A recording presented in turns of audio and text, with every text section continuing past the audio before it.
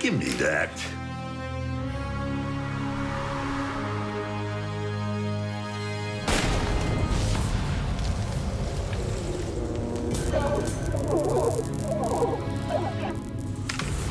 Amateur.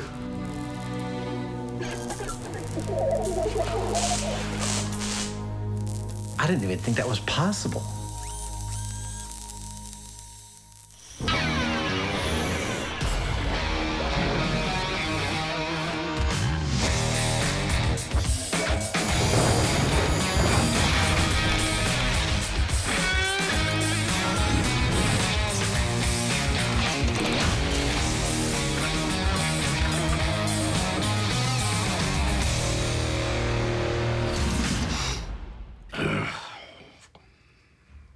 Why is he here? I don't know, but I would just get on with it. So, I could be mistaken, but I'm getting the sense that we're doing something with guns? You are totally right. Specifically, shooters with seemingly supernatural abilities with guns. Later on, we've got a story about a guy who fires bullets that he holds in his hand while he holds his hand in a fire.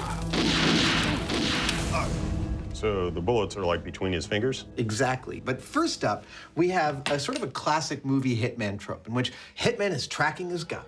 His guy goes behind a wall, but it turns out to be no barrier for the hitman. He knows where he is, tracks him, shoots through the wall, and right through his prey. So we want to find out whether or not a bullet would go through a wall easily, and whether you can actually track somebody behind the wall without seeing them. Exactly. I've been wanting to do this story for so long. It is going to be awesome. Now,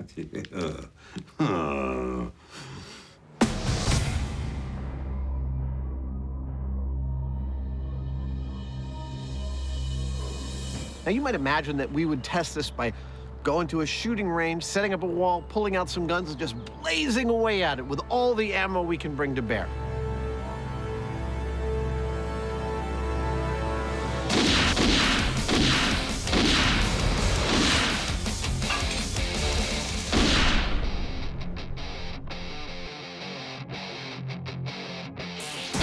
But we need to get scientific. We need to look at a wide range of walls and figure out just how bulletproof, on average, they actually are.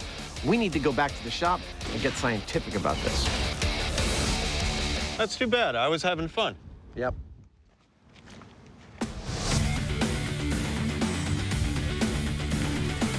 Now, when we're talking about shooting through walls, the word wall could mean many, many different things based on when and where the building you're in was actually constructed. Ah, too big, too big. The walls could be made of different materials, and they could have lots of different things inside them. Starting to look like something. We want a broad representation of walls to shoot at, so I've assembled all the materials walls have been built out of over the last 100 years. The house I grew up in was all lath and plaster. Ah, the old crafts. As well as a lot of the things, electrical boxes, insulation. I hate fiberglass insulation. Wiring and plumbing that you'd find inside those walls. Hey, that's awesome, it fits. When does that ever happen? With this, we should be able to make the targets that we need to find out just how bulletproof, or not, walls actually might be. Almost ready for shooting. Now it's ready for shooting, and so am I. Decided to come in costume as the man in black, the man of mystery, the man you don't want to see at your doorstep. Normally, when we're using guns, we come to a firing range. But because we're going to be firing into walls, these bullets may behave, well, unpredictably. I think it looks pretty good. So instead of using the normal targeting range, we're going to go off to one end where we can safely control what happens. It's time to introduce you to the ammunition and pistol we'll be using today for the experiment. The bullets we'll be firing are standard high-velocity hollow point rounds. They'll be fired from a standard double-action 9mm pistol used by the military and law enforcement the world over, and also a staple of action movie heroes. Here we go.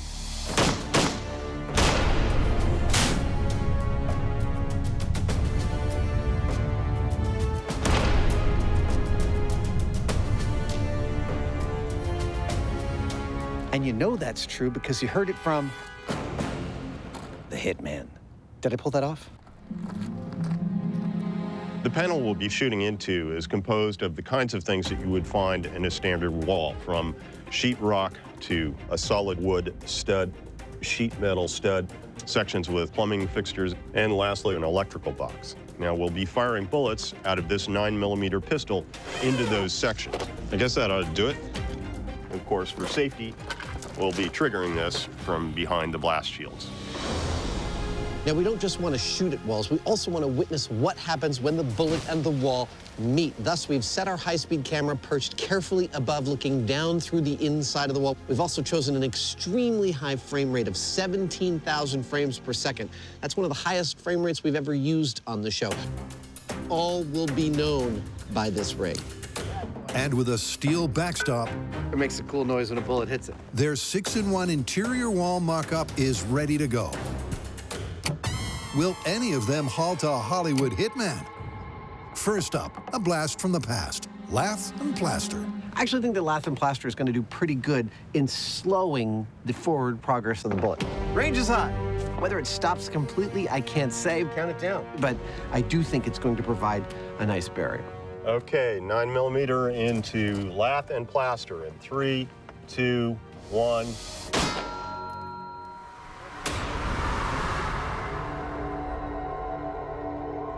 Well, I did the classic small entry wound, larger exit wound, but it looks like it came out pretty straight. With the bullet's trajectory unaffected and the velocity hardly hindered, the oldie wall would have provided no protection for our hitman's hidden target. And that sounds good for the myth. Made a resounding clang when it hit this backstop. I guess that means that you would probably get penetrated by that bullet. Up next, All right, let's slide this puppy down. will this more modern, eco-friendly fortification fare any better? This test is against 2 layers of drywall. Range is hot, with about 3.5 inches of fiberglass insulation between them. Nice. Right through the square, heard the ding of the steel, couldn't have gone better. More good news for the myth. 2 targets taken down, and no sign the bullet has been significantly slowed or in any way altered. I love that sound. A result replicated when the sheet metal and wooden studs are also found to be duds. But now, it gets interesting. Next up is the first time our bullet's going to encounter an actual object inside the wall, and that is copper plumbing. We're gonna hit it right there. And this is the reason for all of our safety shields. The bullet could spatter in a lot of different directions when it hits this. Firing in 3, 2, 1. Oh, that looks like a perfect hit. A perfect hit through and through. With the bullet's trajectory and speed only marginally affected, the myth that a hitman can hit his hidden target is still looking good. But what about the toughest target yet? A steel junction box. Oh!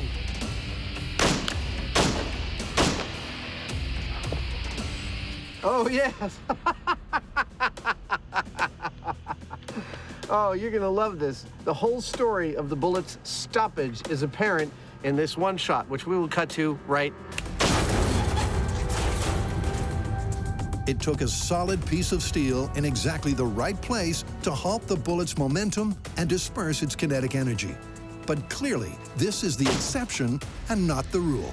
The myth is on track. I have to say I'm pretty surprised at the results, that only one of our in-wall obstacles, the electrical box, actually stopped the bullet cold. The rest made it through. Now, what that means for the myth, as walls are okay to shoot through if you're a hitman, from my vantage point, it's looking pretty good for the myth. And so it's back to the shop, where our hard-to-please professional is waiting for an update. So is that it? No. We actually have a few more tests to do before we finally call shooting through walls, but we're now jumping to the second story in this episode. It's from a movie called Shoot 'em Up. I am dead on about who you are, right? Say that again. I said, I am dead. Stop.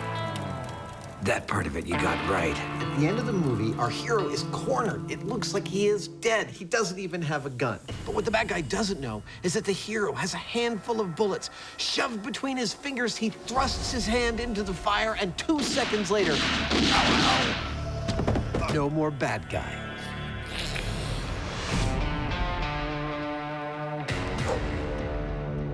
What was that? We were reenacting the movie. What we want to find out is, 1, can bullets go off that fast in a fire? 2, if they can, could you aim them? And 3, are they remotely lethal? So which one of you geniuses is gonna stick his hand in the fire? Well, we haven't thought that far ahead yet. Well, whatever. I've got a plane to catch. Shall we start testing? Sure. For that, Adam and Jamie hit their all-time favorite location to cause a commotion. Lots of goats. They don't seem to mind the fact that my jacket is made out of them. To set off this myth, the first item on the menu is a controlled fire. Even a simple fire can be fraught with difficulties and dangers that are unforeseen. That's why, 1, we've come out here to the Alameda County Sheriff's bomb range to set this fire. 2, we put it in a barbecue. And 3, Jamie and I are wearing all the proper safety equipment to make sure nothing gets out of control. Safety is always of the first priority to us. We don't like to let anything get out of control. All right, that's more like it. That's a nice little fire. After the flames have died down, it's time to get cooking. And they're starting out hands-free. Like we often do on MythBusters, we try to remove variables so we can isolate what exactly we're seeing. And in this case, that means we're taking a single bullet, attaching it to a rod, and inserting that into the fire. But they're also playing it safe. The single round being baked has had the projectile removed. The empty case and primer will react to the heat, but no one's in danger of being shot. Yet. Question is, will the ignition match the movie? Now, there are 3 things that we will be testing in this fire test with the bullet shell casings. You ready to do this? Yeah. 1 is, will the shell casing go off in the fire? 2, will it go off exactly where our hero is holding his hand in the film clip? He holds his hand just about 3 inches above the logs, right in there. And 3, will it go off in 2 seconds? Okay. Shell casing test in 3, 2, 1.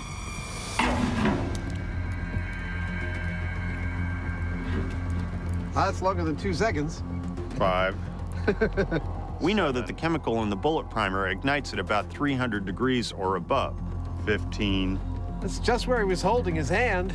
But the thing is, it's surrounded by metal, and that metal is insulating it from the 1500 degree plus heat in the fire. 20. Jeez, crow. 25. It's right in the fire.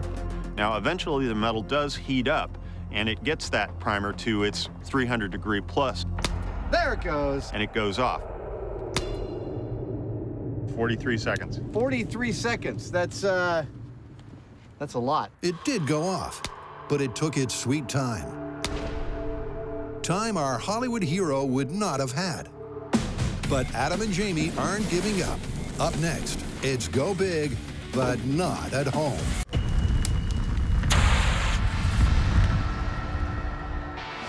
The movie Shoot 'em Up looks like it's being shot down. Well, the results of our movie parameter test are in, and the 2-second time is totally out. 43 seconds. But the fire gets a lot hotter inside among the hot coals. I think we should do another test to find out if there's any place in this fire where we can get the bullet to go off in 2 seconds. And frankly, I predict we totally will. So for test 2, Jamie stokes the fire. Mommy, I don't like barbecues at Jamie's house. Because this time they're baking the bullet deep among the coals. A temperature differential from test 1 of 800 degrees. All right, sir, you ready? I'm ready. I'm going all the way in this time. Looking for the hot spot. Looking for something close to 2 seconds. 3, 2, 1. 2, 4, 5, 6, 7, 8, 9, 10. Those didn't sound like regular seconds. What Well- kind of seconds were you counting there? I'm 2, 4, 5, 6, 7, 8, 9, 10. What kind of seconds are those? Who counts like that? What was the time? 10 seconds. 10 seconds. For due diligence, the guys try 3 more times, but their fastest fire is still pedestrian. 8 seconds. 8 seconds. Well, you can color me surprised at the end of this testing.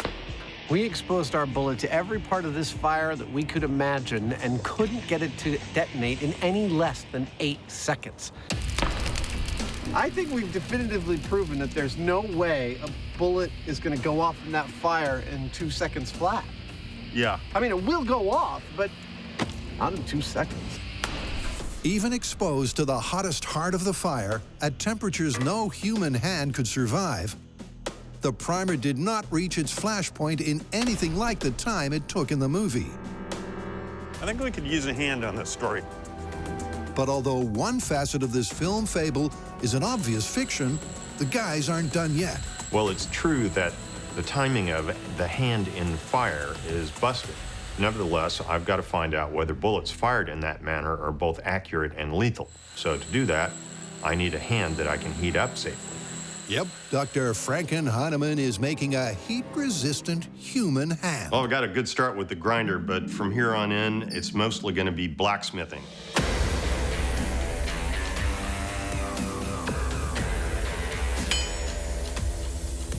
One of the joys of doing this kind of work is first there was nothing, and then there was something. That something being an adjustable, articulated hand able to realistically grip bullets between each finger. Detailed and disturbing work the doctor clearly enjoys. I've left a texture that is not unlike the wrinkles in my finger, and where it kind of smooths out all over the knuckle, I've done that with a blob of weld. It's all very fast and crude, but it gives it a strangely organic look for it being all metal. For added accuracy, It fits like a, you know what. a leather glove that grips like skin is heat molded onto the metal skeleton. And to gauge human-like strength, Position number 1, between the thumb and index finger. Adam sets a calibration benchmark with his own grip. 8.1 pounds. This force gauge here holds what's called a peak value. That is the most amount of weight that it took since you last pressed 0. Now, I will put the bullet on this string on the force gauge and hold it between 2 fingers as hard as I can until it lets go. Ah! Ow, ow. And then I read that value, enter it into this chart. With the data handed over, Jamie mechanically matches Adam's grip strength to his metal digits. A couple of minor adjustments, and I think we should be all set. And this myth is all set to go off. It's perfect. But first, there's some unfinished business for our wall-shooting hitmen. Now that we've determined exactly how porous walls are and that bullets will most likely make it through them, it's time to deal with what's on the other side. So, you are the good guy, the camera, you're people watching TV, and you're looking at a wall, and there's a bad guy behind. Where is he? Oh, there he is. Now, that bad guy is gonna move behind the wall, and you've gotta shoot him. How are you gonna do that? We figured there's 2 methods that you could use. One is you could watch him run behind and make an assumption that he's going to maintain his speed, bang, and try and shoot him. Or you could listen for the sound of his footsteps and use your natural powers of triangulation to make an assumption about where he is and shoot there. I'm not sure if either one of those is gonna work, but in either case, it's gonna require a rig with a motorized dude on it. The dude. How you doing, dude? Isn't a very handsome dude. Something kind of like this. Walk, walk, walk. So, bullets can penetrate an interior wall. But is hitting your target as easy as Hollywood would have us believe? That is so weird. To find out, the team is testing 2 mythical methods. First up, target tracking. Here's how this test is going to work. Our target, that's me, will always start every test by moving from a visible position to an obscured position. The operator will be able to control the position of the target with this joystick, and he'll be able to see what he's doing through this monitor. The shooter must use trajectory, tracking, and their intuition to surmise where the target might be behind the wall and attempt to shoot them through the wall. Beautiful. Okay. There are 2 restrictions in this test. One is shooter can't start shooting until the target's past that yellow and black line. All the action happens on that side. And only 1 bullet at a time. This first test is going to be pretty basic. I'm going to be moving the target at what amounts to walking speed continuously. Jamie, you ready to start this? I am. Gun is loaded. Safety is off. Range is hot. All right, count me down, sir. 3, 2, 1.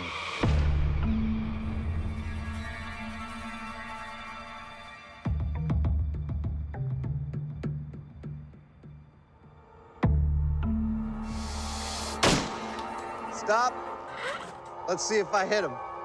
I'm gonna go inspect. Well, it turns out with velocity tracking of an obscure target.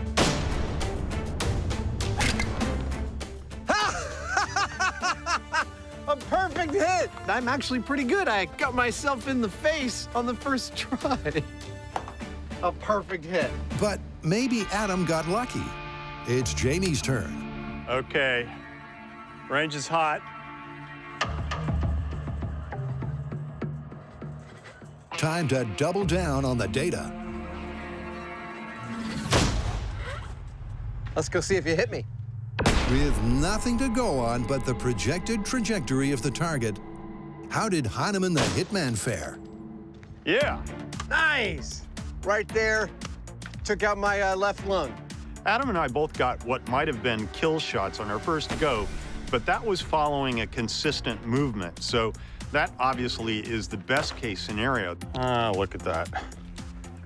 Nice little boo-boo. The reality is going to be more like somebody is starting and stopping. Who knows what they're doing back there? And the only thing you might have to go on is sound. So that's what we're going to try next.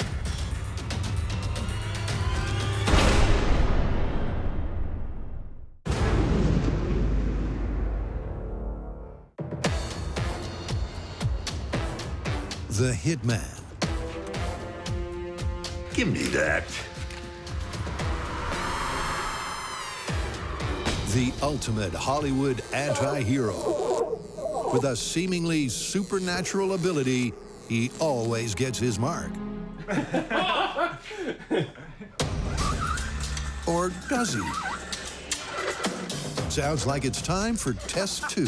This test is going to be pretty much like the last one, except that the target is going to be moving all over the place, and the only thing that the shooter will have to go by is the sound of footsteps. Can I hear a test of that?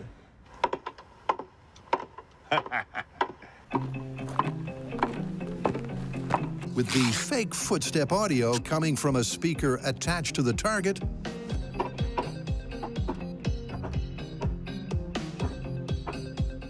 I can kind of hear it go. the setup is complete. In theory, I thought this would be pretty cool. In practice, it's far cooler. What do you think? 1 shot this time, or how about 3 shots? Yeah, let's up the ante. Okay, cool. All right, so you ready? I'm ready. You're wondering how we're going to do a test about hearing for footsteps when we're wearing hearing protection to protect ourselves from the sound of the gun going off. Excellent. Sounds loud and clear. These earmuffs I use are military grade, and they have a really cool feature. Actual microphones that play sound into the muff so I can hear stuff in the world until a gunshot happens, and then they cut out to protect me from the loud sounds. Also, it's 2 separate sound chips, one on the right, one on the left. I actually can fully triangulate while wearing these, so that's what we'll be wearing for this test. Oh, what's that over there? I must admit, I'm a little surprised that both Jamie and I got successful kill shots on the first test. A perfect hit! But on the second one, I personally think it's gonna be a lot harder to triangulate the sound of footsteps behind a barrier. Count me in, sir. I'm giving myself only a 20% chance of actually hitting this thing. 3, 2, 1.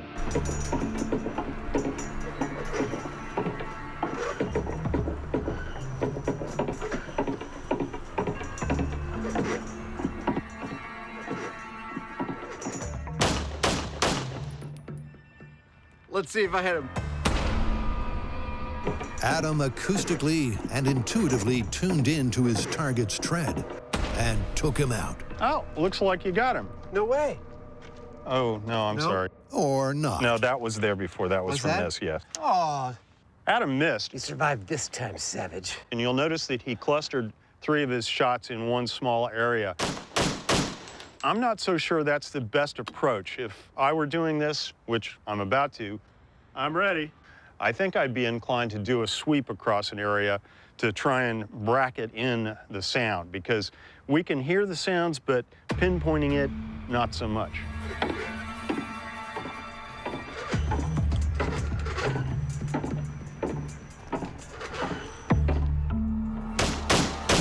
Despite the benefit of being able to adapt his tactics, You missed him Yeah. entirely. Jamie missed as well. So, while you can easily shoot through a wall, the real-world detail of the prey's unpredictable position makes hitting a moving target tough. And this myth is on the ropes. But we have one more test up our sleeve. This is the spray and pray technique. We're going to unload an entire magazine of bullets at the wall while he's moving around behind the wall and see what his odds of survival are. I'll tell you one thing. I wouldn't want to be behind this wall during that. That was really fun. But was it successful? Nothing. Not a single hit. It seems shooting blind really is just a shot in the dark. But it is fun. I can barely describe how much pleasure I get out of watching this rig go and out of shooting at it. And I'm not saying I couldn't have built this before we had MythBusters as a show, but the design and execution of this rig is something that could only have come out after all these years of doing this show. This is a direct result of our experience in setting up experiments, and honestly, this is one of my favorites.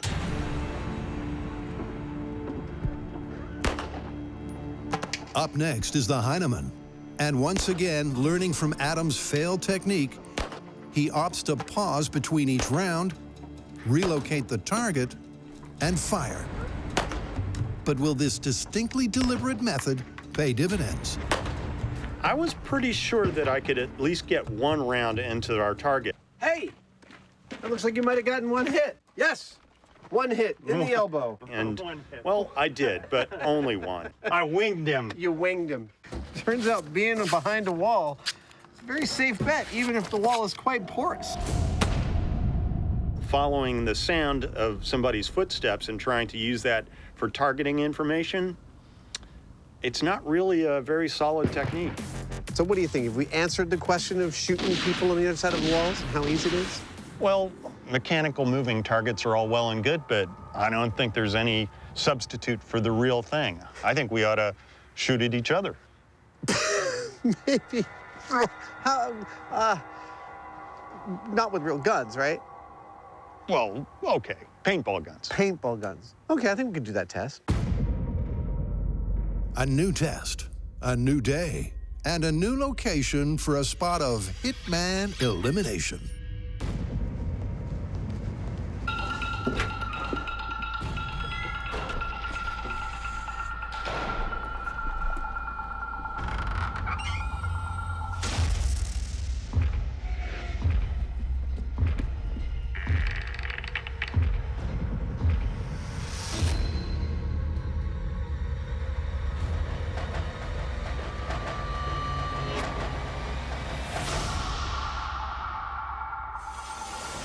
Morning. Morning. Shall we get to work? Yeah, let's do.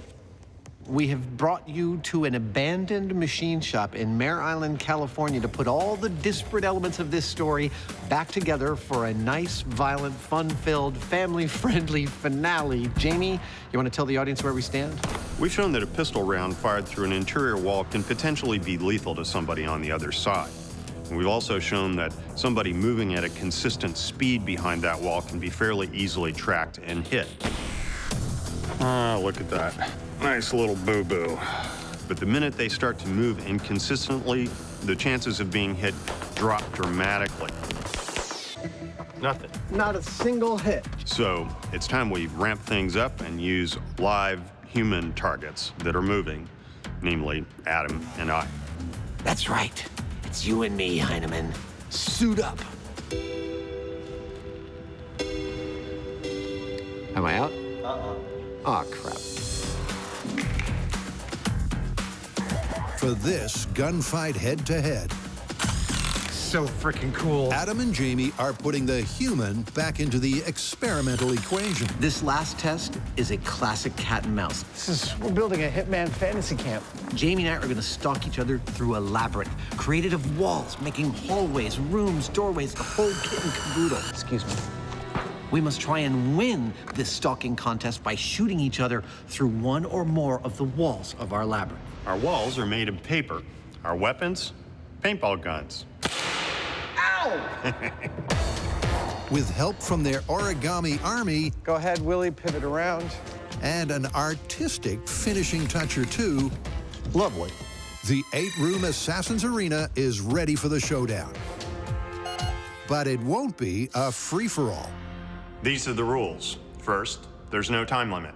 The winner is the first one to shoot the other through a wall. We each only have one 8-round clip, so every shot counts. Finally, during the test, we are not allowed to travel beyond the boundaries of the experimental space. So that we can hear each other, the piece de resistance is some special footwear, tap shoes.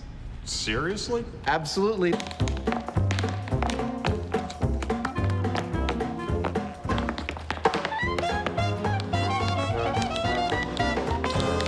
Oh, I've never worn those before. That is the first fact about Jamie I've ever heard that does not surprise me.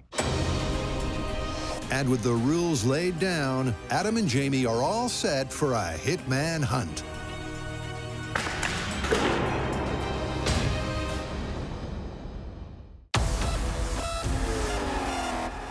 To test Hollywood's idea of a handheld shoot-'em-up, the MythBusters need bullets, a helping hand, It's perfect. and dry experimental conditions. Doesn't rain all week, and then when we go out to shoot, it's raining. So let me introduce you to a little bit of how MythBusters conducts a shoot in the pouring rain. And we've actually set up 400 square feet of tent city here in the middle of our muddy field. Right there is our high-speed camera op. That's an expensive laptop and our $100,000 high-speed camera. The important cables are running up through the rafters. There is where Jamie and I will be standing behind the blast chamber shields. That's our experimental setup. Hopefully, it's dry enough to actually get this experiment off. So if you hold bullets in a fire, they're going to take a lot longer than 2 seconds to go off. 10 seconds. 10 seconds. But at this point, we haven't established what exactly they'll do when they do go off. And in the movie, the bullets are shown to be lethal. So that's what we've got to test now. MythBusters during the monsoon season. Despite the deluge, the team has a handle on the situation and is all set to fire up. For this test, we've got a single bullet mounted on the hand right here. And I'm going to have a single flame coming out of this tiny copper tube. Let's try it quickly. When I pull on a cord, the flame will swing in and we'll set off the bullet. That's it. You're right on the bullet. You're right on the bullet. This time, the round is live, Come on, bullet. Come on, bullet. with primer, powder, and projectile intact. Ah, it just blew out. This program is rated frust. Frustrating. In theory, they'll use the high-speed camera to capture the bullet's speed. You're good. Still lit, still lit. Oh, it just blew out. In practice, that's not happening. Just goes to show, best laid plans of mice and men are often screwed up by the rain. The wind and damp conditions are raining on their bullet-firing parade. Come on, we brought heat to the party. It's time for you to do your part. Oh, come on! That's amazing. It's right on the cap. I know. Come on, bullet. We're now up to like the 3-minute mark. Yeah, it's starting to burn the glove. So it turns out our tiny little flame wasn't concentrated enough. The torch head we're going to use this time is called a pencil torch, and that means that it literally has a point on it that's similar to a pencil point. Jamie, you're good to light it. And I'm going to aim that right at the cap, and I think that'll get us where we need to go. There it is.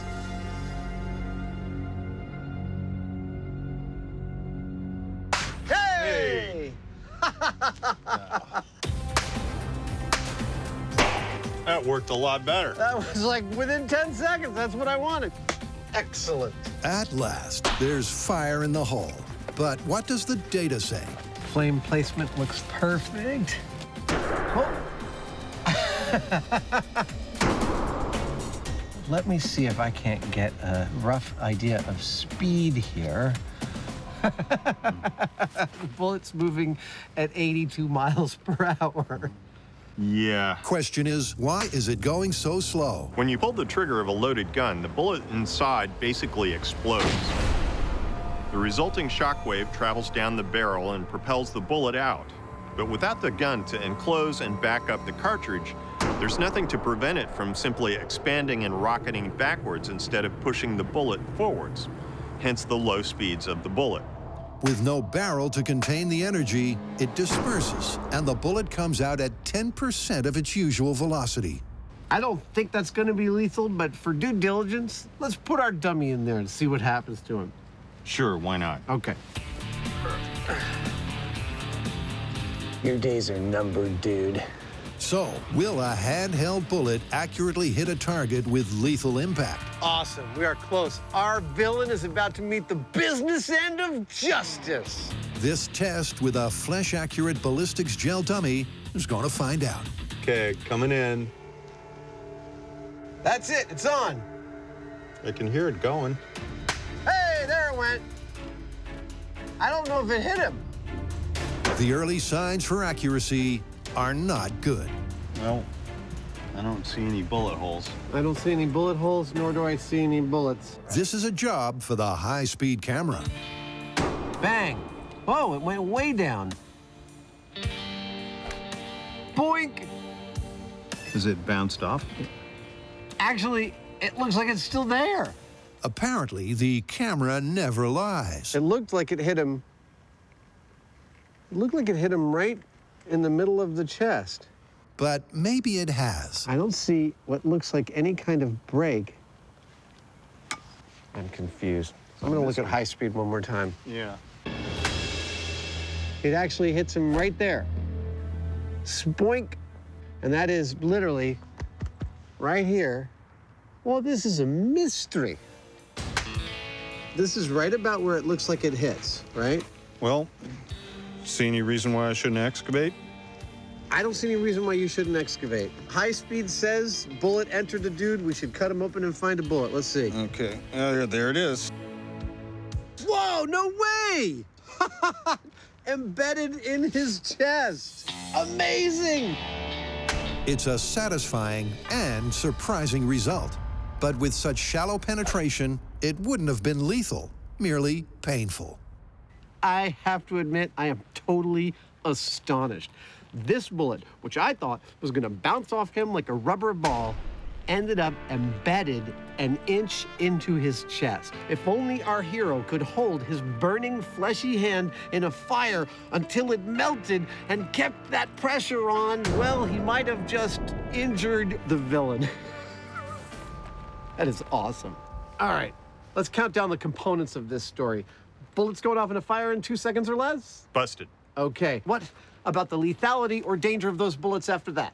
Well, that is where it starts to get a little interesting. But no, it's still busted. It's still totally busted. Dude, what are you doing?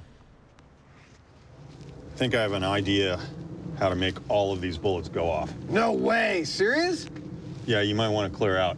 Okay, I'll turn this guy to be your target. There you go. I'll get behind the blast chamber shield. Okay. Awesome. I'm not sure what Jamie's doing, but he's got some cockamamie plan for getting all 4 of those bullets to go off at once. I really hope it works. Don't feel like we're done until we've replicated the exact thing we saw in the movie. Last thing.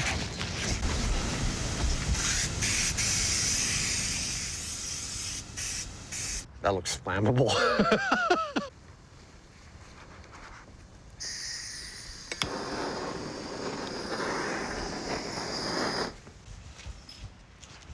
Okay, here we go. Count it in. 3, 2, 1, go. There it is. Dude, That looks like it's working a treat. I want to hear 4 bullets go off.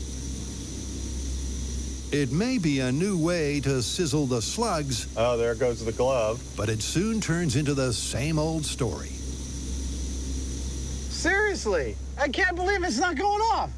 I mean, yes, bullets can go off if you put them in fire, but this whole thing about having somebody put their hand in a fire and, I mean, come on. Oh, there goes one. That was one. And now the hand just went, the hand's just Extinguished. extinguished itself.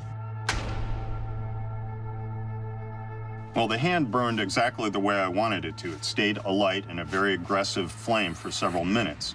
Unfortunately, only one of the bullets went off after quite a while, which says a lot about what happened in the movie. I mean, if it didn't do it here, with all of that fire for so long, I don't see how it could have done it the way that they showed it.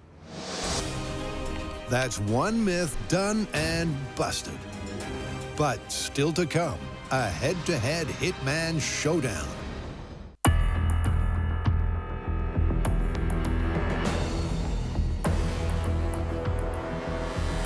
It's showtime. One by one, our would-be hitmen are guided silently to separate, random locations in the arena.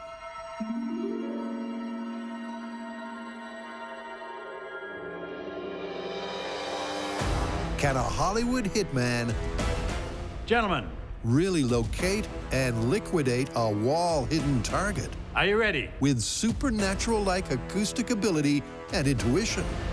In 3, 2, 1, go. It's a stalk to the death to find out.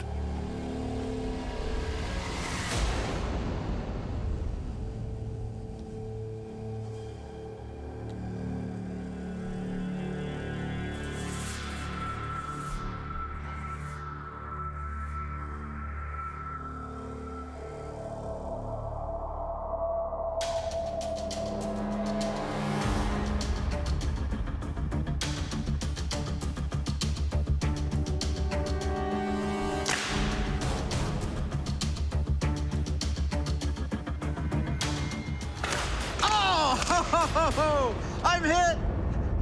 He got my gun hand. He got me right in the wrist. I've been looking forward to this test for a while, but that was far more scary and hair-raising and exciting than I ever imagined it would be. That's just stunning. You might recall from our earlier testing, to track somebody moving behind a wall was fairly easy to do as long as you can anticipate their movement.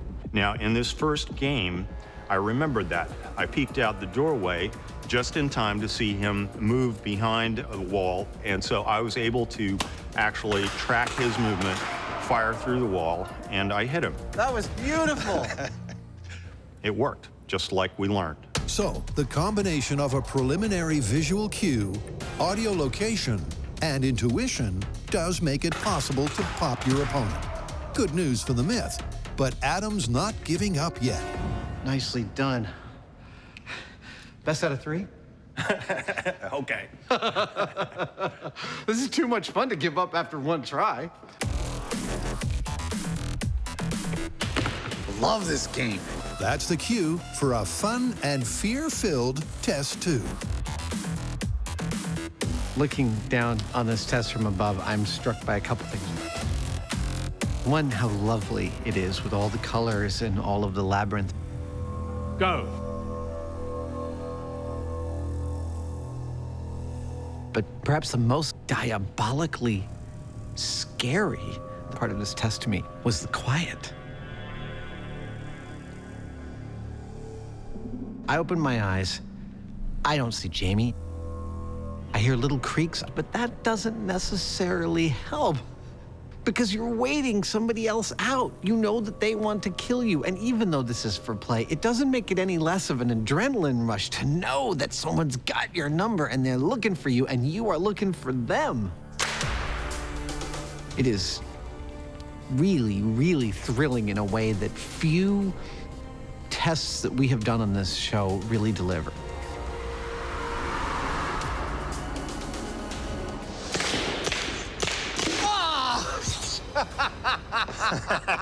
I'm hit. I'm hit. I'm hit in the leg. This whole test came together quite beautifully. That was scary as hell.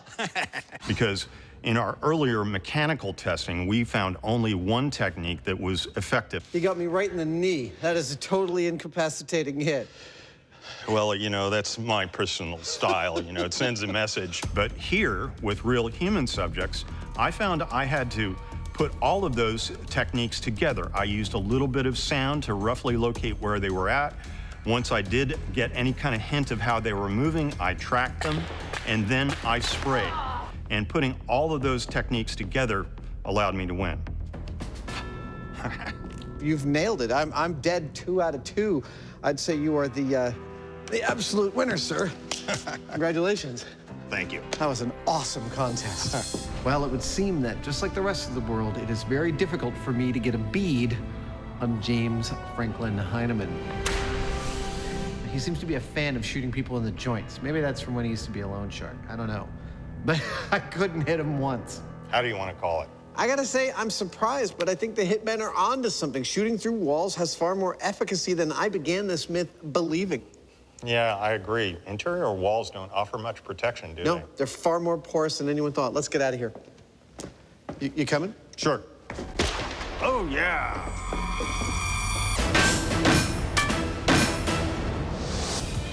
Back across town, it's time to settle accounts.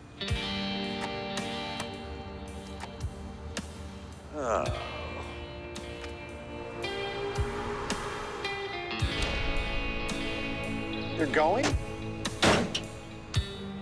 Shooting through walls confirmed. Shoot 'em up? Busted. See you on the next bounce, boys. I don't trust that guy. Neither do I. Let's get inside.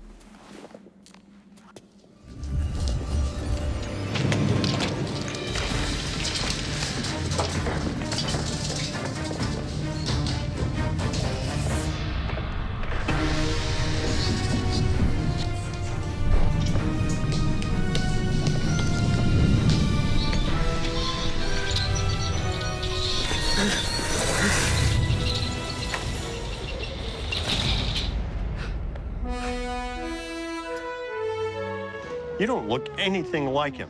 I know. Let's get to work. Okay.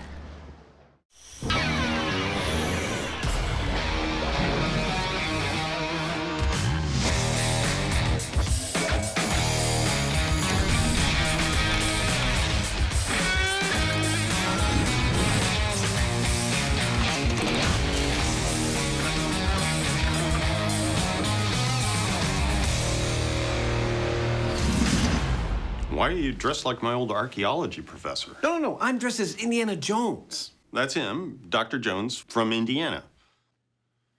Anyway, what's the story? Okay, the story is there's also a movie called Raiders of the Lost Ark starring a guy named Indiana Jones, and we're going to tackle some myths from that movie. First and foremost, his famous sidearm, the whip. We're going to look at some of the science of Indy's whip and some of the remarkable things he does with it. But the opening sequence of Raiders is where we're beginning. Indy is escaping from a South American temple that is attempting to kill him with all manner of booby traps, including our first test, a floor filled with pressure pads that shoots poison darts at Indy. Well, sounds like fun. Let's get into it. Okay. In the exhilarating opening scene from the iconic 80s adventure story, there's a question to be answered. By simply running for it, would Indy really have escaped unharmed? And as a massive fan of the franchise, Adam's in his element.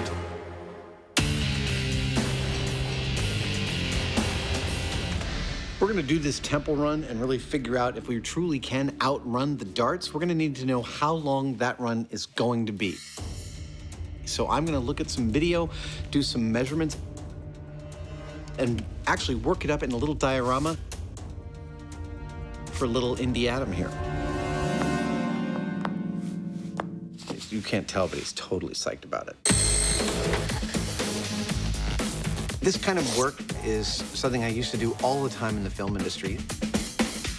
It's all coming together. In the film industry, it's often used as a pre-visualization technique. Now I'm just having fun. Like, I will mock up a set in foam core just so I understand all of its dimensions before building it in the actual materials it'll be built in. Got hot glue threads on my face. Seeing something in that white space, for some reason to me, it's deeply, deeply satisfying. I put my head down and I can see what it looks like from different angles. It's like I'm building a playground for my brain. I've actually also learned a few things. I've carefully checked screenshots of Harrison Ford against many parts of the set, knowing how tall he is. I have determined that dart pads are about 40 inches long, and that room is about 30 feet long. If it's 30 feet long and the dart pads are the size they are, Harrison Ford, Indy, will encounter at least 16 of those pads, likely setting off 16 darts. That's how many he's got to outrun. That's how many we're going to set up. Do you notice that I managed to keep the label of the pipe facing the thing so you really see 450 PSI? It's really shattering the illusion.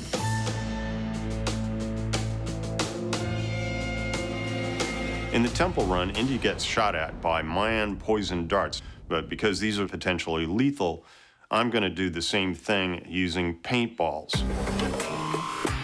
14. You know, I buy this crap salvaged, but who knew that 14 wasn't enough? I need 16.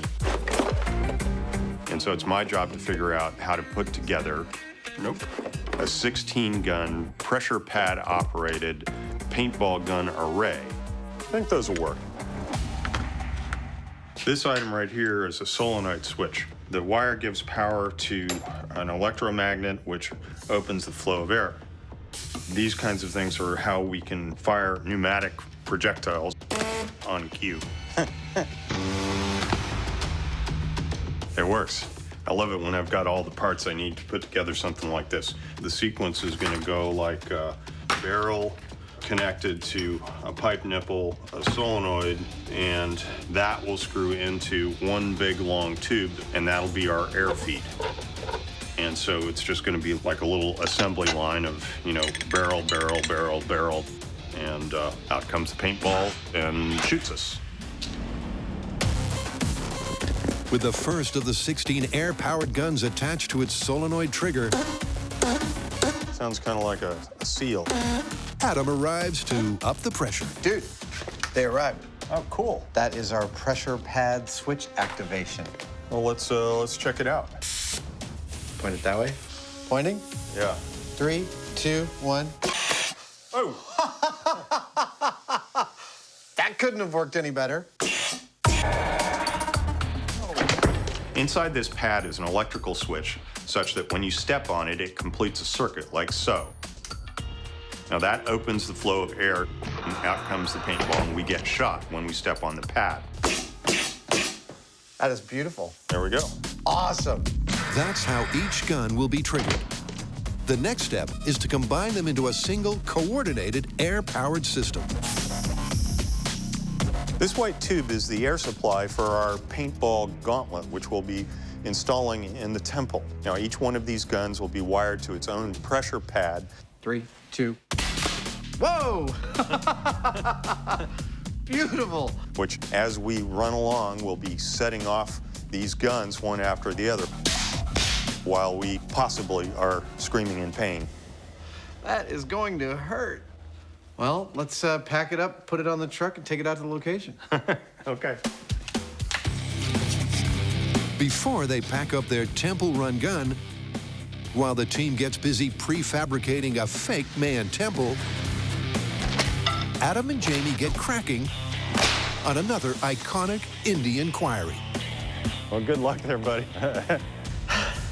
So whips. Exactly. Indy's whip is like almost mythological. He does all sorts of incredible stuff, including one I think we should test, when he disarms an opponent with a gun using only the whip. So would the whip be accurate enough, and would it hit the hand hard enough to knock the gun out of it or something? Exactly. And I think the other thing we should look at is the opening sequence when he loops the whip around a log and swings across a chasm. Is that really possible? Yeah, I wonder whether the whip would actually have enough grip. And then if it did, how are you going to get it off? I think we need to deeply look into the science of whips. Whoosh. If we're going to put whips through their paces in this episode, we're going to need, wait a minute, whips. Whip making is something I taught myself about 17 years ago. I built the whip I'd always wanted from Raiders of the Lost Ark, and to start this episode, I'm going to build the first whip. This is kangaroo hide. Don't let anyone tell you any different. This is the strongest leather in the world. Whip making is an art for which Adam clearly has a passion. Now, astonishingly, this right here is everything required to make a 8-foot leather bullwhip. Animal fat. But before I start, I actually need to prep the laces. I need to treat them with a leather dressing that softens them and allows me to stretch them to bring them out to their natural state. Then I'm going to braid them. I'm going to do a 4-plate braid, that is using 4 laces, and this will comprise the inner and smallest core of the whip. This will be the center. Now you're starting to see where this is going. That is called the belly. The first belly, the interior belly of the whip. I'm going to cover this belly with a bolster, which is effectively a long triangle of leather. That bolster will then get another belly laid over it, because the Indiana Jones whips are what are called 2-belly whips. The braided core and leather bolster is doubled up to form the second belly. And in the middle of this meticulous process, Adam couldn't be happier. In case you haven't guessed already, I loves me the bullwhips. I started out inspired by Raiders. I'm done with the second belly, and I quickly learned that I love 2 distinct things about the practice. These will be the 12 laces that make the actual outer coating of the whip. One was that I love the practice itself, the craft of whip making. The meticulous, repetitive stretching, checking, cutting, lacing. It is deeply meditative. Hold on, I gotta drink my own urine. I'm kidding, I wasn't drinking my own urine. I was drinking someone else's. The second thing I love about it is the form and function coming together magnificently. I mean, you've got this beautiful form of a smooth leather object that is tapered from one end to the other. Dude, it's looking so good. And then that tapering turns out not just to be lovely and compelling, but in fact crucial for delivering the energy from your hand out to the tip of the whip with the maximum amount of strength. That is really cool. I am really pleased with how this is looking. For the finishing touches, Adam decorates the handle, and then to make the whip actually crack, attaches 2 thin strips called the fall and the cracker. But will all that work pay off with a working whip? All right. Whew, this is very exciting. Oh, it sounds good. Yeah!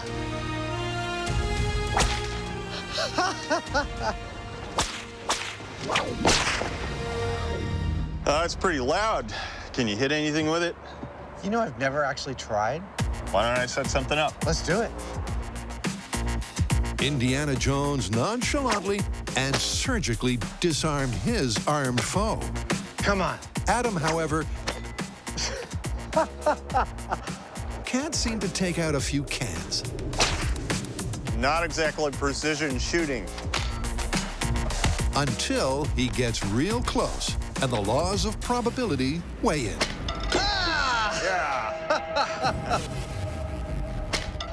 Yes. He hit it. As long as I've got 10, 12, 15 tries, you are in trouble, man. Yep, to find out if you can indeed disarm armed adversaries, Adam and Jamie clearly need some expert help. And a spectacular change of scene to set up for some Temple Run fun. Totally gonna get shot.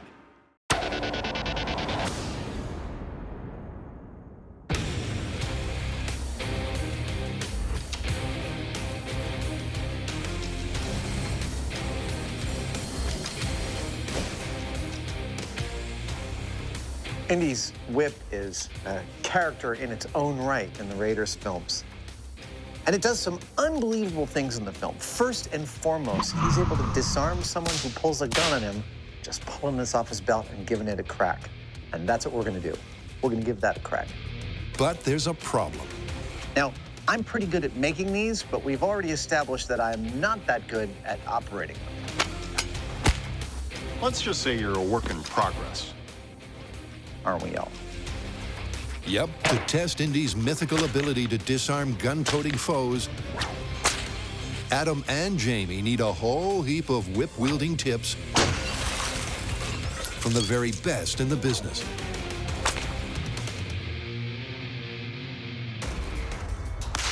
The science of the whip is the acceleration of kinetic energy. All energy added to the whip is multiplied. A small amount of focused energy literally produces explosive results. Wherever I point the handle, this is where the whip is going to go.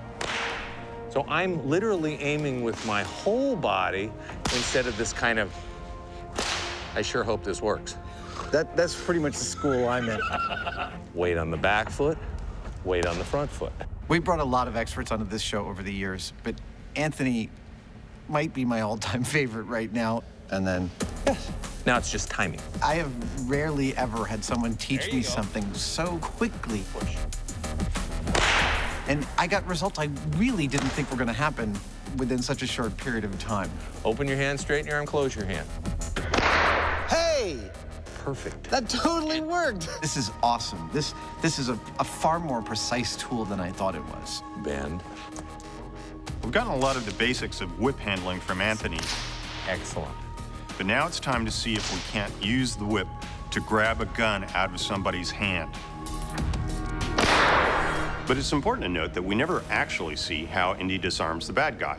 So to cover all our bases, we're going to run a couple of tests. So stretch it out and send it out. Better, okay? First, we're going to see if that whip tip could wrap around the wrist and/or the gun and yank it in such a way as to spoil the shot. We're going to see if a direct hit to the wrist with the whip tip is enough to make somebody drop the gun. This is the scariest thing I've done all day. Isn't it? Go ahead. That was perfect. That was a nice crack. You got It was that. right on the tip of your thumb. Yeah. That would have hurt a lot. Jamie's making contact, but there's no mythical grab and aim spoiling pull. Go for the wrist. Go for the wrist, Hyneman. That's it. Not quite the first-time accuracy of Indy, but novice Jamie is dialing in on the technique surprisingly quickly. Yes. Oh, there we go. Good job. All right, my turn.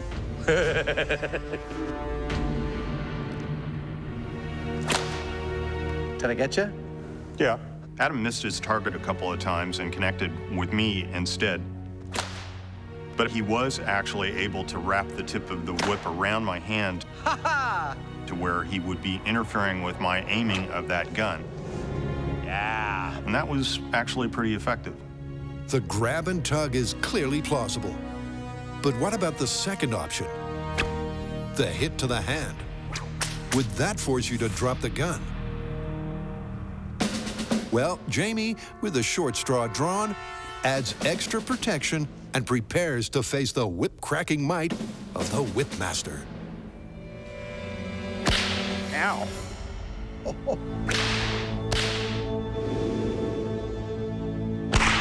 I'm positive I wouldn't have been able to hold on to that gun if I didn't have this glove on. It would be equivalent to somebody slicing at your hand with a sharp knife.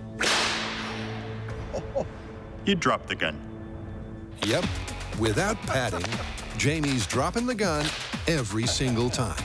Yeah, I don't think there's any way I would have been able to hold on to this if I hadn't had this protection. So, Anthony, it strikes me that we have enough experimental evidence gathered thus far to conclude that the first appearance of a whip in Raiders of the Lost Ark is actually pretty reasonable, that it is feasible to disarm someone with a gun if you're only holding a whip. Would you agree? I do agree. I think a targeted strike to bare flesh is going to make it pretty much impossible to hang on to the gun, let alone operate it accurately. So, this is plausible. Is that what you would do if you were in the same situation? Absolutely not. No? Okay, what would you do? I would go straight for the face.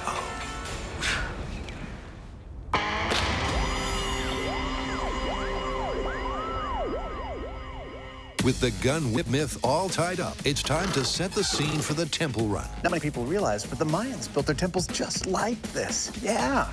And Adam's having a whole heap of fun. Look, I know that some of the lengths we're going to seem a little bit over the top. Now, I'm thinking right about this level. Yeah, upper torso. Yeah. We could have just set up 16 paintball guns on like a wooden rack in about an hour and a half. But honestly, we couldn't. We're special effects guys. This is what we did for a living for decades. Looks pretty good. I know it looks like crap, but it's fun. It would offend our sensibilities not to make it look period and timely to the actual film we're replicating. Of course, any decent temple's got its share of deities and gods, so we've got ours. It would offend my sensibilities. Frankly, I think Jamie thinks this whole experiment is an excuse for me to dress up, which it might be. While Adam completes the scene setting,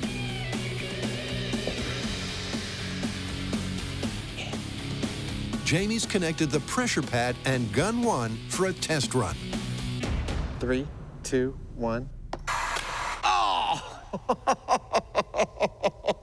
That works perfectly. Perfectly, except for a timing tweak. Oh! That was fantastic. Our Mayan temple dart room is operational, except with paintballs instead of darts. The only thing is, that hit was instantaneous. Pad touch dart hit. And in the movie, there's actually a delay when Indy tests the rig. My question is, how much of a time delay is there between the time that torch pushes the pad and the time the dart hits the torch? That's 1 second. That's going to be our delay. Over to Jamie. It's tricky, but by inserting a timer between the pressure pad trigger and the air-powered paintball gun, he can delay the firing by the required 1 second. And with the guns not loaded, he steps up to test the timing.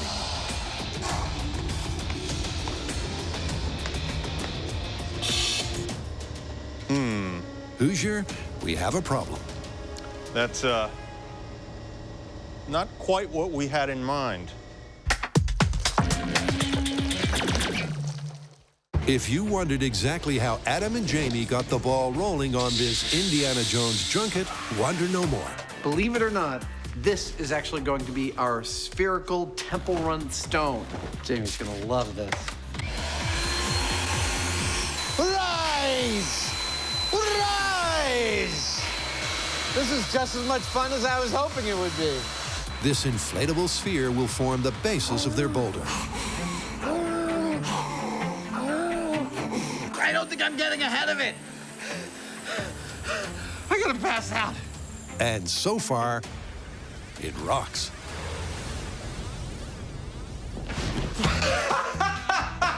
Yeah! Oh, hey, man, check it out. It's our temple run ball. Whoa, dude!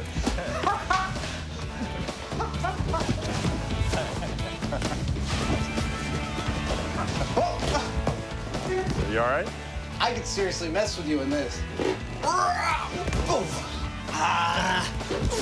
Sure about that? Dude, does this make a perfect temple run sphere or what? Yeah, this is great. All right, now, how do I get out? This is perfect. It's our temple run ball. But it doesn't look like anything anyone in a movie would be frightened of. So we're gonna have to scenic this puppy up. That's sort of mimicking my birth. And luckily enough, Jamie and I did that for decades before we had this job.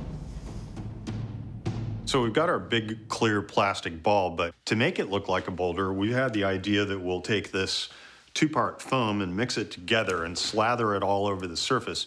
If we do it kind of sloppy, but in the right way, it might just look like a big stone thing, which is what we want. So here we go.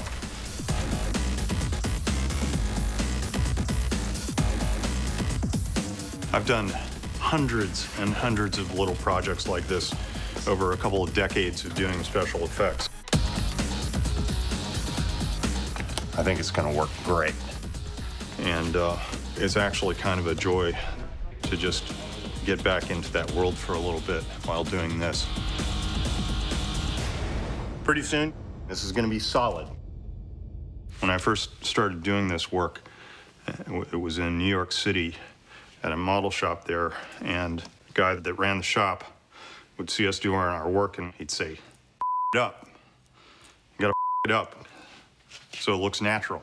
See these little stripes here? That's the kind of stuff that I'm looking for. And that just means, you know, I haven't thoroughly mixed it. I've kind of f it up. By cutting corners on mixing the foam, Jamie's artwork has become more authentic. And 3 hours of satisfaction later, this Rolling Stone is ready to rumble. That looks fantastic. Thank you. Wow. That looks like a piece of stone. Inflatable stone, no problem. It's called safety stone. If this was real stone, I think it weighs somewhere around, give or take 20,000 pounds, depending on what kind of stone it was. In this case, it's probably around 300 pounds.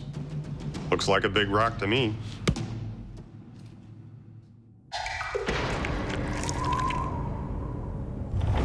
As soon as this episode got rolling,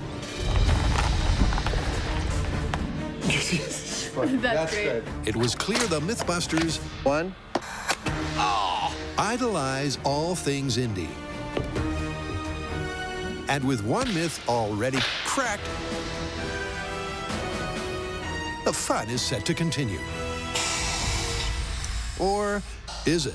As it turns out, this timing setup that we put together is really screwing us up because while they're delaying the firing of our valves like we want them to, they're also holding the valves open way too long, which means that by the time we get to the end of the array, our tank is empty. Our solution is to actually give them more air, or more of a tank.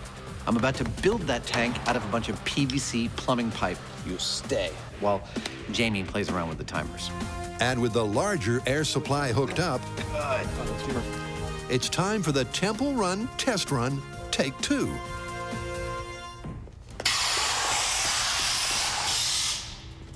That was good. Yeah. That's exactly what we wanted. Yep. With the rig successfully firing on the big cylinder, the set dressing is complete, the gun's armed for action. 16 barrels, 16 paintballs. There we go. And Adam's geared up, ready to run the paintball gauntlet. Any second now, I'm gonna grab that idol and hightail it across this chamber. Now, if the myth is true, if the movie's version of events are correct, I should make it to the other side alive. That's what we're gonna find out. Remember, their run has the same number of booby traps as the movie, and they'll shoot with the same 1-second delay. You ready? Yep. See you down the other end. Okay. The question is, will Adam, who'll run with the same hunched, protective shuffle as Indy, make it out unscathed? Okay, in 3, 2, 1, go. Something's not turned on. That was anticlimactic. Anticlimactic and a mystery. 3, 2, 1, go.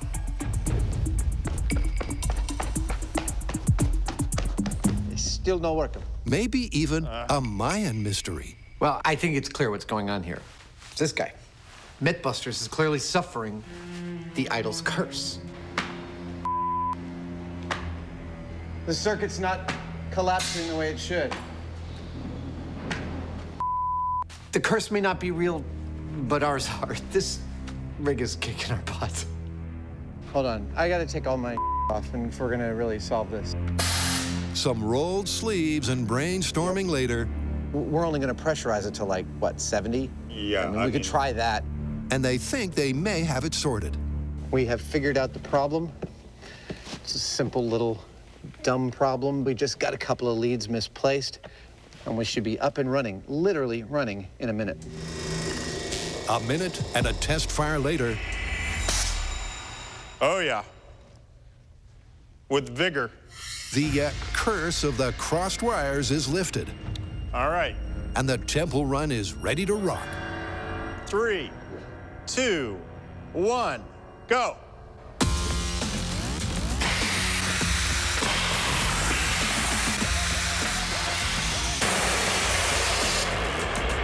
I didn't feel a thing. I don't think I got hit. You were a mile ahead of me. Really? With a 1 second delay, you were halfway across the thing before they started to fire. Fantastic. So Indy really could have made it out. Easily.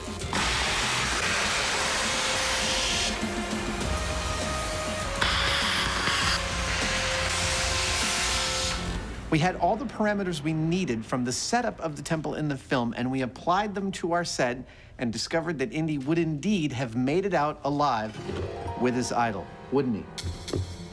But now, let's assume the Mayans could make darts that shot almost instantaneously as Indy ran. We'll see whether he gets shot or not now. Here we go. And frankly, I pretty much expect to get shot at this point. Totally gonna get shot. Instantaneous firing in 3, 2, 1, go.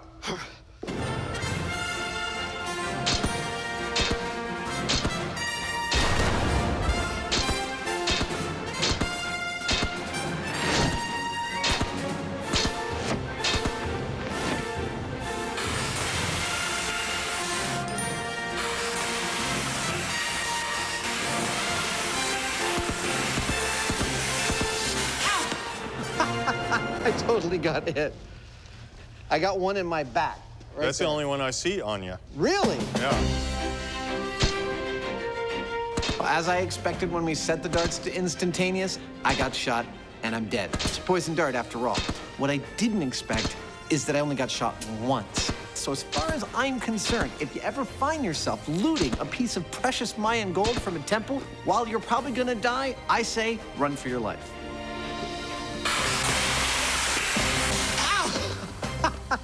So why do you think the Mayans set such a long delay on their dart mechanism?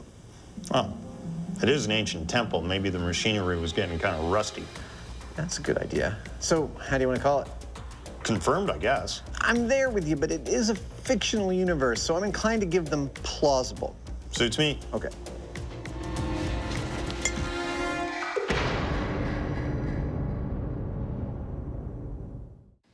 At this point, I think it's worth pausing to discuss a little bit about how whips work and why their structure is intrinsic to how they work. Now, I'm sure everybody has had the experience of being at one end of a rope and giving it a flick and watching a bump travel down the length of the rope. That bump is a wave. When you flick the rope, you are actually propagating a wave, and a whip works in exactly the same way. Give the handle a flick, and a wave travels down the length of the whip. But a rope is uniform in its thickness all the way down, and a whip is tapered, thick at the handle, thin at the end.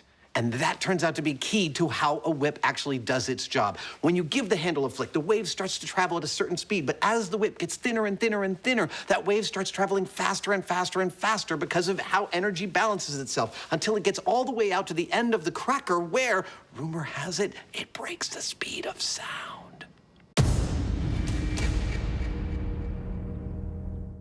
I think it's worth pausing right now to take you on a little tour of the wonder that is Indiana Jones' outfit. Pants are wool.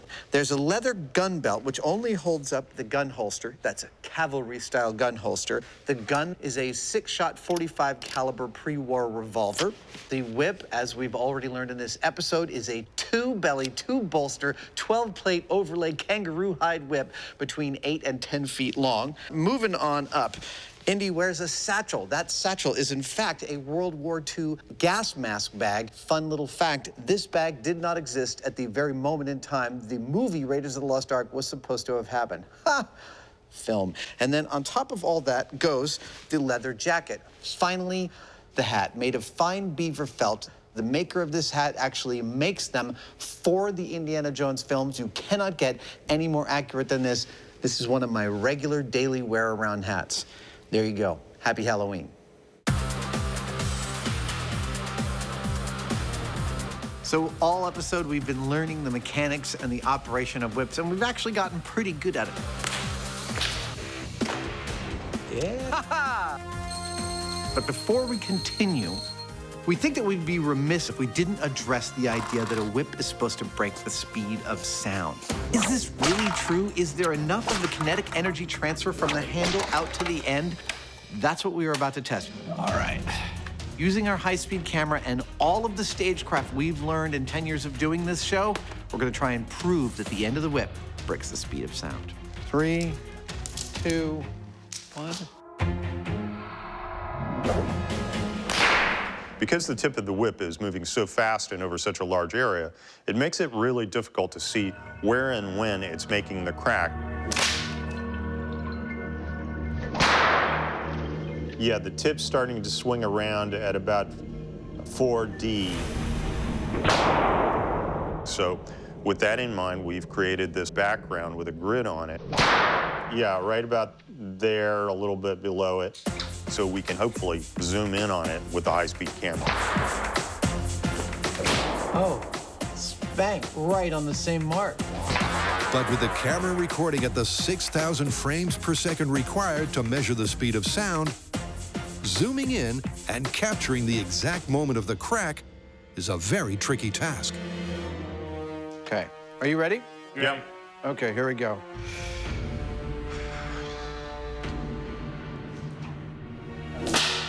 Too low. Try that.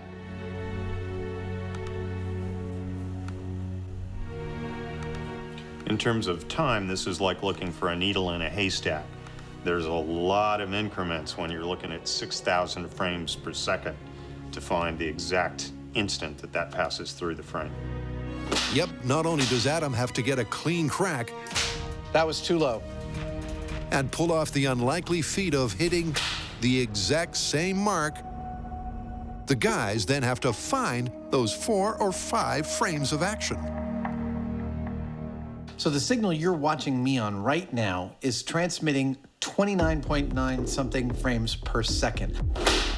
Hello. I'm aiming at the same spot every single time. Our high-speed camera is catching almost 2 seconds of footage at 6,000 frames per second. That's gonna be too high. It is, it's a little bit of a hunt and peck.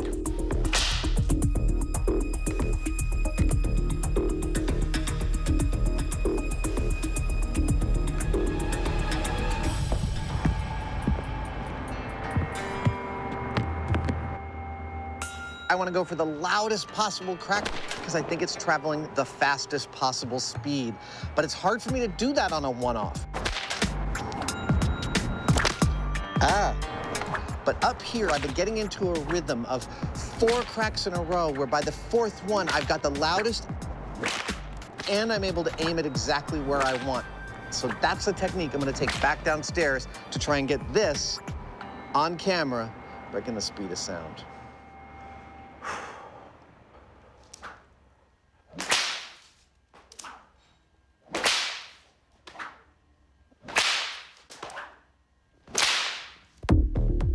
try that.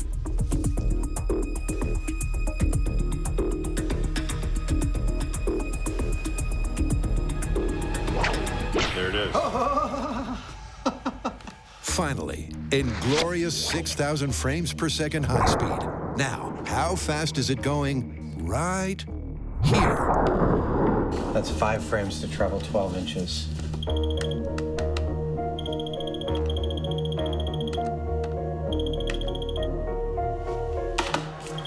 1,200 feet per second. That beats the speed of sound. That is awesome! We caught the speed of sound being broken by these little fuzzies. That is so cool. It took hours of atom whipping for us to finally capture that tiny piece of string traveling over the speed of sound in front of this grid. But we finally cracked it, so to speak. With the science whipped into shape, Adam and Jamie head back to the warehouse to test the whip's mythical ability to swing Indy to safety. This story has Indy swinging across a chasm on his whip. Yeah. Boom. Cool. And since we don't happen to have a chasm ready to go, we decided to build our own. This thing weighs 5,000 pounds empty. You got room, you can keep coming in. Kill someone in a heartbeat. Pull, pull, pull. Yeah, We're using these containers, which we love that's it. Perfect over here. Miles, pull. because they're kind of like big bricks. Yeah!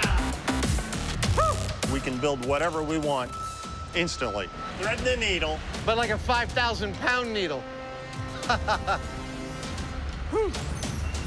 Now, the containers here stacked up represent exactly 1/2 of our chasm. All right, here we go. We're going to bring in the other pair of containers and make the other half of the chasm. They're going to be a certain distance apart, but how far apart is the real question? An answer found with a little high-speed camera magic. That was good. So we've got my jump on high speed, but how are we going to use that to determine how wide our chasm is, especially since I'm jumping on flat ground and Indy was jumping across a chasm which he hit the edge of with his chest? Editors, can you help me out, please, and load up the high-speed footage of my jump? Excellent. Okay, now, fast forward until my foot leaves the starting line, right there, and put a dot on my chest. Great. Now continue to put dots on my chest through the full arc of my jump until my left foot touches the ground. Excellent. Now, draw a line that intersects all those dots until you've got a curve, and continue that curve until it hits the ground where my number stripes are. Perfect. Okay, can you count up how many number stripes those are? 12? Beautiful. That is the distance of our chasm, 12 feet. With the exact distance marked off, the far side of the chasm is dropped into position. Nice! Some protective padding put in place. That's a long way to fall. The key structural component brought up. This is our branch. Some more safety measures manhandled. Indy never fought a beast like this. This is like a Doctor Who villain. Yeah, that's it! Before the movie-accurate scene is set Good luck there, buddy. I'm going to stand back here. for Adam's date with whip-swinging destiny.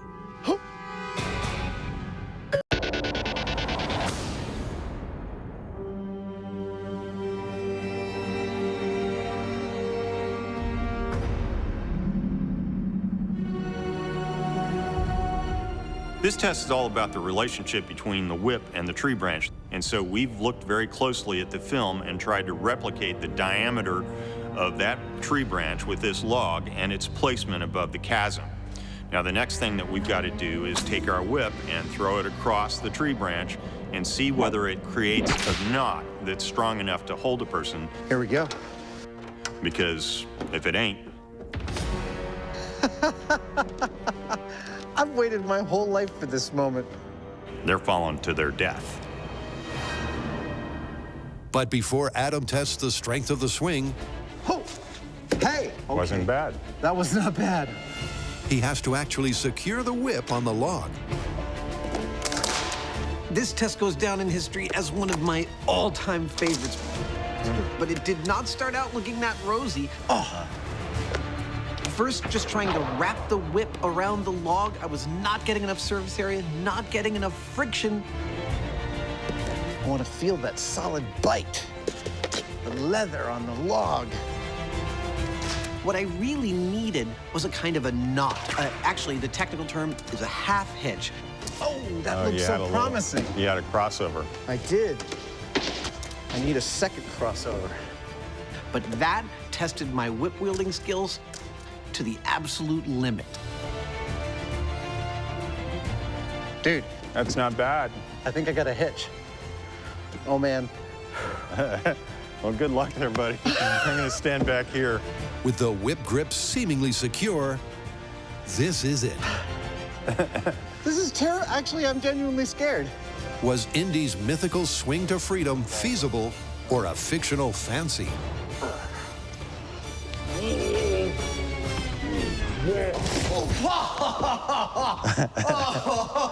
I'm good. I'm good. I'm okay.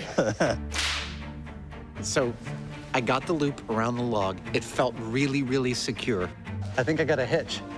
And then just before my feet reach the other side, the whip unwinds from the log and I go tumbling. All right, we got to try this again. That was too much fun. Even though Adam fell, I have to say I'm surprised he did as well as he did, because from this distance, you're only going to get around 3 wraps out of it. There you go. So a single half hitch holding a close to 200-pound guy, pretty low odds if you ask me. Yeah, you're moving the whole log, dude. Am I? Yeah. I think you're going to do it, buddy. Here we go.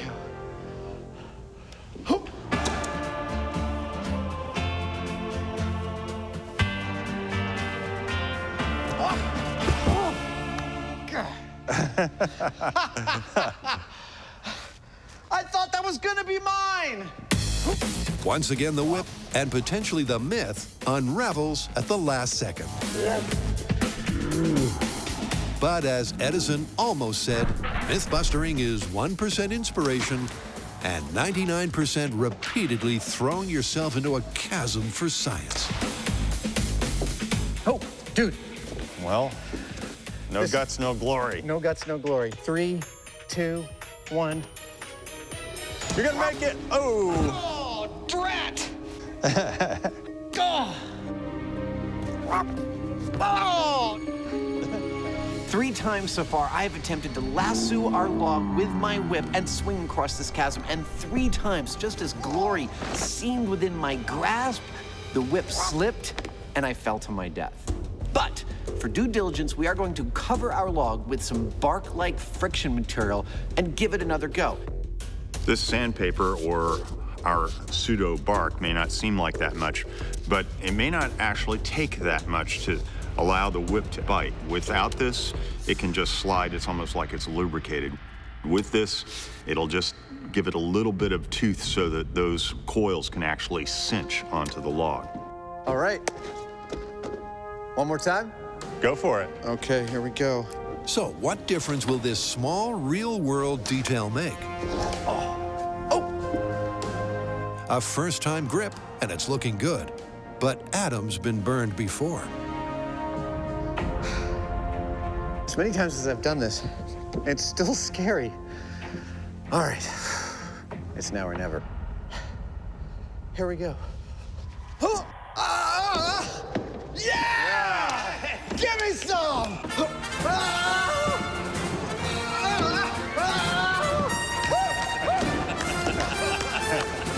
You could say Adam's happy with the result.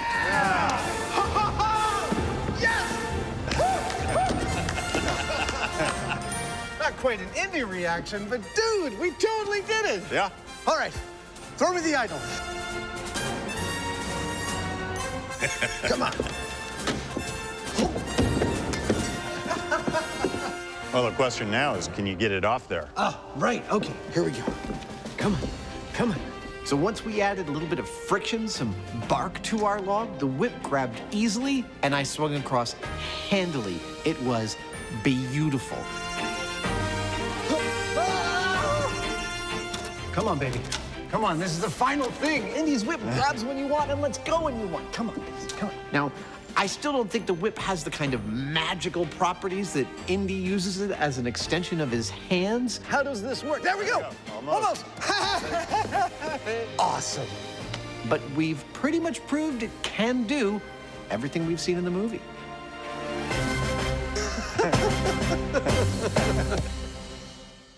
With that, this archaeological adventure romps to a conclusion. And Indy's iconic status is quoted. Dr. Jones was not doomed in the temple. Indy really could have made it out. Easily. And when it comes to a tight spot, You're gonna make it. his trusty weapon I think you're gonna do it, buddy. is all it's cracked up to be. Yeah!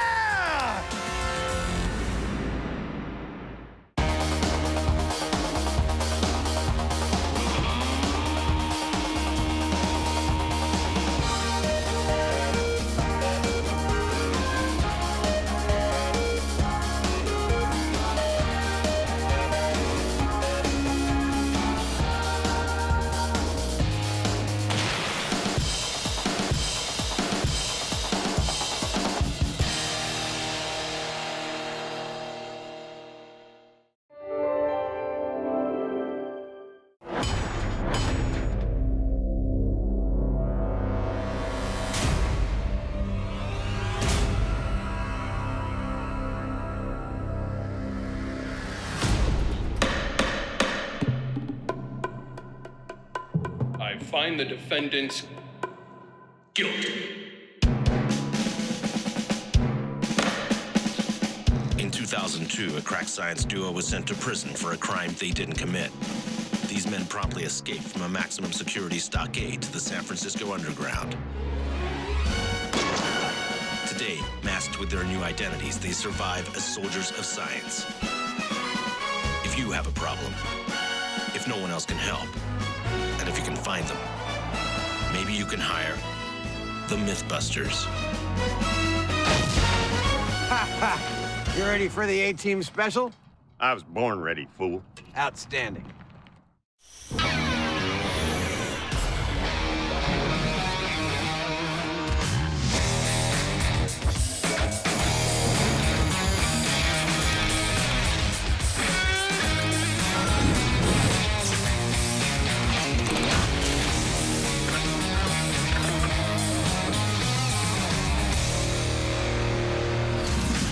Jamie, did you ever watch that show, The A-Team? Sure. All right. Which character from The A-Team do you think I most closely resemble?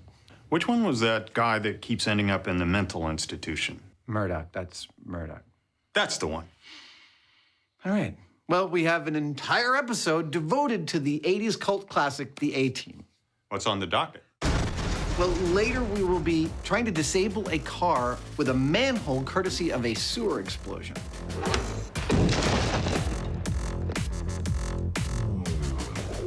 But first up, we have what is really a classic A-Team trope. See, in almost every episode, the guys are stranded somewhere and they have to build a weapon with only the materials they have at their disposal, right? Right. Okay, so in this one, the A-Team is stranded in a lumber yard. The bad guys are on their way back, and the A-Team builds a cannon out of a log that shoots 2x4s with a controlled propane explosion to defeat the bad guys. Sounds dubious. Well, I think we should test it out. If it doesn't work, maybe you and I could do better. Maybe. So. Don't touch me. Okay. So, shall we gather all the materials we saw in the clip?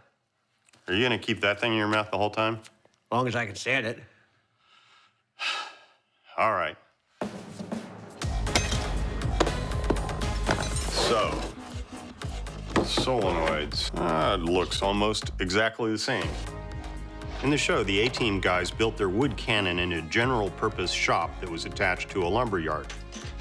Now, they had a log, and they drilled a hole down the middle of it to make a cannon barrel. Beautiful. They're using half 2x4s as ammo, and we did see a tank of propane, so that appears to be the propellant. That's what we've got to work with, so we're gonna use that equipment to build our wood cannon. Awesome. Having cross-referenced the clip, the guys collate all of the A-Team's cannon components. Ammo for bad guys. Before Adam rolls out the barrel, literally. There I am. Now, in the clip, they drill the hole in the log using a drill bit like this called an auger bit. It's gonna take a while. But frankly, we could not find one in the size that we needed. We're using a different kind of drill bit called a Forster bit. One of my single favorite drill bits of all time. Adam uses the Forstner. I feel like the villain in some kind of movie.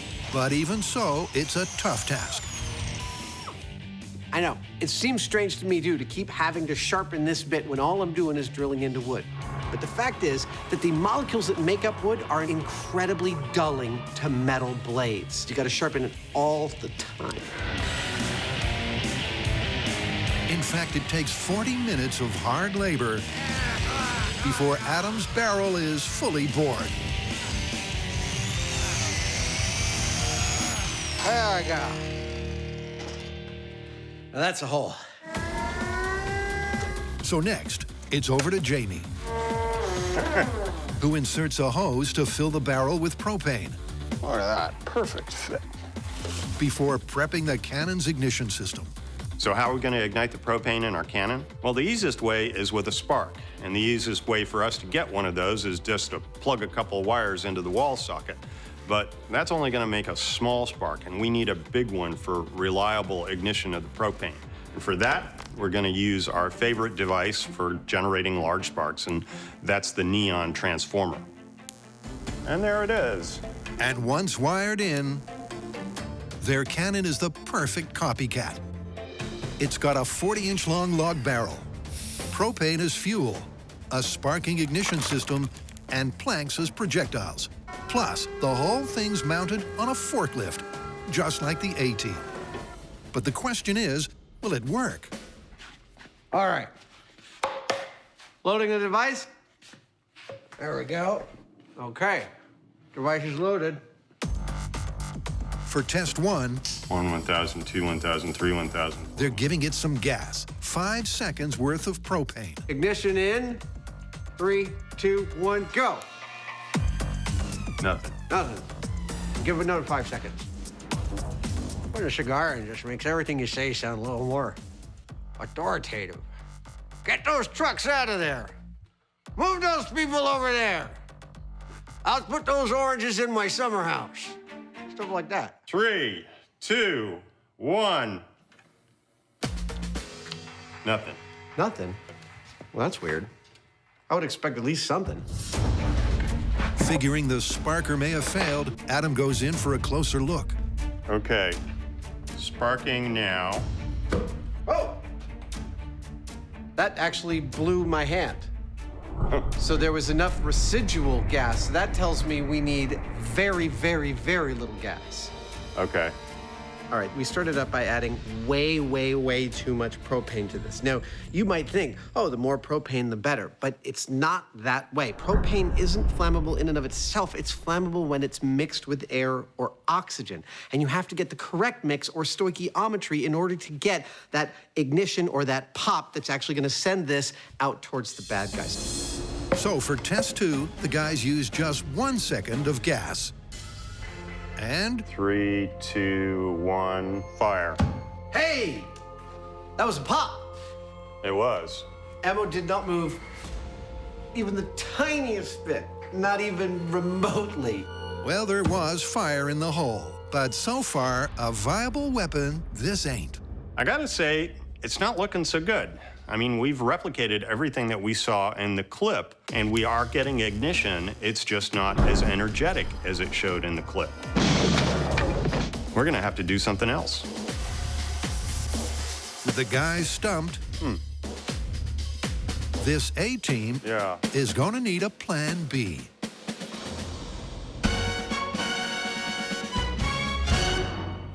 So forklift fire is all about improvised weaponry taking out the bad guys, but the A-team were also very adept at making their escape, and that is the next thing we're gonna tackle. Go on. Well, in one of my favorite escapes, they take a bundle of dynamite and put it in a sewer just under a manhole cover.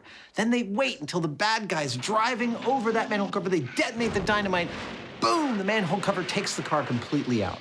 So the car is a write-off, but the dudes inside are okay. Exactly. No one ever gets hurt by the A-team. Well, explosive escapes. I like it.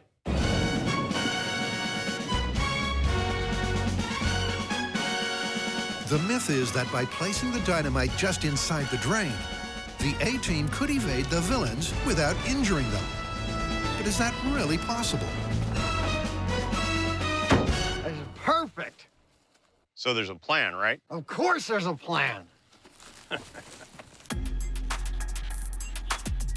For some reason, urban areas don't like it when you use explosives in their sewers. So, in lieu of that, we've come to our favorite place in California where we can blow large things up and even dig holes in the ground, Ione, California. Thanks to its remote location, Ione is the perfect place for some manhole mayhem. But the digging will come later? Now, obviously, since the A-team placed their sticks of dynamite inside a sewer, we are going to do the exact same thing. Perfect! Nice ride. But it raises the question, why would they go to the trouble? I mean, what's the difference between it on the ground and in the sewer? And this leads to the A-team's MO, which is they don't ever want to kill the bad guys. They just want to neutralize them as a threat. So in order to test whether or not their method is truly non-lethal, we're going to need a control. That is, 9 sticks of dynamite, just like the clip, placed on the ground with this car placed right on top of it. Find out what happens to the driver of the car when we blow that up. My prediction, it's not going to be pretty. So with the car from the clip, the guys are green lighting a control test. What's next? Buster. Will a dynamite detonation outside a sewer cause casualties where an internal one would not? We want to find out whether our driver would have survived this blast, and if so, whether he was injured or not, and how badly.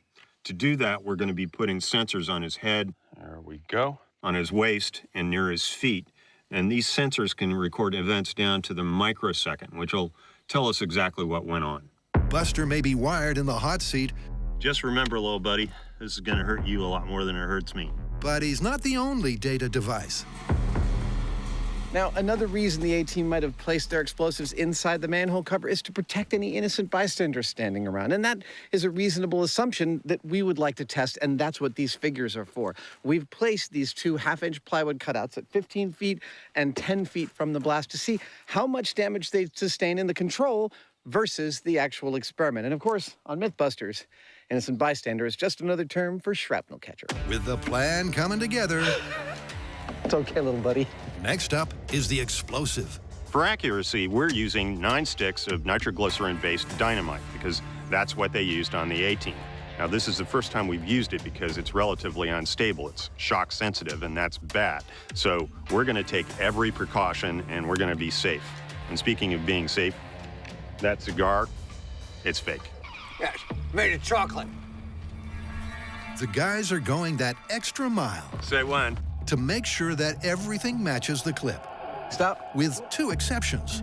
First, the control test has no sewer. And second, Also in the clip, the car is moving, and we are not doing that for 2 very good reasons. Number 1, it doesn't make any difference to the physics, but 2, and most importantly, we want to be able to compare our control blast against the blast when we dig the sewer and put the dynamite in there. And in order to compare those 2 exactly, we need the dynamite in the same spot on both blasts. And in order to guarantee that, well, we're just not moving the car. That is our plan.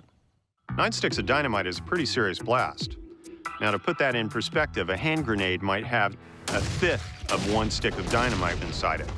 Now, granted, it's encased in metal, which is what causes most of the damage, but in our case, our dynamite is also actually sitting right next to a bunch of metal in the engine block. And that engine block may absorb some of the shock, but it may also turn into frag, which means that Buster might be sitting right next to the equivalent of a whole pile of grenades.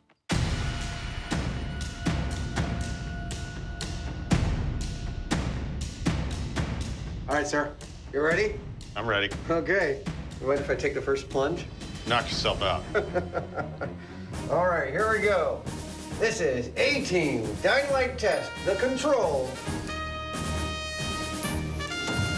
I've always wanted to do this.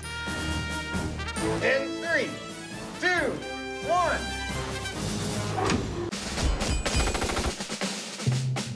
In the MythBusters A-Team special, These things taste terrible. the guys were wired up to a countdown In 3, 2, 1. that just got cut. What happened to our countdown? We'll get right back to it, I promise. I just wanted to remind everybody that what we are testing is how lethal 9 sticks of dynamite detonated on the ground under a car are to both the driver of that car and to innocent bystanders on the street. That is our control test. Now, back to our regularly scheduled countdown. This is A-Team Dynamite Test, the control. In 3, 2, 1.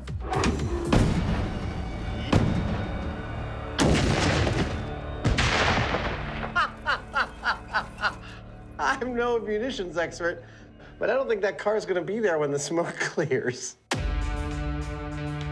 When the dust eventually settles, the car hasn't disappeared. But it's not exactly in one piece. How you doing there, little buddy? Oh, man. He actually looks almost completely intact. Oh, wait a second. Hey, Adam, check this out. Oh! That's a hole clean through to the underside of the car. I am now going to go out on a limb and predict that Buster didn't survive that, but only the numbers will tell us for sure. It didn't look good for Buster. But what does the data say? That looks pretty bad in here, huh? Like hell on earth? But get this. Buster actually survived that blast. I know! Don't get me wrong, he is not walking away from this blast. No, no, no. He's legless below the knees. He has permanent hearing damage, if not almost total hearing loss, and permanent lung damage. He's not walking away, but he's not dead either. Although Buster may live to see another day, his injuries are way too awful for the A-Team, and he's not alone. Upon careful looking again and again at this high speed, I'm noticing that the blast pressure wave, which normally would be coming upward and outward in a symmetrical bubble, is not doing that. Instead, it's starting out as two bubbles that are coming out underneath and to the side of the car, spreading out the energy coming off of this blast to the side. That energy to the side spells bad news for the bystanders. At this point, you might be wondering how our bystanders have been holding up, and I can tell you, our bystanders withstood a pressure wave of 90 PSI, 90. That's lethal. They were dead. With death and destruction from shockwave and shrapnel, the control blast was catastrophic. But will going underground, as per the A-Team's technique, really make a difference?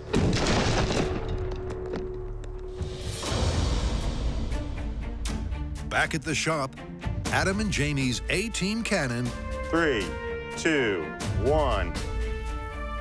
has so far flunked. But Adam knows why. What makes something leave something, like ammo leaving a barrel, is pressure behind the ammo. What we've got is ammo where pressure can't build up because there's almost as much space around the ammo as there is ammo. That means the gas can get right by it. This is the correct size hole from the clip and the correct size ammo for the clip. But I don't think we're gonna get anything out of this. I think we need to build a little bit of a barrier behind this to create some corked pressure in there. So, Adam's altering the A-Team's design. There we go. To up the pressure. Now, see that? Much less space. But will this now tight-fitting torpedo go ballistic? Firing in 3, 2, 1. Yeah! Boy, I'm glad I wasn't standing in front of that thing. It's another flat-out failure that bears no resemblance to the clip. So to give the myth another lifeline, here's Jamie. Along with propane, they had a tank of oxygen, just like this one here. Now, oxygen is an aggressive oxidizer that I'm betting would make a far more energetic sort of a burn. So while we didn't see them use it, just for due diligence, we're gonna try it. Like Adam before him, Jamie's going off script.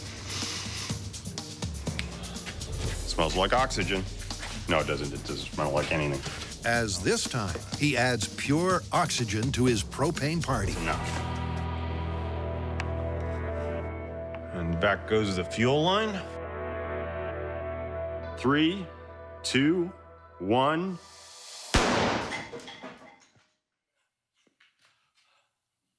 Oops. Wow, well, that wasn't exactly what I had in mind. I mean, I knew the introduction of pure oxygen in there would make a more energetic reaction, but I didn't think it was gonna blow up the whole barrel. I mean, it was kind of scary. But it does make me think that if I dial back the oxygen to just the right amount, I should be able to find a sweet spot that shoots that wooden ammo out as pretty as you please. After watching the dismal results we were getting trying to use propane to shoot projectiles out of our cannon, you might be wondering why the addition of oxygen made the reaction so much more vigorous. I mean, oxygen's in the air I'm breathing right now, isn't it? Well, yes, but less than you think. Breathable air is actually 78% nitrogen and only 21% oxygen. What Jamie filled the barrel with before the addition of propane was 100% pure oxygen.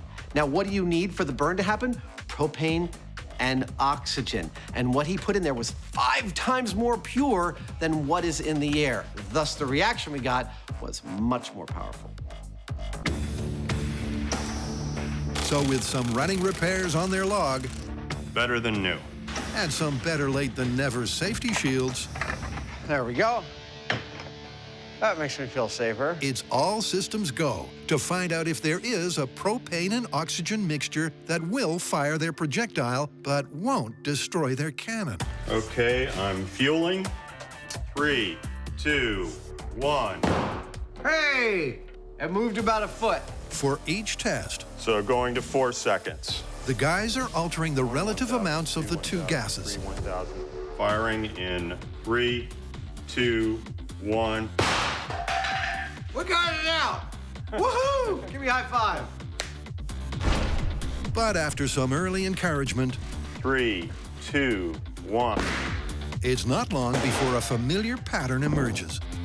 This one's for the money. Firing in 3, 2, 1.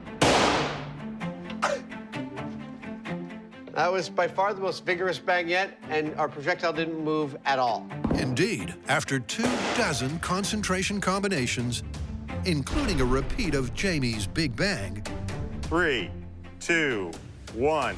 it's clear that no gas mixture has the pushing power to weaponize their wood. Our plan was good, great even. We methodically experimented with different air-fuel mixtures of propane and air, and then we added pure oxygen. We added a barrel block to the back of our projectiles. We got breached cannons, we got loud cracks, we got bangs, we got fire. Still, one thing we did not get was any projectiles leaving the barrel and traveling towards their opponents. We have scientifically busted this device completely. But here's the thing. I have to imagine that if you put Jamie and I in an abandoned lumber yard, that we would be able to come up with something that was effective. Let's call it. Yeah. Let's figure out another way to hurl wood at our opponents.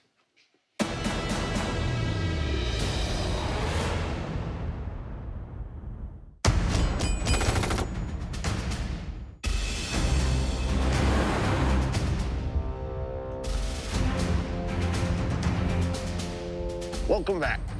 Here's the scene. The A-team is stranded in a lumberyard. The bad guys have gone away, but they'll be back in an hour. Now, instead of wanting to escape or run away, the A-team builds an elaborate device to punish the bad guys when they return. Now, Jamie and I have already tested the method that they used in the show. 3, 2, 1. And it totally didn't work.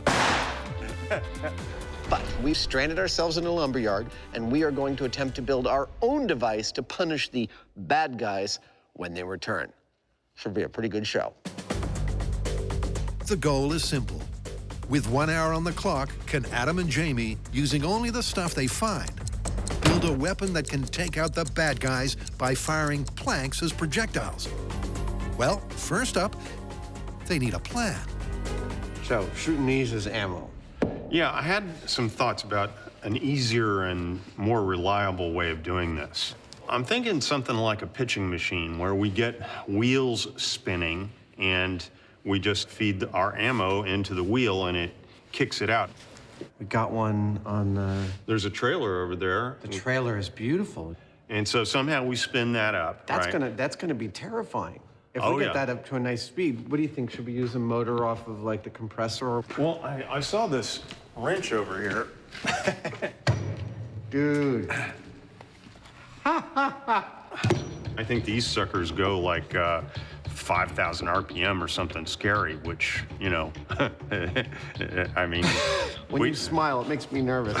All right, so I guess the first thing is to make sure that that thing can actually power that wheel at a speed we like. Then we'll figure out a way to make that structure aimable and shootable. Yeah. All right, I love this plan. Let's do it.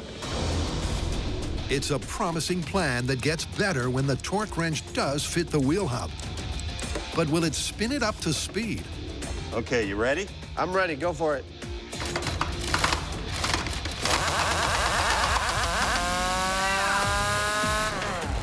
And that's just the start they were hoping for. I don't know how fast that was going, but... That seems, I'm gonna call that fast enough. Being able to spin their wheel of misfortune fast is vital to launching their lumber.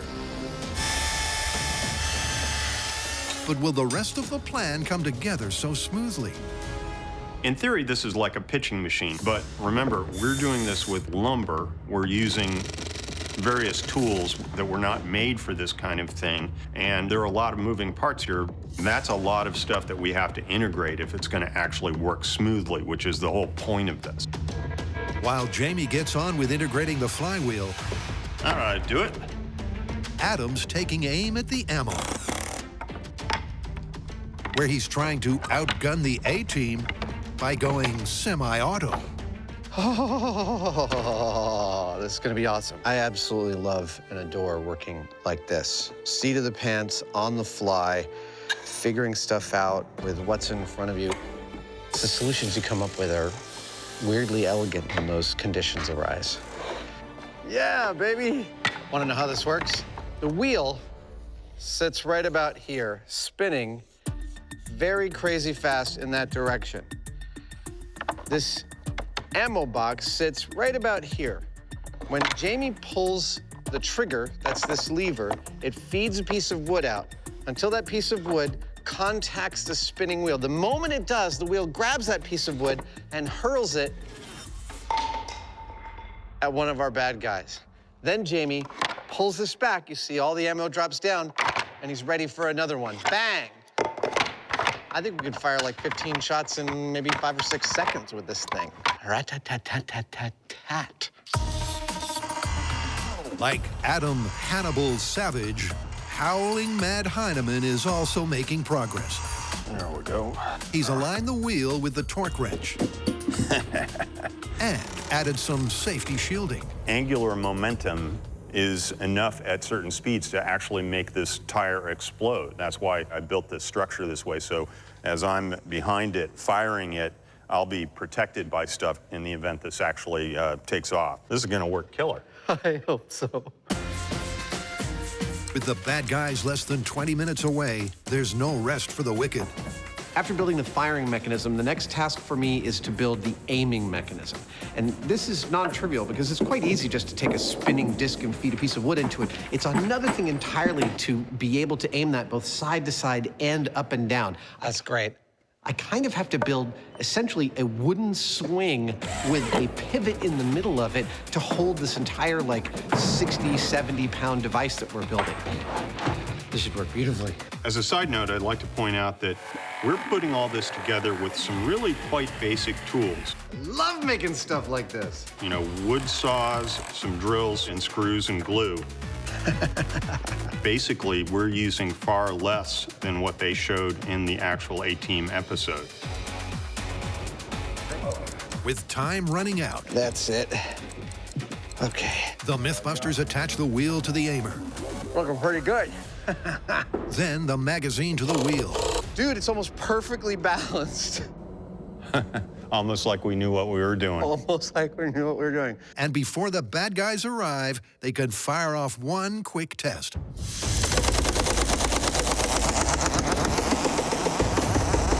It's terrifying to stand here. Firing! 3, 2, 1!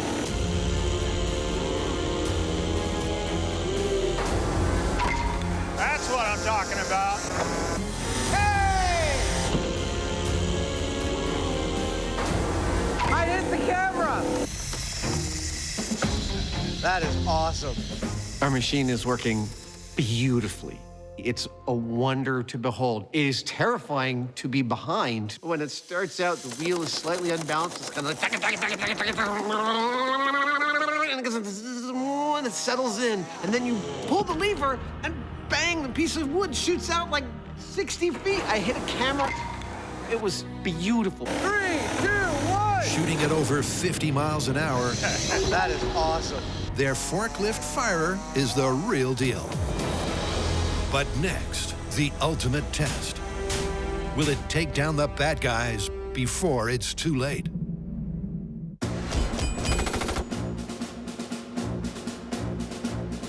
Adam and Jamie escaped from a maximum security stockade to an abandoned quarry. This is perfect. Where their above-ground control caused carnage.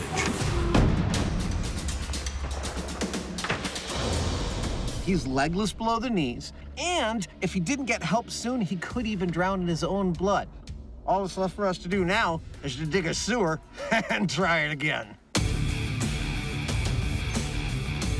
Yep, to put the A-Team's MO to the test. Next, the guys need a city sewer. Nothing like digging a good trench. To see if the same blast, but just barely underground, will be injury-free for all.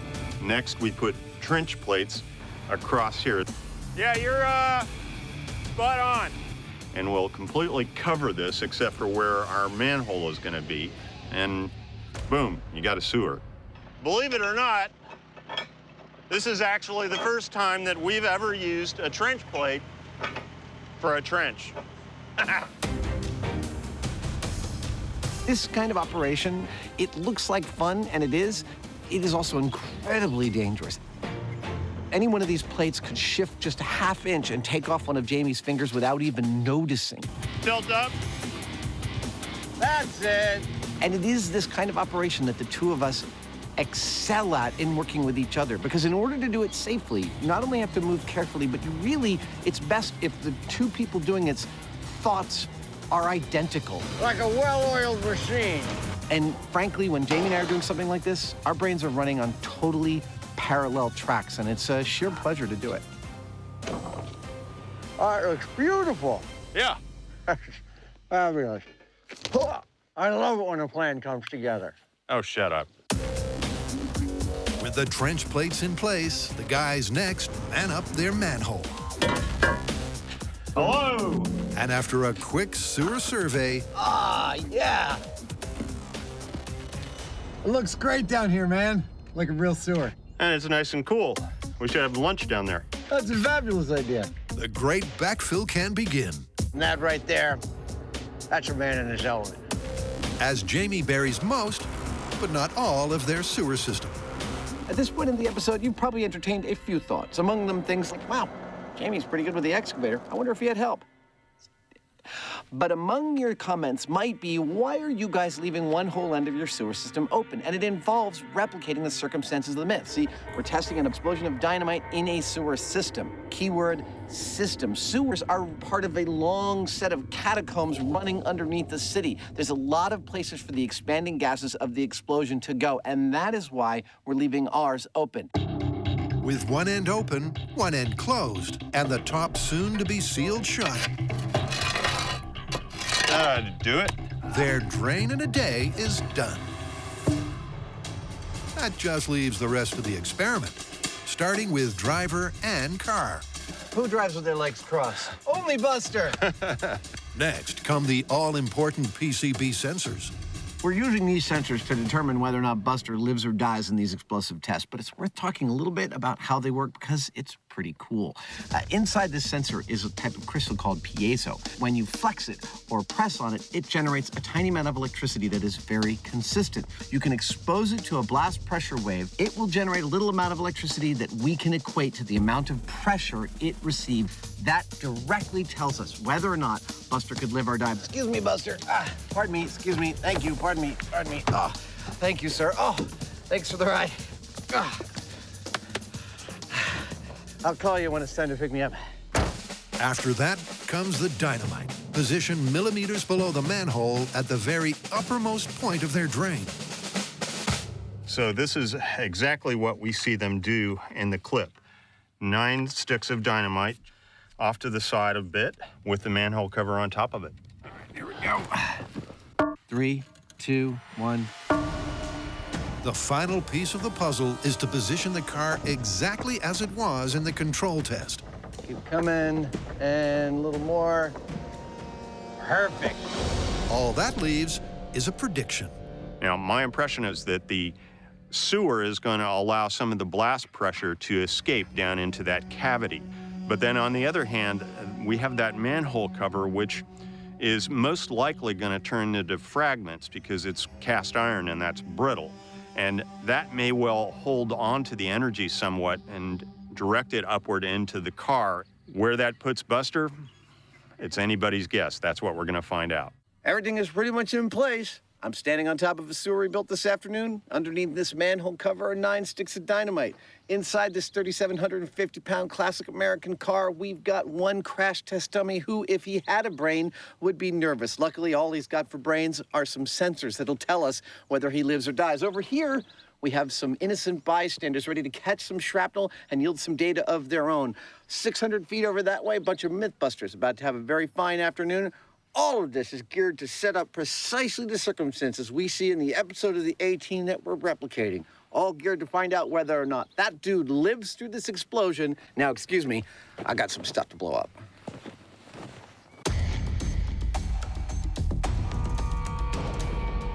Are you ready? Yeah. All right, I'm gonna hook it up. There's 1, there's 2. Count it down. All right. Explosives in the manhole cover. In 3, 2, 1. Uh-oh. I think you didn't push it hard enough. Try it again. Really hard. 3, 2, 1. What the? Houston, we have a problem. So you might not know that a explosive plunger works. It's basically a generator. When you push it, you push a rack against a pinion, which sets a flywheel in motion and generates electricity, which it sends down this wire to the blasting cap where the explosives are. Now, we pushed that plunger and the explosives didn't go off, which means that there's a continuity break somewhere in the wire. We're gonna run another wire down there and go again. The guys are literally going down to the wire. But a quick replacement later, and they're ready to rumble. All right. Be my guest, sir. Count it in. Okay, A-Team explosive in the manhole cover. In 3, 2, 1. That did it. Wow! That was awesome!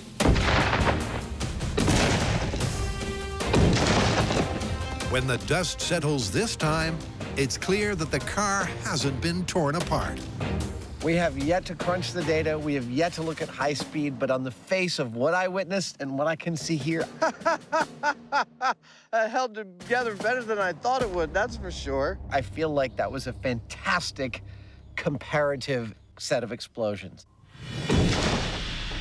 Second explosion, the dynamite in the sewer, just as we saw in the A-Team, dented the oil pan of this car, but did not break through. It looks like it didn't actually penetrate, though. Wow.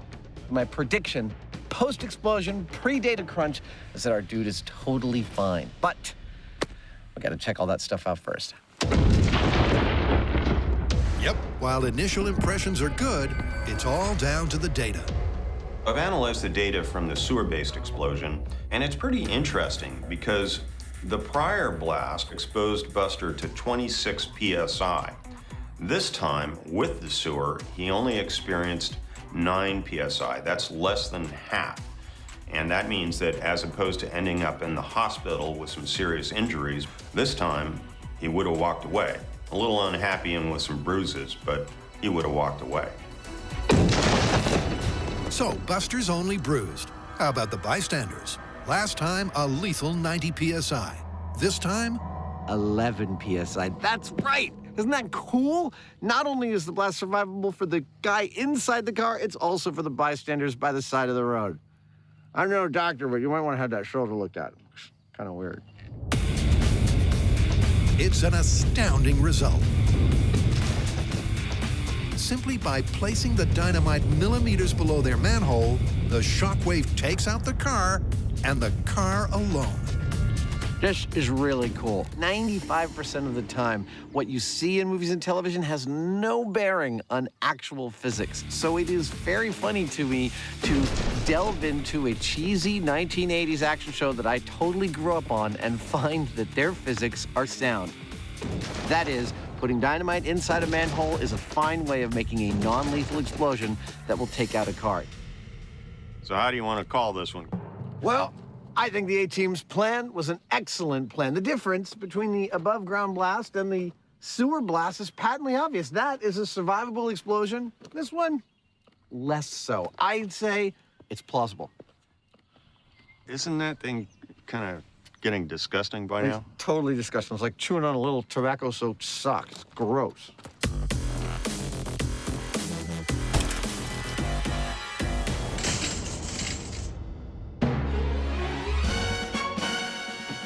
All right, let's get out of here. Where to, Colonel? Back to the lumber yard. Yeah!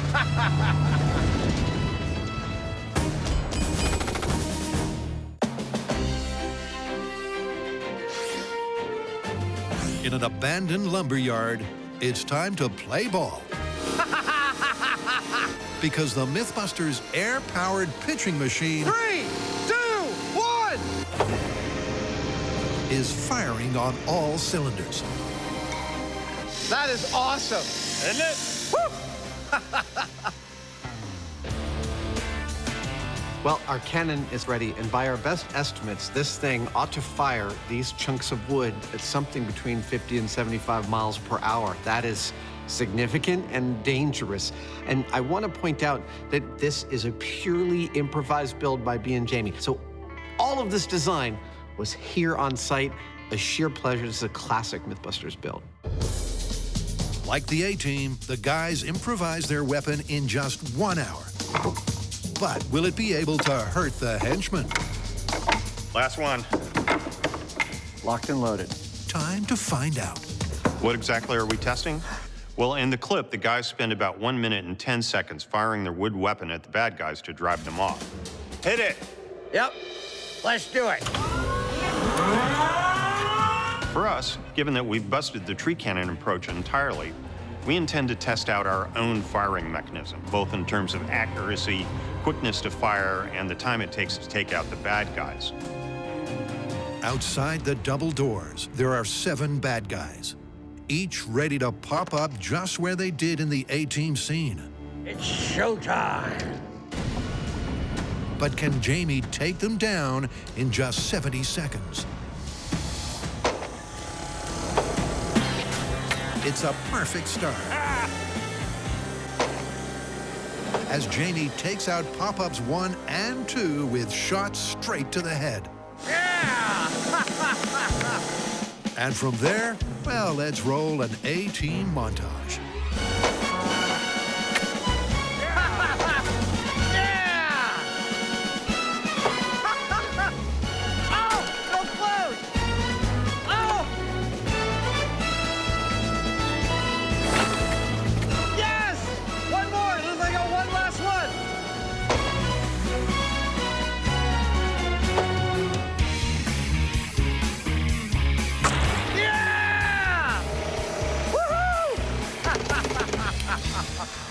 Haha, 1 minute, 5 seconds. That was awesome. I love it when a plan comes together. We had our targets rigged so that when I hit 1, another one would pop up in its place. I was able to get them one after the other until I had to get the farthest guy out. The thing is, the further the range, the more that these sticks start to tumble and do unpredictable things. But even though it took every stick of ammo I had, in the end, I got every single guy. The rig worked like a charm. Our task was pretty straightforward. Replicate a clip from the A-Team, MythBusters style. Same ammo, completely new construction. We used a spinning wheel this time and an air wrench. And guess what? It worked magnificently. It worked exactly like we saw in the clip. It was awesome. Firing at 60 miles an hour with near-perfect pitch, their rig was the real deal. And having scratch built it in under an hour using junk lying around the lumberyard, I might say that the MythBusters have out-A-teamed the A-Team. Hey, A-Team, if you need our help again, you know where to find us.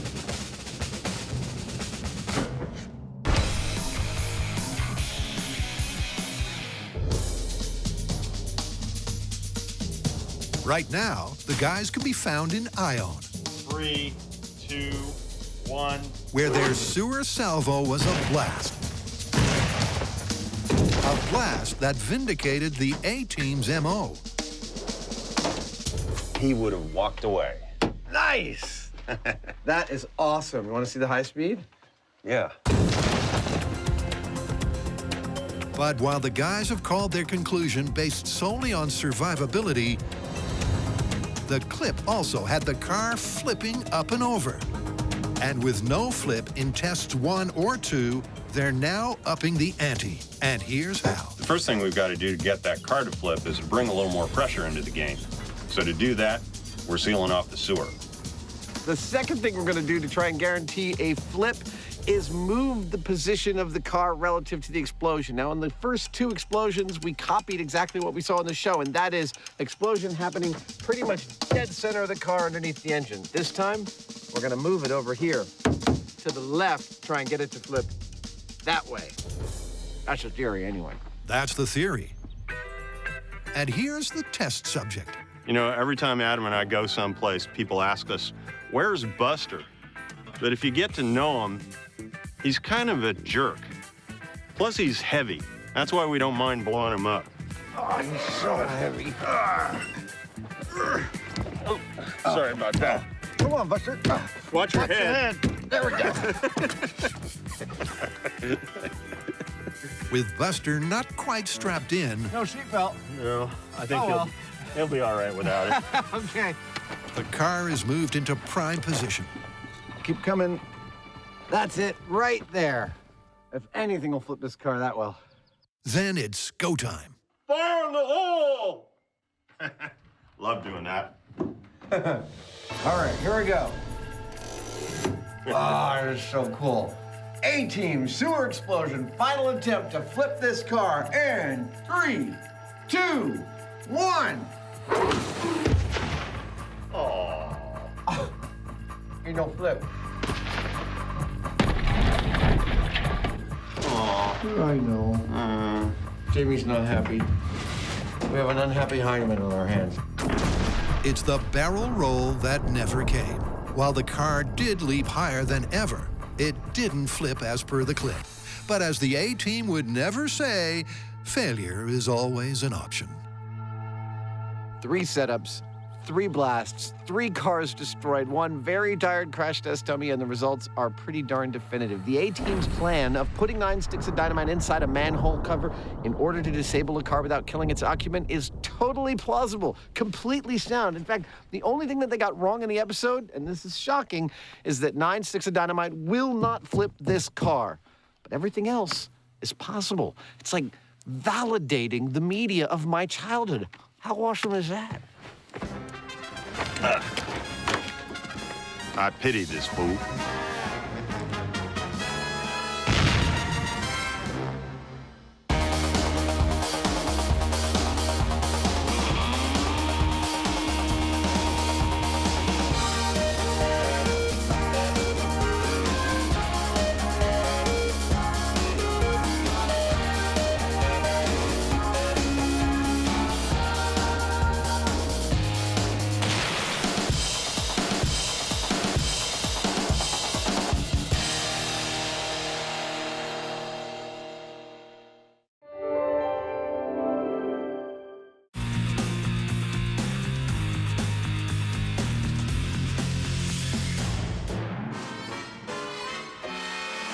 Help!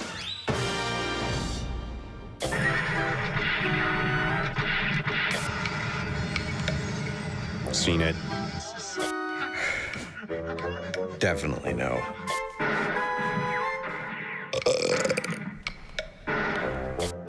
No.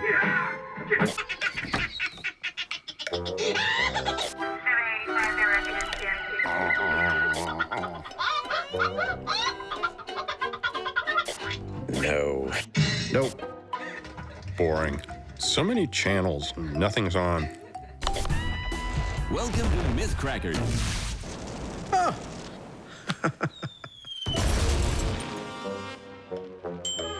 That was fun being on that show. What was it we were trying to prove again? Don't know, don't care. Blow it up. But you know, I was thinking, if we did their show, shouldn't they do our show? A Simpsons special? Absolutely. Let's do it.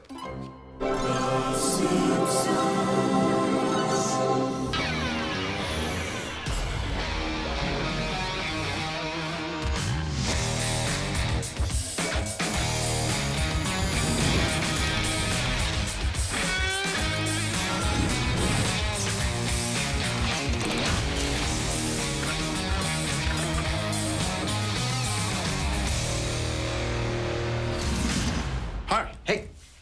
Who's this? It's Al Jean. Okay. Hi, Al. Pleased to meet you. Jamie, it's Al Jean, I'm sorry.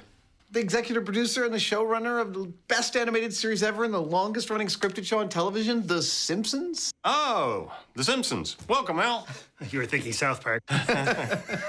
So, are we going to be animating? No, look, their writing staff is packed with science and math geeks, right? 110%. And they try and hold to the laws of physics, right? Yeah. Conservation of mass, it's the law. Ish. We're gonna do a couple stories from The Simpsons. Like what? Okay, we've got one where Bart throws a lit cherry bomb into the sewer system of his school and turns all of the toilets in the school into geysers. One of my favorite episodes, The Crepes of Wrath. Okay, that works. What else? We have another one where Homer protects his house from a 5,000-pound wrecking ball by putting his body between the wrecking ball and the house. So, cartoon physics in the real world. That's Jamie excited. He's excited to get out of this room. Yeah, probably.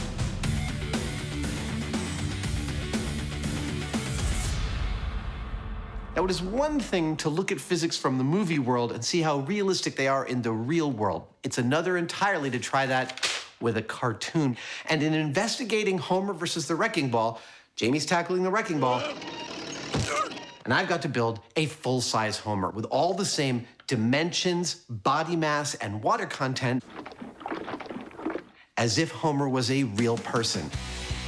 Yep, to determine the kinetic energy implications of Homer's heroic intervention, the size and mass of the key animated elements have to be accurately translated from Springfield to the real world.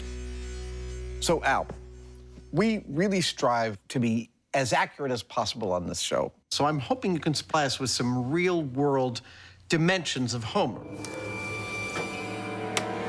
Lights. How tall is he? Well, you have to be really accurate. He's 5'11", and that's what the animators always use. What about his shoe size? 11.5.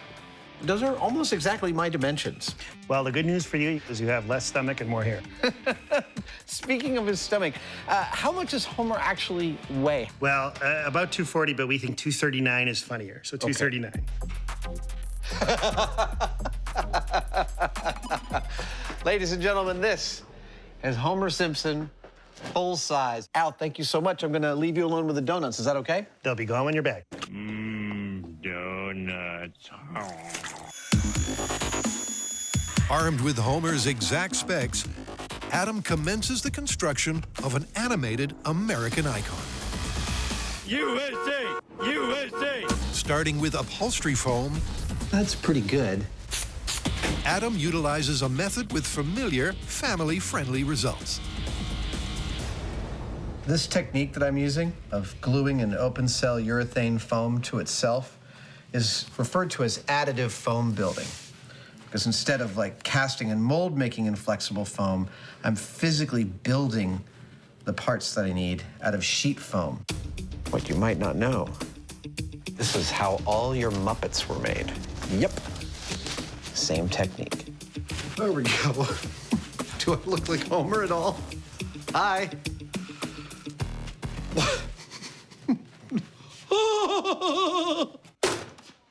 Hey, Jamie. Check it out. Look at you, homie. I'm Fomer now, not Homer. I'm Fomer Simpson. How you doing? So we're going to put you on the sphere, and you're going to be the Homer, are you? No, I will not. You are not allowed to touch this ever again. You're filthy. Bye. Bye. With the arms starting to take shape, it's onto Homer's famously tubby torso.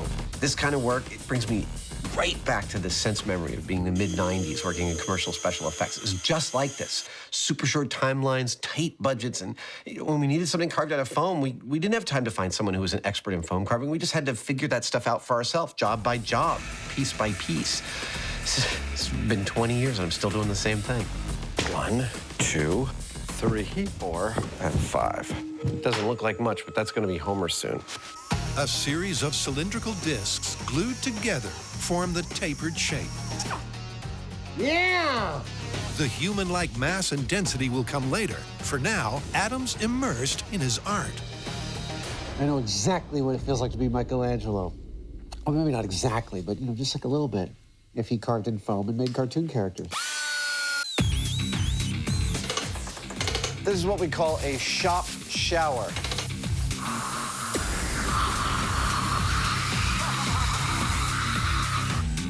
Next, the arms are attached to shoulder joints.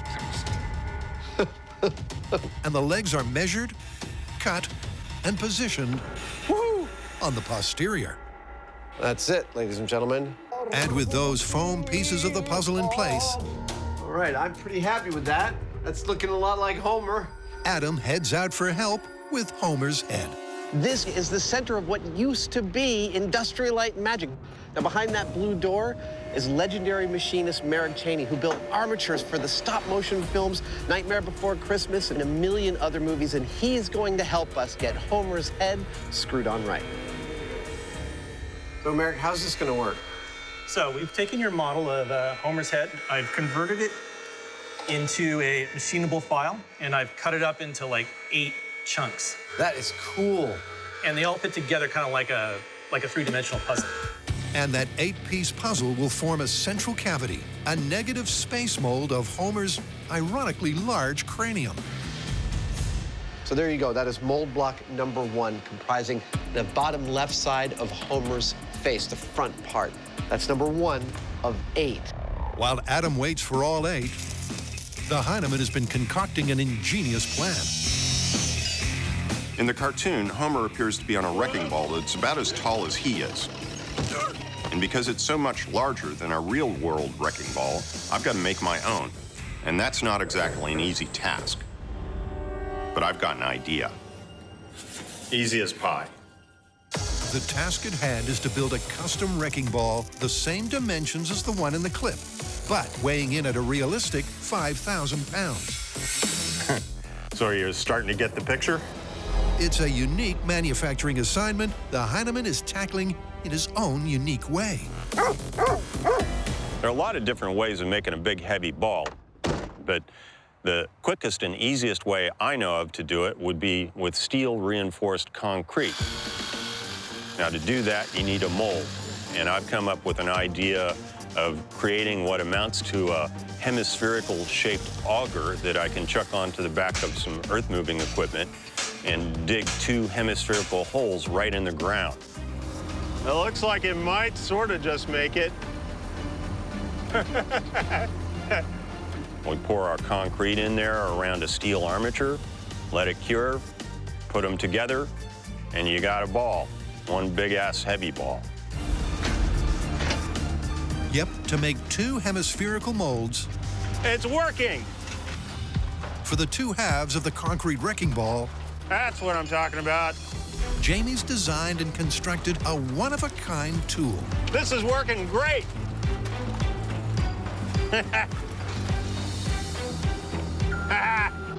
Next! The rig didn't break. It's made of nice, symmetrical half sphere. It's clearly solid enough to have concrete poured in it. It's perfect, which is what's going to happen pretty much next. Oh, look at that.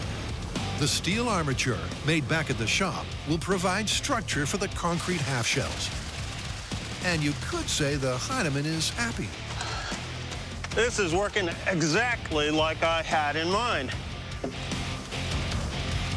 Normally, if you want to make a big sphere like this, you'd start off with a big chunk of foam, you'd carve it into a sphere. Our little hose are perfect. You'd put fiberglass over it, and then you'd make another mold of the interior cavity, and it'd take several people pretty much all week long just to accomplish this. Instead of doing that, we just dug a hole. I'm just saying. With the concrete shaped and edged with matching seams, phase 1 of Jamie's big ball is complete. Now that has to sit for about a week and a half, and then we're gonna pull that one out, turn it upside down, and put it on top of this one. And we'll bond the two things together, and we've got a wrecking ball. With 2 weeks before Jamie can wreak wrecking ball havoc, it's back to the shop for part 2 of this Springfield spectacular. So what's next?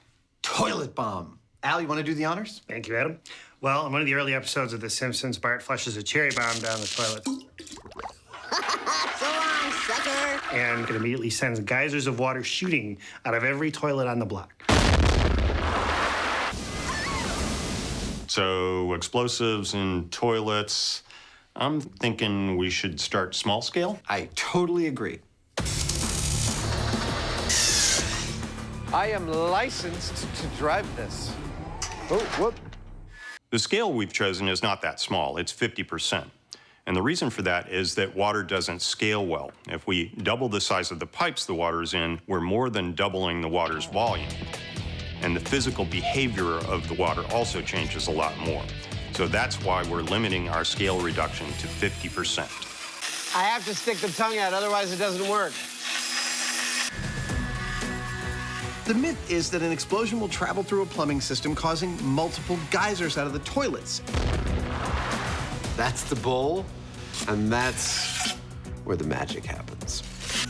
And to test that, we're gonna do 3 things. Number 1, I'm gonna make 3 transparent working toilets so we can really see what happened when things go boom. Number 2, I'm gonna connect them with an accurate waste disposal system. 2 more like that, I think we're good to go. And finally, we're going to be introducing a cherry bomb-like explosion into that system, and, well, then we're gonna see what we see. Recreating Springfield Elementary's plumbing system sounds elementary. Melting my brain. But it's anything but. Wow. I'm trying to work out how to do this, and because I'm molding it, effectively I have to think upside down and backwards. So the negative space here, you see, I'm going to fill with a stone plaster. So that when the stone plaster sets, I'll pull out all the bead foam, and I'll be left with a toilet negative, the front to which I will mount a piece of acrylic. Excellent. So that we can see what's happening in the toilet. It's gonna be freaking awesome. And after the plaster is set, the negative space molds are removed. Okay, 1. To reveal the bowls. Number 2. Number 2, get it? Because never mind. And once they're cleaned up and dried out, A little bit of an oven. Adam mounts them and seals the system with a transparent sheet of 1/2-inch acrylic. I get excited about a good experimental rig. There we go. She is a freestanding toilet sculpture. I think it's time to flush a toilet. So long, sucker. I want to watch one of these work right now. Now, right here, this is where the important part of the functionality of a toilet is about to happen. We think of toilets as like there's water and it's water all the way down, but it's not. toilet systems are mostly air, and here's how it works. If you put more liquid in the system than it can handle, it just spills over here. Now, if I flush this toilet by putting more water in, check out what happens. That works just like a toilet! But that's only half the story. Now that the toilets are finished and actually working, it's time to plumb them into a system. Excellent. Okay. See, the toilets in Bart's school would have all been connected to a central set of pipes. That's what I'm about to build in scale. So here we go, go. You're supposed to cut. The plumbing beneath the bowls is crucial. Good. To accurately model the pressure wave effects of Bart's bomb, it has to be set up just like a 3-stall school sewage system. Complete with 2 crucial effluent outflows, the system has multiple exits for the blast. And with that, this Simpsons special Game of Thrones Fire in the bowl! Explosion in 3 is ready for blast-off. Go!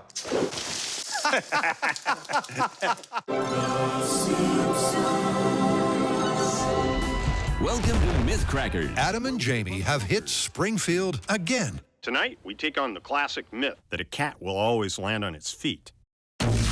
But this time, instead of experimenting as animated characters, what was it we were trying to prove again? Don't know, don't care.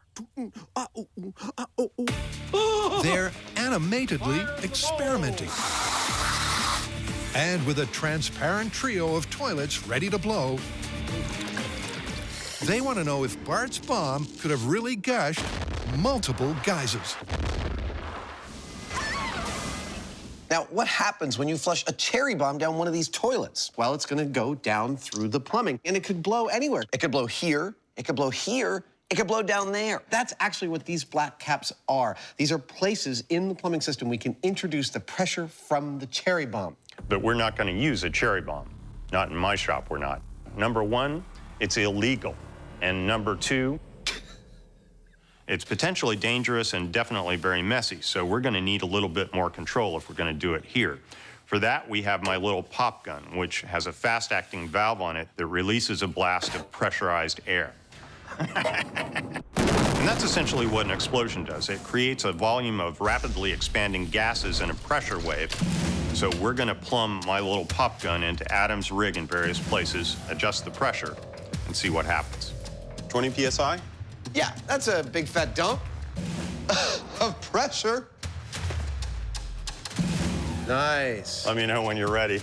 All right, I'm gonna count it down. Cherry bomb, half-scale toilet experiment, position number 1, explosion in 3, 2, 1, go.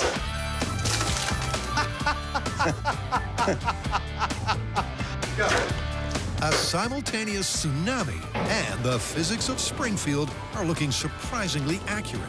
This first test showed that pressure delivered to the middle toilet was pretty evenly distributed to the other toilets around it. It's quite pretty, actually. Yeah, it's like a little bit of a water ballet. Some sort of modern art. Now we want to know what would happen if the cherry bomb and its pressure went here or here. Would that make any difference?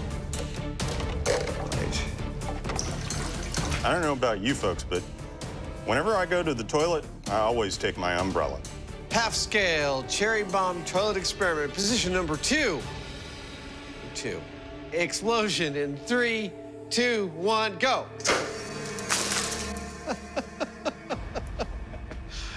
That's very satisfying. Another successful concurrent eruption. Position number 3, go. One that's replicated regardless of where the explosion originates.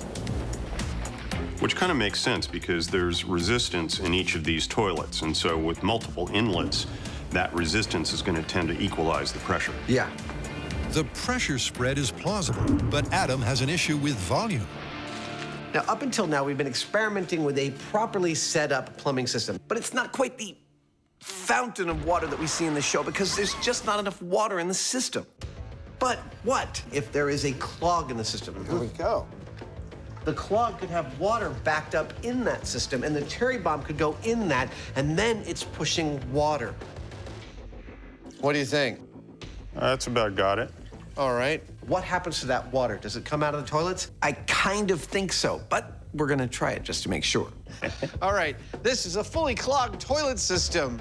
3, 2, 1, go! I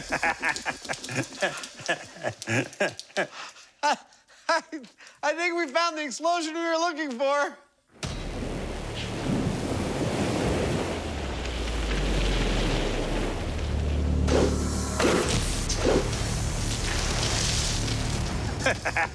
Well, aside from being pretty to look at, our half-scale system has demonstrated exactly what we were hoping, and that is the Simpsons-like fountain water shooting out of the toilet behavior from a cherry bomb thrown into the system.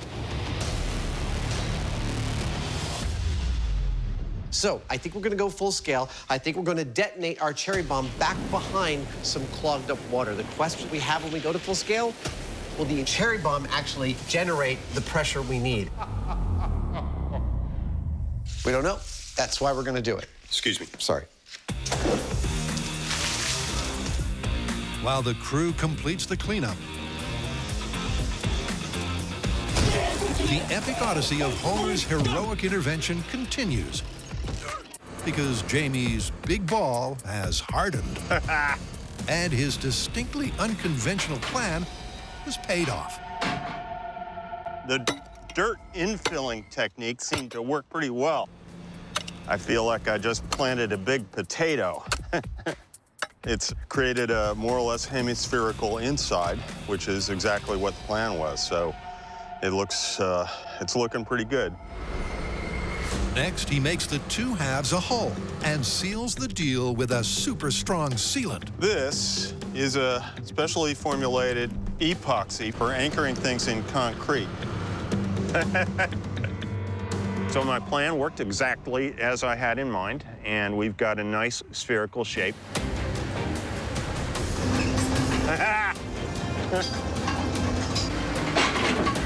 A little chiseling and a little mortar, and this thing will clean up real nice, and we'll have one heck of a big wrecking ball. With that, Jamie heads back to the shop, where Homer's head has just arrived. Dude, look at that. That is so pretty. That's a nice smooth surface. Now that we have these lovely molds of Homer's head, we're going to coat the insides with a tinted latex because that'll give us the correct color and also a nice, tough skin. We don't get to do this kind of thing that much on MythBusters anymore because we're too busy blowing crap up and stuff like that. But I have done literally hundreds of applications of latex like this into various sorts of puppets and masks, whether you puppet them live action or you have a stop motion armature in them or whatever you do. Generally, it's done by covering the inside of a mold with latex like this and then filling it with foam. Once the latex skin is dried, Jamie fills Homer's head with a 2-part pouring foam. Now this stuff expands about 4 to 1, and it's a little hard to estimate Homer's head volume. All I can see is that it's much larger than mine, as hard as that is to believe. You want to help me pull this thing apart? 15 minutes later, the foam is set. There you go. It's coming. And Homer's precisely proportioned profile is revealed in all its glory. Oh, it's kind of heavy. Oh, that looks awesome. Totally fantastic. For the finishing touches, Jamie paints Homer's famously unshaven mug. Starting to look like Homer. Adam coats his torso with waterproof rubber. And Jamie adds the ears and those instantly recognizable eyes. Kind of comes to life when you do that. So Homer is very, very nearly complete. We've painted all of his body parts, including his head and now his hands, a suitable shade of Simpsons yellow. After this, we'll send his measurements out to our seamstress to make him a full set of clothes. Then it's time to take him out to the location and abuse him.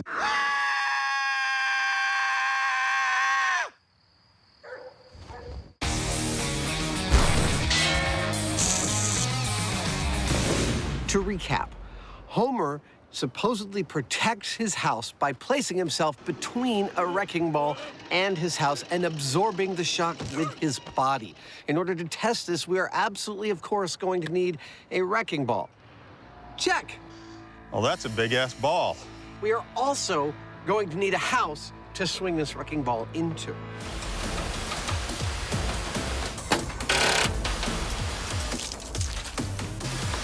So we decided to build our own. Actually, we built two. We're always painting some before we destroy it. There's a very good reason, because what we want to find out is whether Homer would have made any difference to the wrecking ball's effect on his house. All right, let's go. Therefore, that's our control house. We're going to swing just a straight old wrecking ball into it. It's only when we get to this one that we're going to strap Homer to that wrecking ball and find out if the amount of destruction is actually different, i.e., less on this one. Now, it's a home worth protecting. Yeah, perfect. In the demolition industry, wrecking balls are kind of iconic. Jamie wire brushes his balls every morning. But we've come to find out that they don't actually use them that much anymore. Now it looks like it's all business. And when you think about it, it's sort of understandable. There we go. Because you get thousands of pounds of weight swinging on the end of a cable. It's not exactly a precision instrument. You're right on the money. 5,000 pounds is perfect. Not only that, it's hard on the equipment that swings it.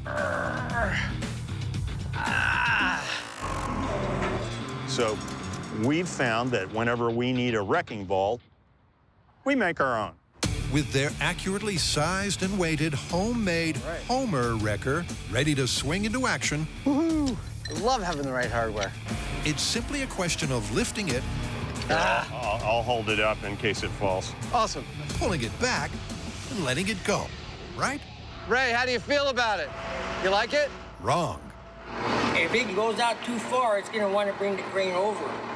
You understand? Right. So that's an interesting question. If we pull it back too far and it swings far out, it's going to pull the crane over. Probably the big question is, how far do we pull it back? To answer that, I can go 40-foot radius. Okay. So let's talk this through. That's 40. the guys look into the limits of the crane's live load capacity. Let's say the ball hangs here and the crane is here in relation to the house. Discuss the physics involved. Force equals mass times acceleration. So once that ball starts to move, it wants to keep going. And after an hour of tense discussion... Really, you have no intuition about that whatsoever? Come up with a swing distance of... What if we did 12 feet?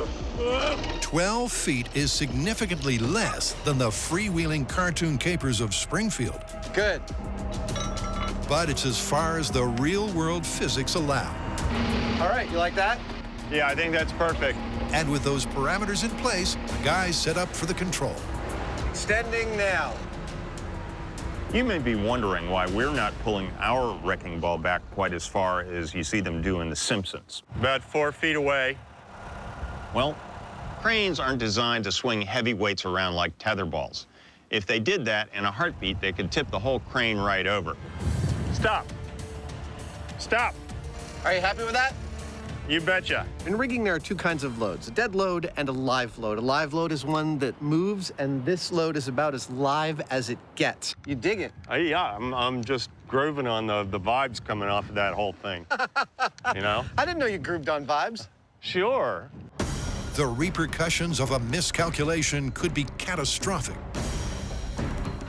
It's just like destruction in potentia. But the question they're aiming to answer is, what kind of hit will the house take without Homer? This is Simpsons. Wrecking ball control minus Homer in 3, 2, 1, go!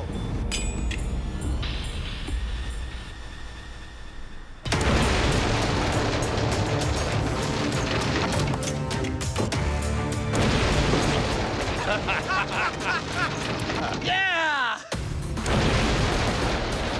Oh, fabulous. Yeah, the second hit. Oh, yeah. Third hit. Let's go for third hit. The whole building just is kind of shifting. Well, from a damage assessment, its second story is pretty much a write-off. The chimney's totally destroyed. That's not cheap. Moving through the back, even despite all of our bracing, it's also jacked that back wall back about 8 or 10 inches. Yeah, you'd be looking at a complete rebuild of your second story. This is super cool. We had a camera perched on the top of the chimney to witness the destruction from up there. And when our wrecking ball hit the house and the chimney collapsed, the camera up there landed on the wrecking ball itself, sitting nice and perched. Oh, hi there. Hello. We can cut from this to this shot. Howdy. He did very, very well. He actually hit another camera also mounted on the ball. That is like camera Olympics, man. Well done, little guy.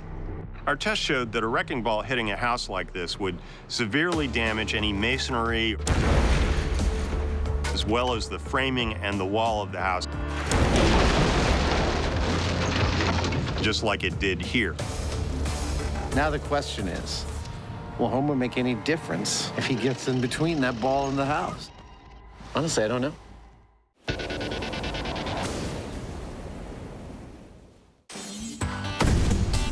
The MythBusters and Toilet Tall Tales go way back. That's significant. And to continue this Game of Thrones, they're taking on Springfield's prankster-in-chief. To find out if Bart's Bellagio-esque fountain will translate from the success in small scale to full scale, the Mythcrackers hit the bomb range. After having played with miniature toilets to our heart's content, go. We're going to assemble 3 real toilets on a platform 7 feet off the ground with a real full-scale plumbing system. Ready to get started and build this thing? Can you give me a minute? Sure. So that we can cherry bomb it all day long. And believe me, we will. Yeah, come on. 1 toilet, 2 toilets, 3 toilets. To recreate the exact same setup as the shop test, remember, kids, proper care of your toilet requires brushing twice a day. but as a standard-sized sewage system, it's almost like Godzilla. The guys plumb the multiple inputs. Yes, that's it. A gas vent and central waste pipe to a 7-foot-high platform. Maybe everyone should just back away a little bit. And up top, Adam finishes with 3 fully functional toilets. Hey! That totally worked! All right. Now, what about the boom that shakes the rest? Cherry bombs are illegal in the U.S. Okay, I'm gonna light it up. You wanna get behind the shield? What? The only reason that we've got these now is that we're doing it under the supervision of a licensed pyrotechnician and the Alameda County Sheriff's Department bomb squad. Come on, cherry bomb. So if you do find yourself in possession of one, don't even think about setting it off. Cute but deadly. It's really dangerous. Here it comes. Nice! Oh, look, the casing's on fire. It's an added bonus.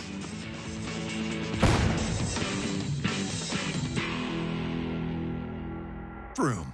Under strict bomb squad supervision. All right. The guys are using their own MythBusters-made cherry bombs to find out if the fuse will fizzle when wet. Now, when you hear that Bart throws a cherry bomb into the toilet, let's get to safety, shall we? Come on. Your mind might be set to thinking, I wonder if water would actually put out a cherry bomb's fuse. An excellent question, and one I am just about to answer. Can't get over how much like a cherry they look. Here we go. It's about to go underwater. Oh, it's burning underwater. I don't get it. So how is it that the fuse on Bart's cherry bomb is able to burn underwater? Well, to burn something, you need 3 things. You need fuel, you need oxygen, and you need a source of ignition. Now, as it happens, the gunpowder that runs along inside this fuse has everything it needs to burn. It has its own fuel and its own oxidizer. So it's quite happy to burn without any kind of exterior source of oxygen. Every time I learn something new, it pushes some old stuff out of my brain. Oh! Nice! That was awesome. With the fuse firing just fine and the cherry bomb packing a punch, got it. It's time to fill up and bring the boom. Okay, that's it. Our first cherry bomb experiment with the full-size toilet system is going to replicate the circumstances that we found to be our ideal circumstances in the small scale. That is, the sewer system clogged with water, with the cherry bomb placed under that water. Right about here. Now, we're going to be lighting this off with an electric spark via these wires, because that'll allow us to place this exactly where we want and set it off exactly when we want from a safe distance. Okay, we're all sealed up. Setting off explosives in the air as opposed to water is really quite different, and that's because air compresses and water does not. So if you apply pressure to water, it'll deliver a shock wave directly to whatever it's connected to, kind of like a hammer blow. Are you ready? I'm ready. High speed's ready? Now, in our case, that water hammer can become massive. And 3, and it'll deliver the shock wave through the water, through the plumbing, 2, to anything that it's connected to. 1.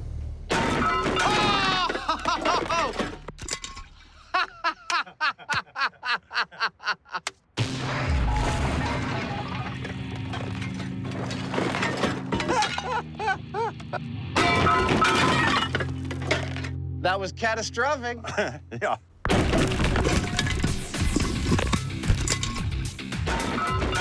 Yep, Jamie's hammer theory nailed it. In contrast to the shop test's Simpsons-like water fountain. Oh, yes. Hey, this camera's still rolling here. When faced with the same firepower as a real cherry bomb, It is a freaking horror show up here. the standard full-size lavatory fixtures were forced free of their moorings, leaving the porcelain and possibly the myth busted. Looking carefully at the high-speed footage, you'll notice that water starts coming out beneath the toilets at the same time as it starts coming out the bowls. Now, that means that that water was moving so fast that the toilet's plumbing was not able to absorb the onrush, which is why it broke the toilets off their mounts instead of creating 3 large geysers. Our cherry bomb gave us a stunning explosion. Unfortunately, it also happened to rip all 3 of our toilets right out of the floor. I have to admit, just approaching a toilet in this stance, on my knees, on the floor, my head above the bowl, does not remind me of some of the happiest times of my life. That pretty good? Looks good to me. So we have gone to the measure of bolting them right to the cast iron flanges of the plumbing that they are plumbed to, and that should hold them tight for this test. You ever had a toilet seat cause you trouble? Need to replace it? Don't get around to it for a long time, like most people with their home repairs? I know I'm the same. Putting in a toilet seat is easy. Literally, put it on here, put these 2 things, tighten it. You're done! There was no reason to delay. Should have just taken care of it when it first happened. Procrastination. All right. Doink and doink. And now your toilet's ready for blowing up. I hope this has been a good lesson for you today. After a quick reset up top, You know, all evidence to the contrary, I think you and I would make a good pair of plumbers. this time they place the cherry bomb at the lowest possible point of the plumbing. The guys are hoping the larger volume of water above the explosive will absorb more energy and give them the mythical gushing geysers. This is it. After small-scale and large-scale experiments, this is the blast we hope will work. We have changed the position of the bomb. Hell, we've even bolted them to their own plumbing, which is totally unrealistic, but it's what we hope it will take to give us the geysers that we're looking for. And it's just about to happen. Are you ready, sir? I am. Okay. 5, 4, 3, 2, 1,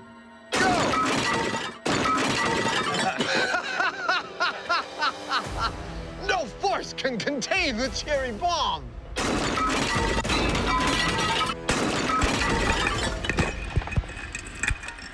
What are you gonna do?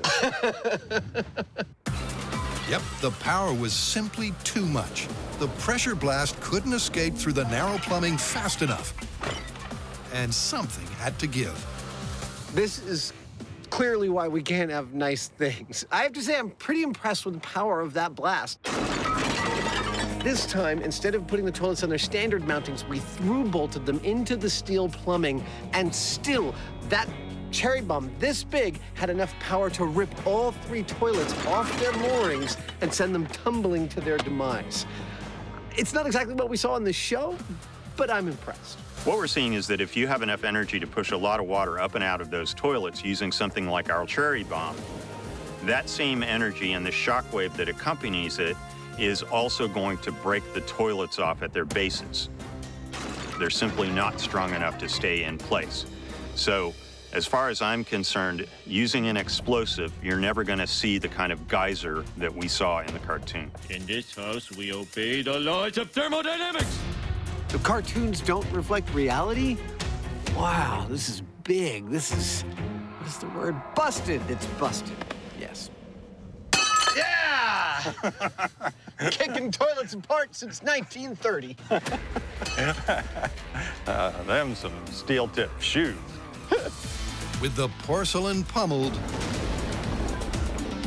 Adam and Jamie head back to Homer's house, where our humble hero awaits his moment of glory. Go! Hello, friends. If you're like most people, you probably are sad that you haven't been able to afford your slice of the American dream, but now it turns out that you can. On the outskirts of Springfield, a new development has arisen, one that provides picture-perfect homes if viewed from the right angle. We've reduced homeownership to its barest essentials. 1 wall, 1 couch, 1 floor. Welcome to Shady Acres. Pay no attention to the wrecking ball.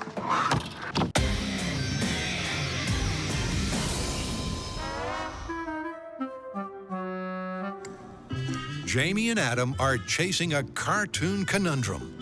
Oh, that's his home. The Homer record. Can our hero's leap of faith dissipate the force of this impact?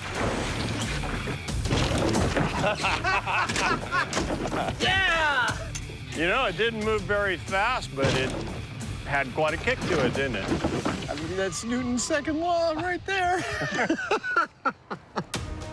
Now, we're going to leave all this damage intact as it is. Couldn't be better. And go ahead and do the test with Homer on the wrecking ball with the identical house. Now that is a proper cartoon wrecking ball. And if it shows damage anything like this, we will know that Homer's efforts would have been for naught. And ta-da! Allow me to introduce you to the completed, ready-to-be-tested with hero of this episode, Mr. Homer J. Simpson. Ladies and gentlemen, let's give a round of applause. Our accurately sized and dressed Homer there we go. is attached to the ball exactly as per the clip. That's it. First arm is on. Okay. With a final, crucial component. Since part of this is what happens with Homer's body mass on the ball, we need to give him some body mass other than just foam. We're doing that by adding water. The average density of a human body is within a couple of percentage points of water. Perfect. So a water-filled Homer is an almost perfect energy absorption analog for a real person of that size and shape. Oh, Homer is substantial. Our cartoon character is coming to life. The question is, with a real-life mass of 239 pounds, can he save his house? I think we're good to go up. All right. It's happening. We're making sure that we're positioning the ball exactly the same way that we did the first time. We'll let it settle, so the physics should all be the same, except for Homer. Does it look like his ass is dead center? He couldn't be more perfectly on the horizon of the lines of force between the ball and his house. Look at the potential energy. As per the control, the velocity on impact may only be a pedestrian 6 miles an hour. What are we doing? But with 5,000 pounds of ball, Who's paying for this? This is awesome. there's a lot of energy to dissipate. Say goodbye, Homer. Can our hefty hero really absorb that impact? All right, here we go. Homer versus the wrecking ball. The final experiment. 3, 2, 1. Here he goes! Yeah. Oh! Oh! That's a result that I never would have bet on. He's clearly made a big difference. Yeah, I mean, look at this house, and then look at that one. Wow. I'm just saying. Homer's ass is quite impressive, actually.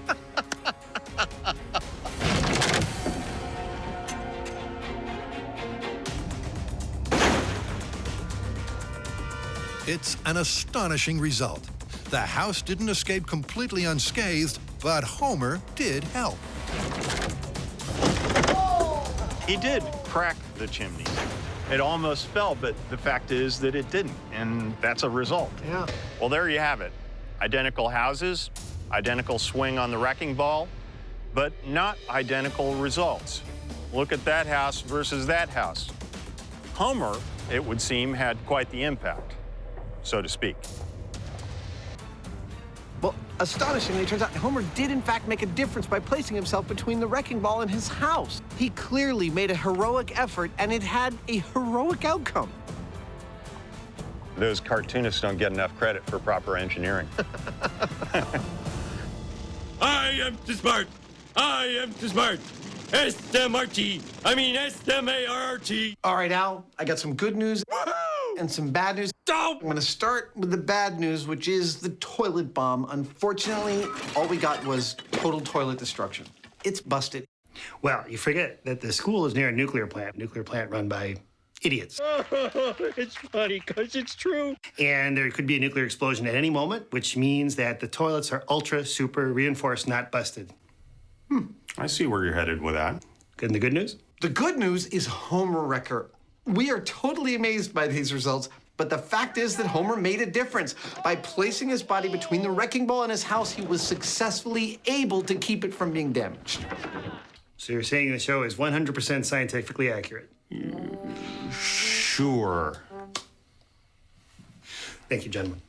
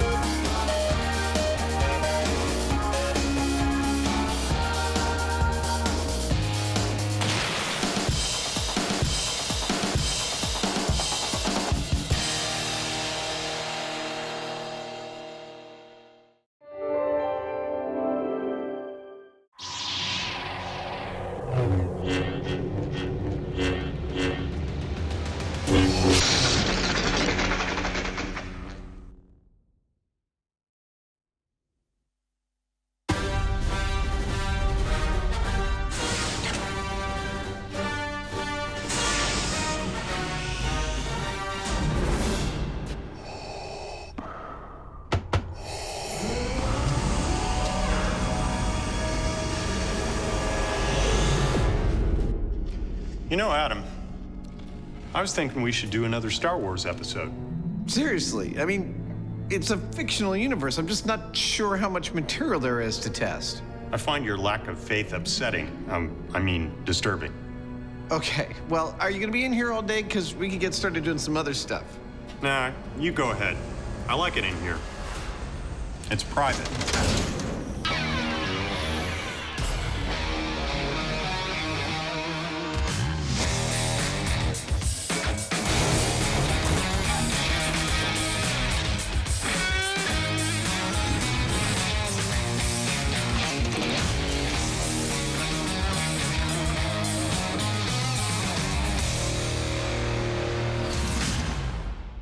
Nice bucket.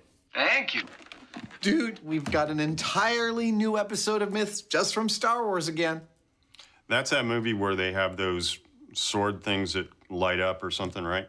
Lightsabers. They're called lightsabers. And yes, that is the movie. And we have a whole myth about lightsabers in this episode. Do we get to make one? No, we're not. We're going to test whether being on higher ground gives you a tactical advantage with a lightsaber. It's over, Anakin! I have the high ground! But I'm getting ahead of myself. First, we are testing a myth about these laser blasters. And those are? Well, these are the weapons of the stormtroopers in the films. Stop that ship! Blast them! And no matter how often they shoot at the good guys always seem to be able to dodge out of the way of them. So it sounds to me like I'm going to have to use the Force. Well, yes, but please, this time only for good. If I must. It's a well-known Star Wars trope. Somehow the heroes always manage to dodge the bullet. But is it actually possible to dive out of the way in time? To find out, Adam and Jamie are going to simulate their own blaster battle and try it out for themselves. And while Jamie begins building the gun, Adam investigates the velocity of the ammunition in question. Let's talk laser blasters. Oh, wait, it's Star Wars. Let's talk laser blasters. See, everyone in the Star Wars universe shoots at each other with things we collectively refer to as laser blasters, even though the characters only call them blasters. But we think of them as lasers. The question is, are they? Well, let's find out. I've got here a handheld laser pointer, shoots a green laser. Let's figure out how fast this thing goes. 3, 2, 1, there we go. All right. Yep, 186,000 miles per second. I'm kidding. I'm not measuring light with this. This is actually a force gauge. Get it? Force gauge. The fact is, we all know how fast light moves. So I'm going to venture to say that the bolts from the blasters on Star Wars move a lot slower than the speed of light. How much slower? I'm going to find out by watching Star Wars, measuring them with calipers and using some math to figure out how fast they might move in the real world. That hallway is 8 inches wide. Once I get enough measurements, I'm going to average them out, and it should give me a consistent laser blast speed. By extrapolating from a visual reference, Harrison is 6 feet tall, and timing how long it takes the blaster bolt to cover a known distance, Adam can calculate its velocity. And before you can say laborious arithmetic, 7 frames. Adam has calculated an average from across all 6 movies. I've got a speed of between 130 and 135 miles per hour at a distance of about 40 feet. So that's what Jamie's gun will replicate. 130 miles an hour at 40 feet.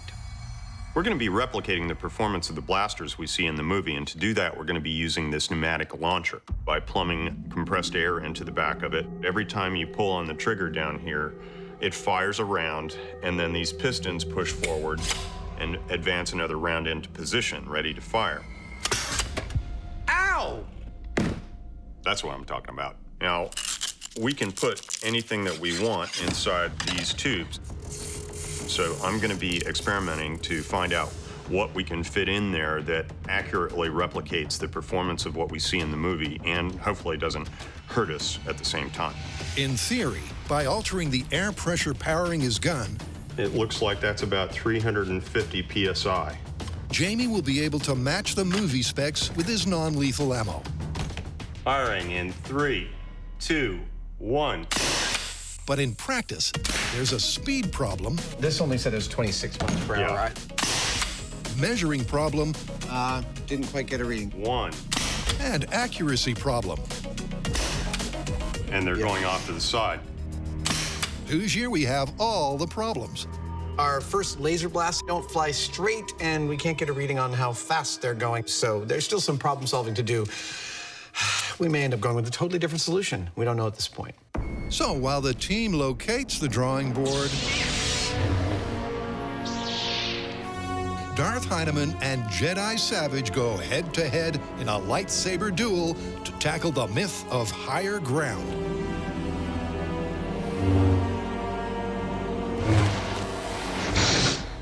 So tell me about this higher ground thing. Well, it takes place at the end of the third Star Wars movie. Obi-Wan and Anakin are having an epic battle with lightsabers. And at the battle's climax, Obi-Wan is standing on a hill slightly above Anakin, and he says to him, "It's over, Anakin! I have the high ground!" Well, from a military perspective, it makes sense, but as far as one-on-one, I'm not so sure. What happens in the movie? Right after he says that, Obi-Wan proceeds to chop off a bunch of Anakin's limbs. So the myth is that if you have higher ground, it's guaranteed you'll win. Exactly. Ready to do some sword fighting? Sure. Anakin versus Obi-Wan, a pivotal moment in the Star Wars canon.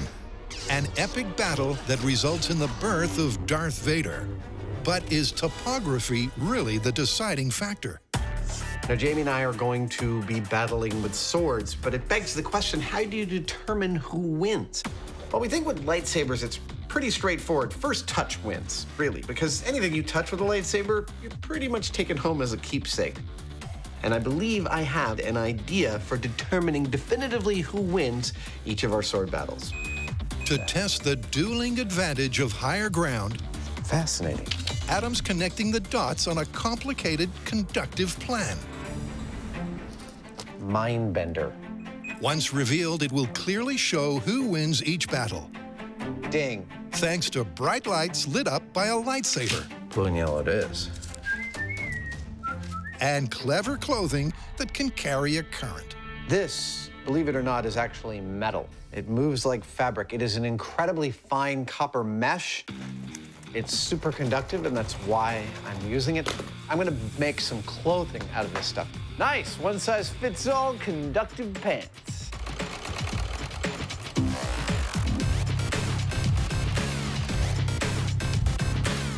These are looking cool. It's amazing how supple this stuff is. It's just beautiful. We're gonna have to see if it's a Faraday cage. Well, I figure my cell phone's gonna stop working the moment I put it on, right? With the copper conductive clothing complete, oh yeah, it's time for the lightsabers. What about them? Well, there's probably some people wondering about now whether we're gonna spend part of this episode making our own real lightsabers. Well, I've got news for them. We're not. No.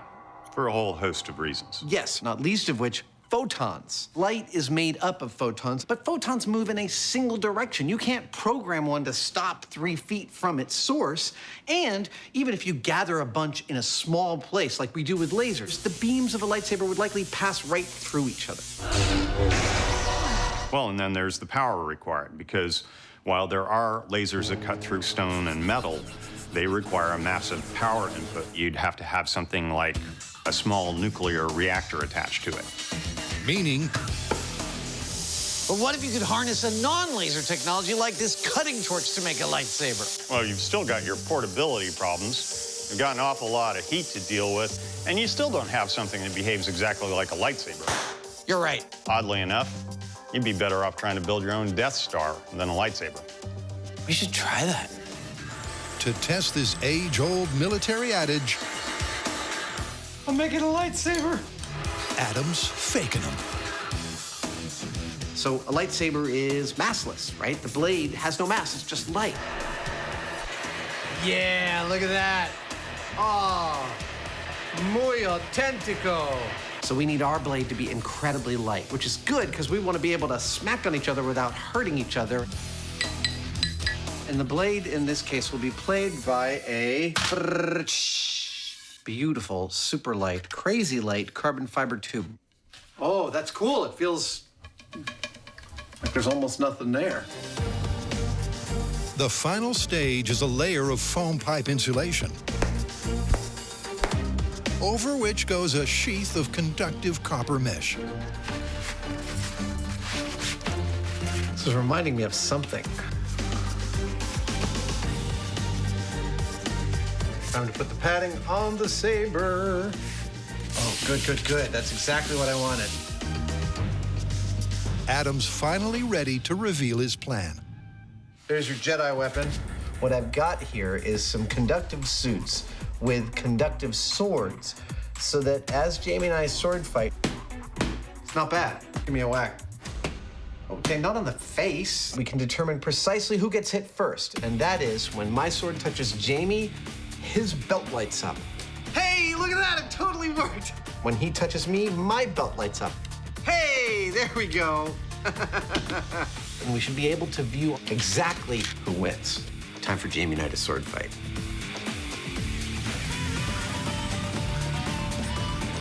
And the fighting is going to start here.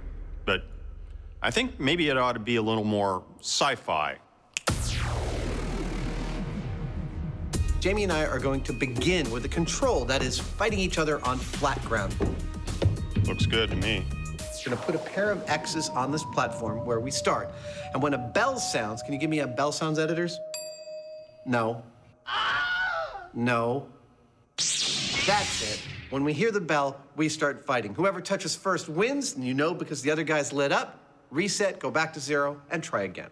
Oh, it's like putting on a straitjacket. There we go. Dude, this is hot. In a best of 25 bouts on an even surface, our copper-clad Jedi will establish a comparative control. You look great. Then they'll repeat the test on higher ground and compare the difference in scores. We're battling with lightsabers. We've ended up working with quite a variety of weapons on this show, and with things like guns and knives, we've even become somewhat proficient. But when it comes to things like swords, not so much. Adam and I are pretty much a blank slate. With the rig ready, when I touch you, you light up. Nice. Our tabula rasas are ready to roll. Excellent. I think we're ready to do some sword fighting. Yeah. Okay, count us into a ding.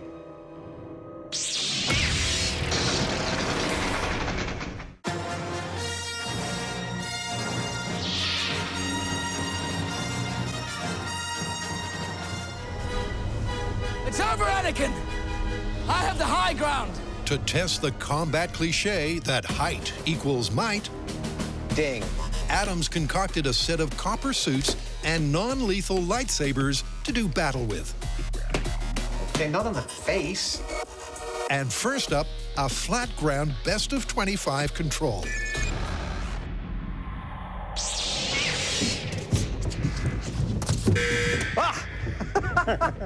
That's one. After they establish their relative abilities on the scoreboard,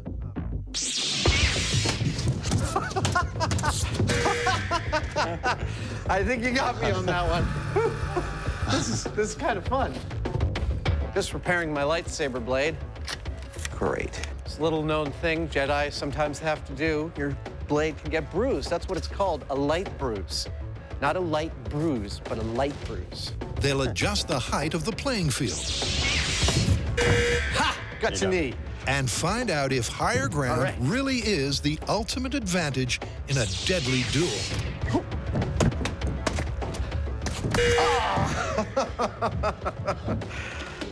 This is genuinely entertaining. Adam, did I ever tell you I was on the fencing club in college? What, 34 years ago? And it was only because there was a hot chick that I was dating and she wanted to do it, so I was doing it with her. That's a reason I learned a lot of things in my life. It's true. On guard. All right. Yep, with no prospective mates to impress. Technique, strategy, and composure are conspicuous by their absence. Right in the heart. Our neophyte fighters are simply frantically flailing their way through each bout.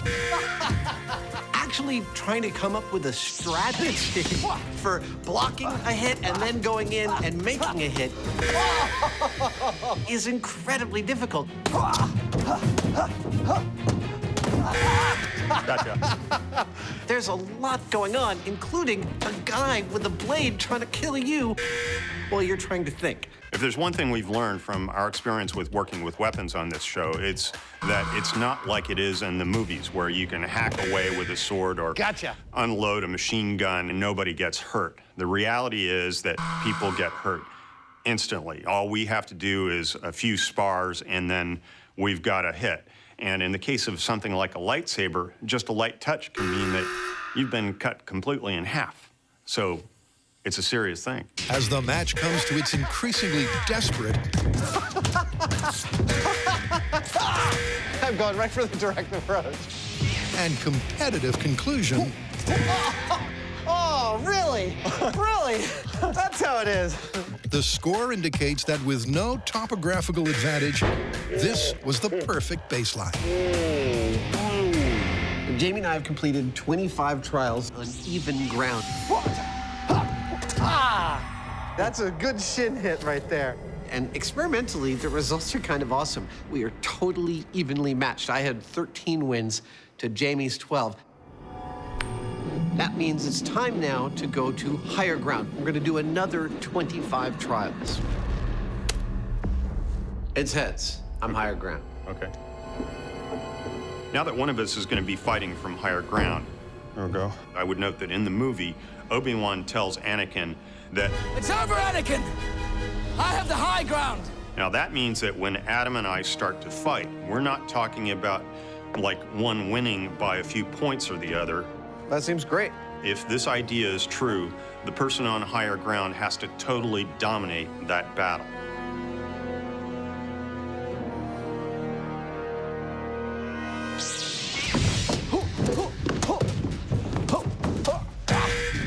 I gotcha. This is very interesting. When we were on level ground, Jamie and I were very toe-to-toe in terms of attack and defense. It's over, Jamie. I've got the higher ground. But now that I'm on the higher ground, I'm definitely noticing Jamie is much more on the defensive, and I am able to take the lead in attack. I got you. You did. I'm not sure if this is shifting the balance in my favor because it's still early, but it definitely feels like I am much more on the offensive. With Adam on higher ground, at first it was a little intimidating because he's over top of you. It sort of seems like he's dominant, like he has a higher reach and more power swinging down. You got me in the face. Does that count? I was aiming for your chest. Sorry about that. But the longer I played with him, I found that seeming disadvantage was actually an opportunity. Oh, you got me in the foot. I don't know how to counter that. Namely that if I cleared his blade with a powerful sideways swipe and then swung in towards his ankles, which are now exposed. I see your strategy. You can't win. I've got the lower ground. They call me ankle biter. And that worked almost every time I was able to get the timing right. Oh, I hit myself in the groin. Oh, no, I'm sorry. I'm gonna need a minute. I think I did it with the butt of my lightsaber. Let's take a minute for Mr. Hyneman to walk it off. I know, you guys are loving this. Isn't this great TV? You know, when I was a teenager practicing juggling, one of the juggling things is to take a pair of juggling pins and practice this spinning technique, which actually used to be an Olympic event. And I was about 16 when I was getting really good at it, and I tried to move. I smacked myself right in the trunk with a juggling pin. I was all alone in the house. I spent like half an hour on the bathroom floor just weeping. You want a drink? You want a scotch or bourbon? No, no, I'm good to go. Okay.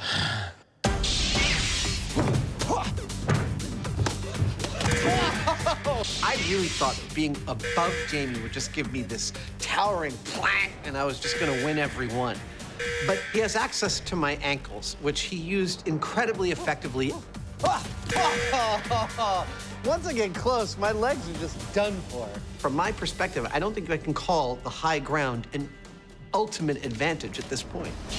Yep, despite finishing with a scoreboard advantage, Adam feels the numbers don't tell the whole story. There's two things wrong with the data we've thus far gathered. One is we're looking for a definitive advantage, not a soft advantage. Two, and most importantly, we're not sword fighters. We don't know the first thing about fighting with swords like this. We need the assistance and perhaps even some training from an expert. Yeah, that's what we need, an expert. And while the guys wait on a Jedi delivery, it's back to the workshop, where the Hyneman has dumped his foam failure. And they're going off to the side.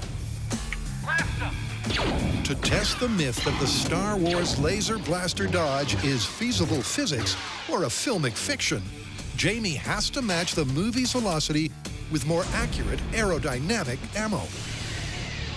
Straight ping pong ball, not very accurate. It's going about 60 miles an hour, which isn't good. But we have ping pong balls made out of foam, and when I put a skewer on them, 150 miles an hour and dead straight. That's cool. 1. Bullseye. After converting his arrow-inspired prototype into a more polished version, let's see what that does. And adjusting the air pressure powering the gun. Okay, 80 PSI in 3, 2, 1. Jamie nails the blaster benchmark he's after. We've done a number of runs now, and we're getting very consistent speeds of 130 miles an hour out of our gun.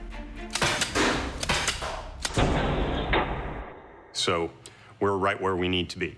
Yep, but without a comparison to, say, a bow and arrow, it's difficult to gauge what 130 miles per hour really means. I thought a visual chart showing the relative speeds of things might be helpful at this moment. For instance, here is a piece of tape representing the speed of the arrow, and it's a little bit shorter than the piece of tape representing our blaster because it was slower. This is the relative speed of a bullet compared to the blaster, many times faster.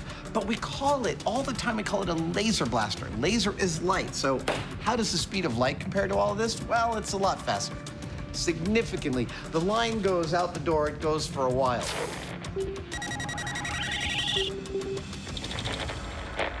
It's just a little faster than our blaster bolts.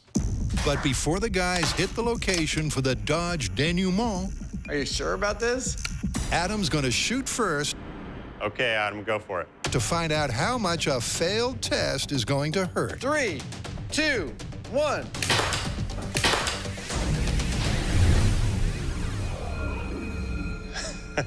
How was that? Well, I tell you what, you definitely want to be wearing a cup. So it's a good ouch? It's an incentive not to want to get hit. Perfect.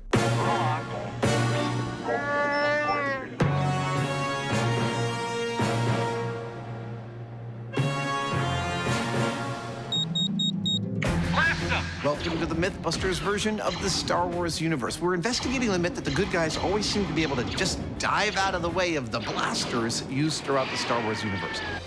Now we have built ourselves our own little version of a rebel ship with a 40-foot hallway. We're gonna set up our blaster at the other end that shoots air bullets at the correct speed, and Jamie and I are each gonna take turns standing here and attempting to get out of the way of those blaster bolts.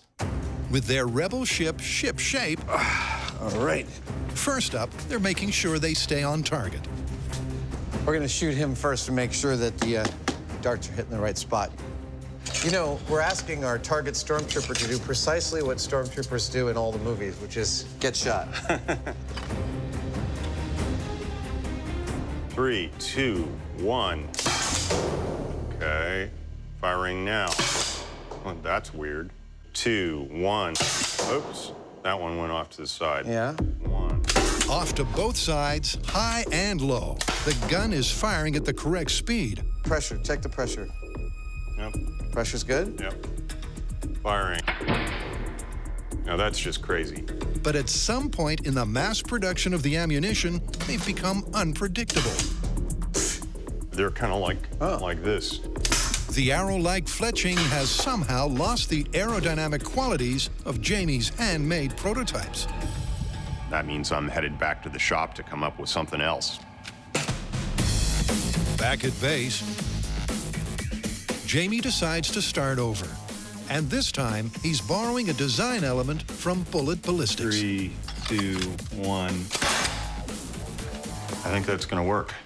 And it's diabolically simple. A couple of ice cream spoons that are put in the crisscross that I've cut into the balls. And because I've scissored them, this is going to be like rifling. It's going to spin it and hopefully make it more true. And with that, Jamie whips up a bucket load.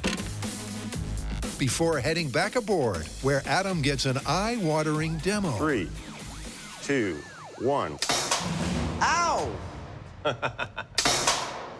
We are back in business. These darts are working beautifully. The only concern I have is that they keep hitting our stormtrooper where it counts. You first. Okay. Here's how this test is going to work. Jamie is going to be standing over there. I'm going to be standing over here, and I'm going to be shooting Jamie. Oh, there's more. Right, there is more. I'm going to be shooting these darts at him, and he's going to try and get out of the way.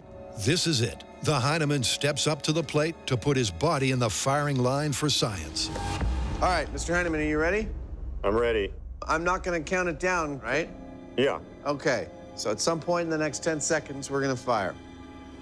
As far as reaction time goes, we know that a sprinter on the blocks, ready to do a race, can react within 160 milliseconds of the starting pistol firing. Jamie's got 220 to get out of the way of this bullet. Personally, I don't think he's going to be able to do it.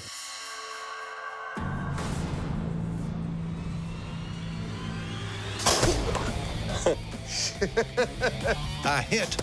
A palpable hit.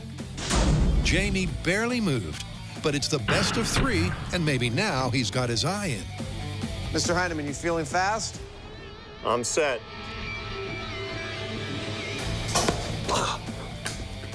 Got me. Got you. As far as I can tell, I'm just starting to move about the time I get hit. And that means that the flight time of the projectile and my reaction time are pretty close to the same. All right. At some point in the next... right in the center of your solar plexus there. Yeah. That's a three-peat. Moving at the average speed from all 6 movies, the blaster seems unavoidable. Jamie's unable to react and take evasive action in time. All right, sir. Which means it's Adam's turn. Ah! Right in the shoulder. Whew. Ah! The adrenaline dump is intense. And once he gets an identical and conclusive result. Oh, that was no contest. 3 for 3. This myth is on the ropes. Well, there's just no getting out of the way of those things. But I'm thinking there might be a wrinkle we want to add to this that makes it more realistic. But before they test a more realistic quick draw, our junior Jedi will test the martial myth of a higher ground advantage by learning from a lightsaber master.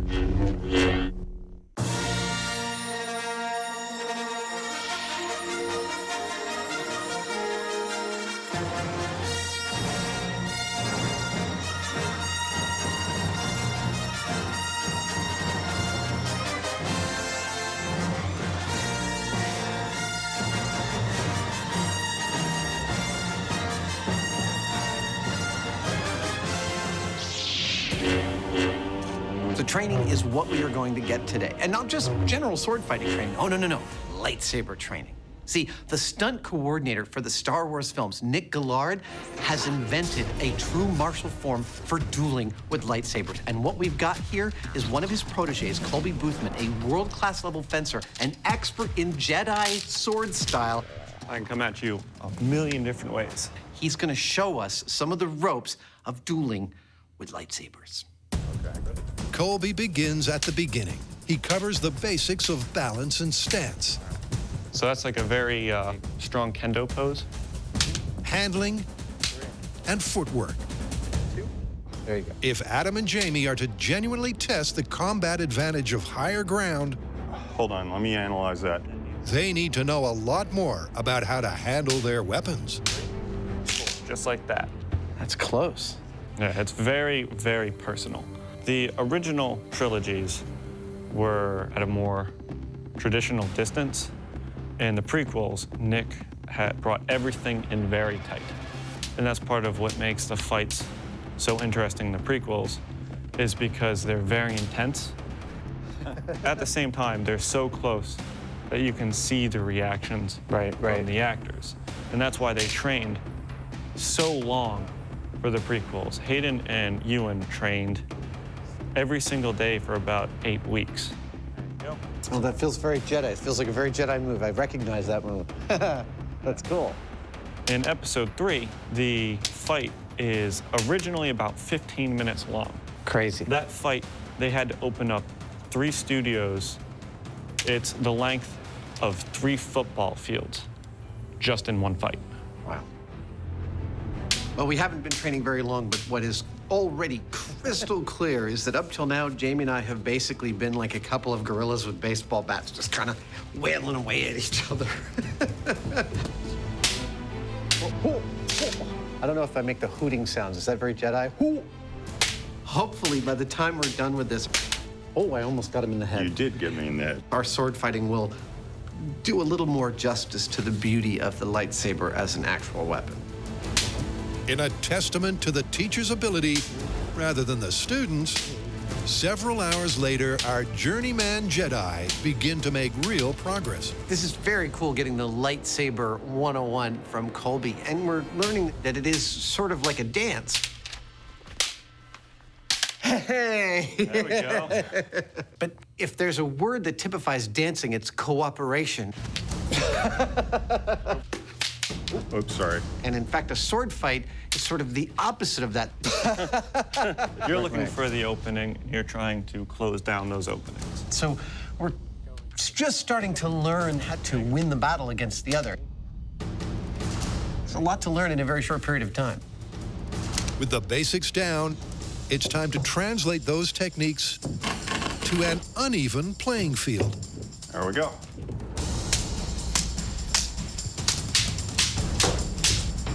A lot of times, it's not so much putting as much power as you can, it's trying to hit the openings that you see. Where, after an hour of intense one-on-one sparring, from both vantage points, our fledgling fencers are exhausted. Hold on a second. Oh, that's a shing.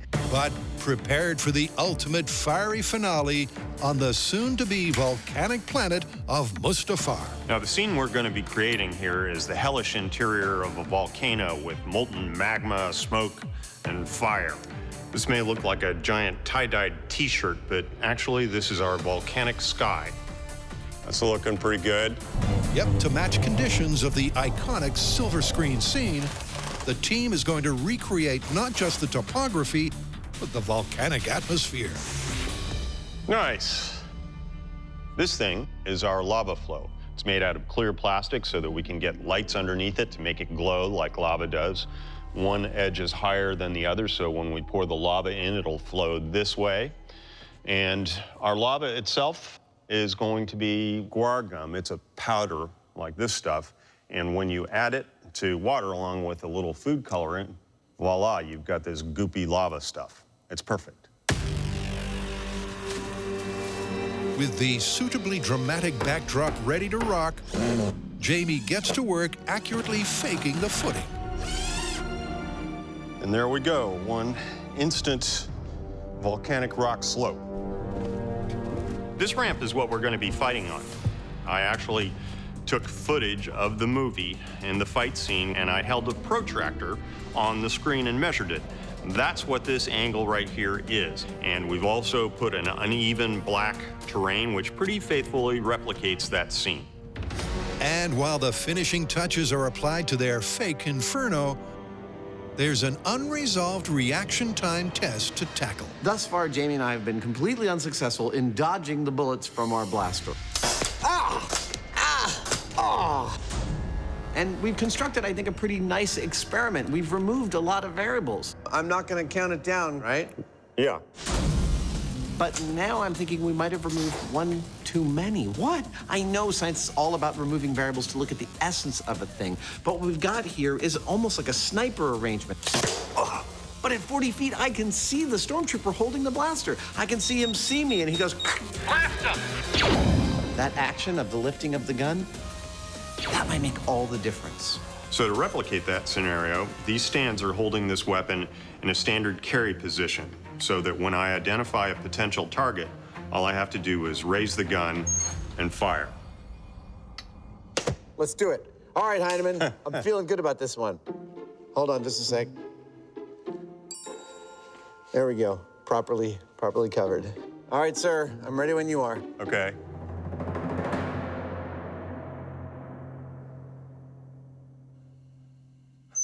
Oh! Oh! Ow! Right in the knee. Oh! The gun raise takes an additional 400 milliseconds. Despite that, Adam's first attempt would have left him limping. There was no getting out of the way of that one. Set? Yep. That was a good one. Unlike the first series of tests, Adam is able to move before the bolt reaches him, but he still can't avoid the hit. All right, sir, I'm ready when you are. Ah! Uh-oh.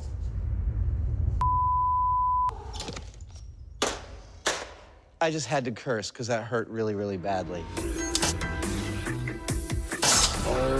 I'm done testing. I failed 3 times. That really hurt. I'm gonna walk it off. Well, never let it be said that Jamie and I don't put our bodies on the line to test the stuff that we're doing. I started out the story thinking that the blaster bolts look darned slow, almost comically slow. But turns out, even when I can see our trooper lifting his rifle into position, it's fast enough to get me every single time. There is no dodging these blaster bolts. Or is there? Now, as it happens, in a prior episode, we clocked our reaction times, and mine was somewhat faster than Adam's. So before we call this one, I'm gonna have a go and see whether we get any different results. You ready, Hyneman? I'm ready. Can the Hoosier do what no normal human can? 1 for 1. Jamie's fast, but there's simply not enough time to sight the incoming projectile, react. That's 2 for 2. And then move all of your body parts out of the way. I felt it on my... Well, I think that's pretty definitive. You just can't dodge out of the way of these blaster bolts. And that's why, in any gunfight, I recommend you shoot first. So, what have we learned today about humans' ability to dodge blaster bolts? Not gonna happen. I was totally surprised by that. Let's get out of here. Dude, it's a set. Oh, right.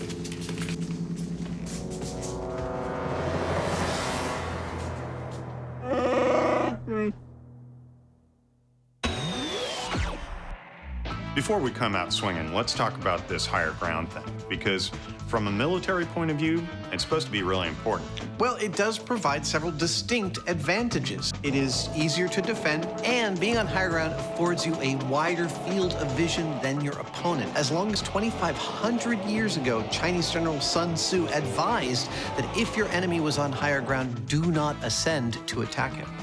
Yeah, but while higher ground may be really important if you're talking armies having to charge up or down a hill, we're just talking about 2 guys that are only a few feet away from each other, and that may be an entirely different thing. Right, well, and then there's the moralistic argument. See, when Obi-Wan says to Anakin, it's over, I have the higher ground, he might be talking from a moral perspective as a Jedi who has rejected the dark side and he's on the right side morally.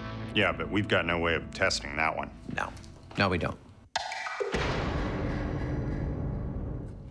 Wait, what are we doing back here on the Rebel base? I thought we had put this myth to bed.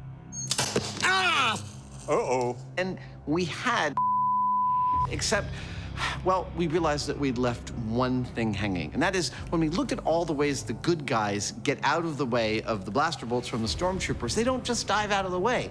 No. In fact, Jedi have their own technique. They pull out their lightsaber. I would have one, but I'm Han Solo and he doesn't carry one. And they actually deflect the blaster bolts coming towards them with the lightsaber. Is that possible? That's what we want to test. All we need is a Jedi. Well, as luck would have it. Are you ready, Colby? Let's do it. As we know, Colby Boothman, Master Swordsman, is about as qualified as anybody to attempt to fend off blaster bolts with a sword. Colby, are you ready? Ready? The rules of this game are pretty straightforward. Colby, here we go. Without warning, I'm going to fire a shot. Colby's going to make his best effort to knock it out of the air. Whoa! Holy crap, he actually blocked it. Yep, our earthbound Jedi made contact. But with the next 3 sailing past his defenses, maybe it was a one-off lucky hit?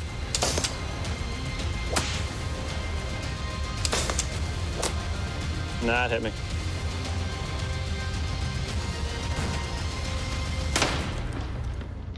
Did he get that one? Yeah. Nice! Well, it doesn't get any neater than that. Our Jedi was actually able to deflect some of our laser blasts. Now, I know we're talking about a fictional character in a fictional universe with fictional physics. I recognize all of that, but after the difficulty Jamie and I had dodging those things, I think Colby demonstrated some pretty amazing skills being able to actually stop them with his lightsaber, i.e. bamboo thing.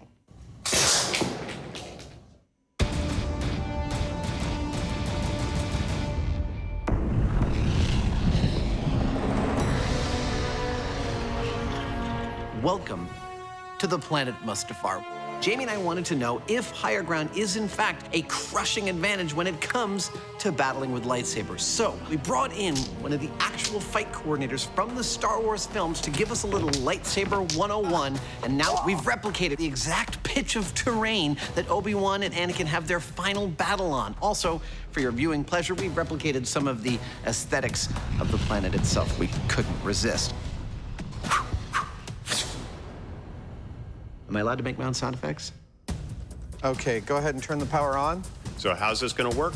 Well, we're going to do 25 rounds with Adam on the high ground and then 25 rounds with me on the high ground. There you go, sir. To protect the lower person's head, we're using this kendo helmet, and it's wired along with the rest of the suit, so we'll be able to see if we actually get a score on that. I'm going to do a systems check on your helmet. Yeah. Hey, reset. The rules are simple. Yep. When you get hit by a sword stroke and your lights light up, that's a point for your opponent. Totally feels more realistic with this terrain, doesn't it? Yeah, it came out quite nice. At the end, we'll tally up the score and see what we got. You ready, Hyneman? You betcha. Are you a Sith or a Jedi? I would be a Sith. That's what I would have said, but I didn't want to insult you. All right, let's go, Sith.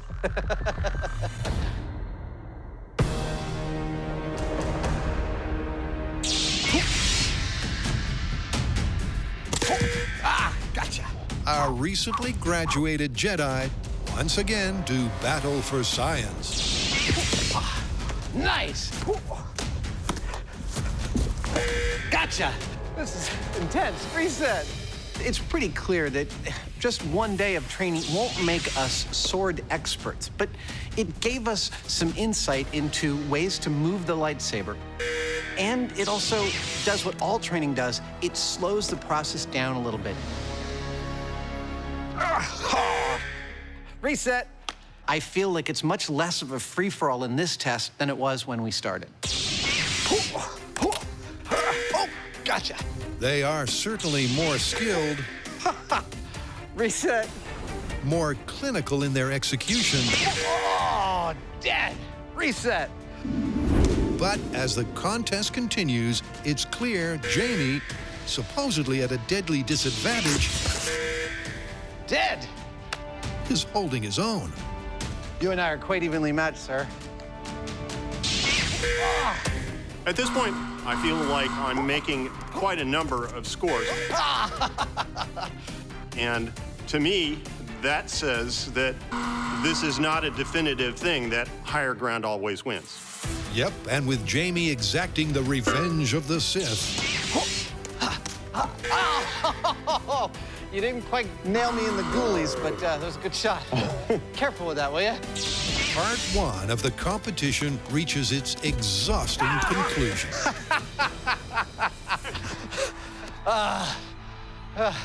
So, that's it for the 25 rounds.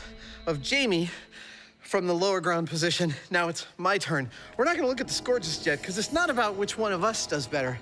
It's about whether higher ground does significantly better than lower ground. All right, Mr. Hyneman, you ready? I'm ready. Okay. But my intuition right now says higher ground is not a crushing advantage. However, when Jamie takes the high ground, he immediately racks up several quick-fire wins. And Adam's obviously off balance. Reset. Oh! Okay. But as Adam adjusts Oh, I got your foot there. and finds his footing, You got me. it once again appears to be a relatively even contest. Despite the uneven playing field, each position seemingly offers as many scoring possibilities, equal pros and cons. And with all 50 fights done and dusted, the conclusion is clear. Yeah, they both have their different sort of approaches. In the higher ground, you feel a slight bit of superiority because you're high up, but that's quickly dispelled by dying repeatedly. So what do the numbers say? Well, the numbers tell an interesting story, though it's not the story that the movie tells. Out of 50 trials, low ground won 26 times and high ground won 24 times. Well, that's about as close to dead even as you can get without being dead even. Indeed, and that tells me that this myth is dead busted. Let's go back to our home planet. Okay. Where's Jamie's home planet?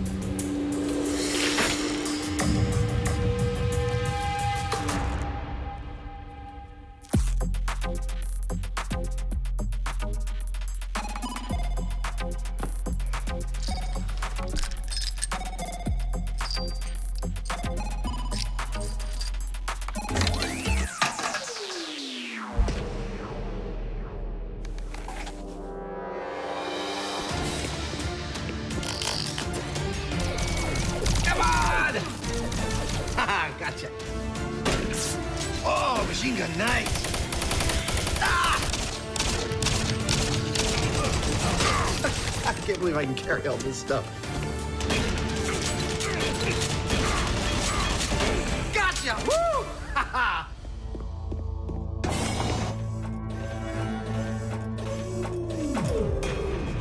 What? Game over.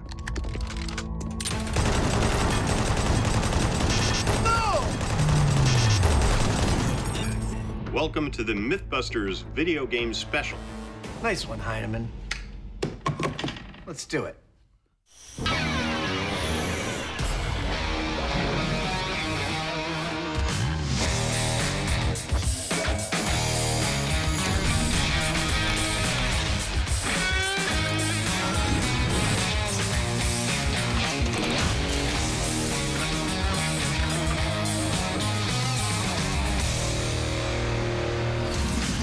So we're doing a whole episode on video games. Yes, we are.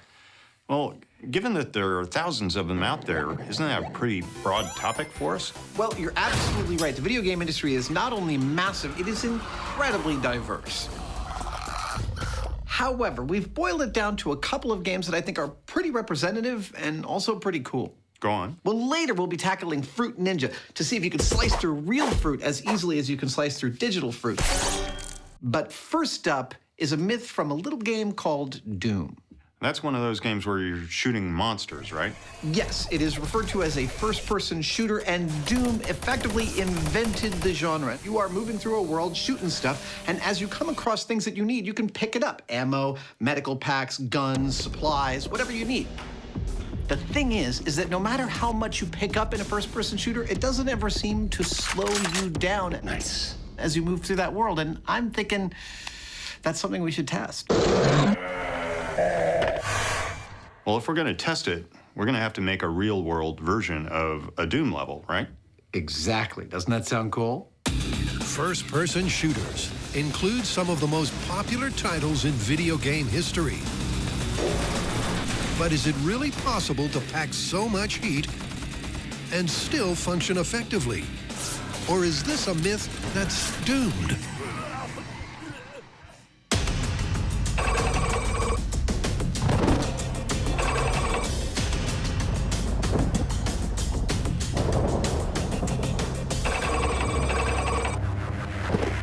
We want to create a Doom video game level in meat space, that is, the real world. And in Doom, you're always running around in, effectively, a military-industrial complex. So we've come to, get this, a military-industrial complex.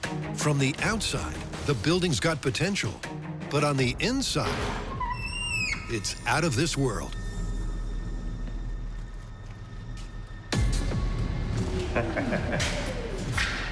This is going to be perfect. This place is amazing. Nice. The building that we found is absolutely perfect in every way for conducting this experiment. You think we need a Geiger counter in here? It's a military facility, which means there's reinforced concrete. The doctor will be right with you.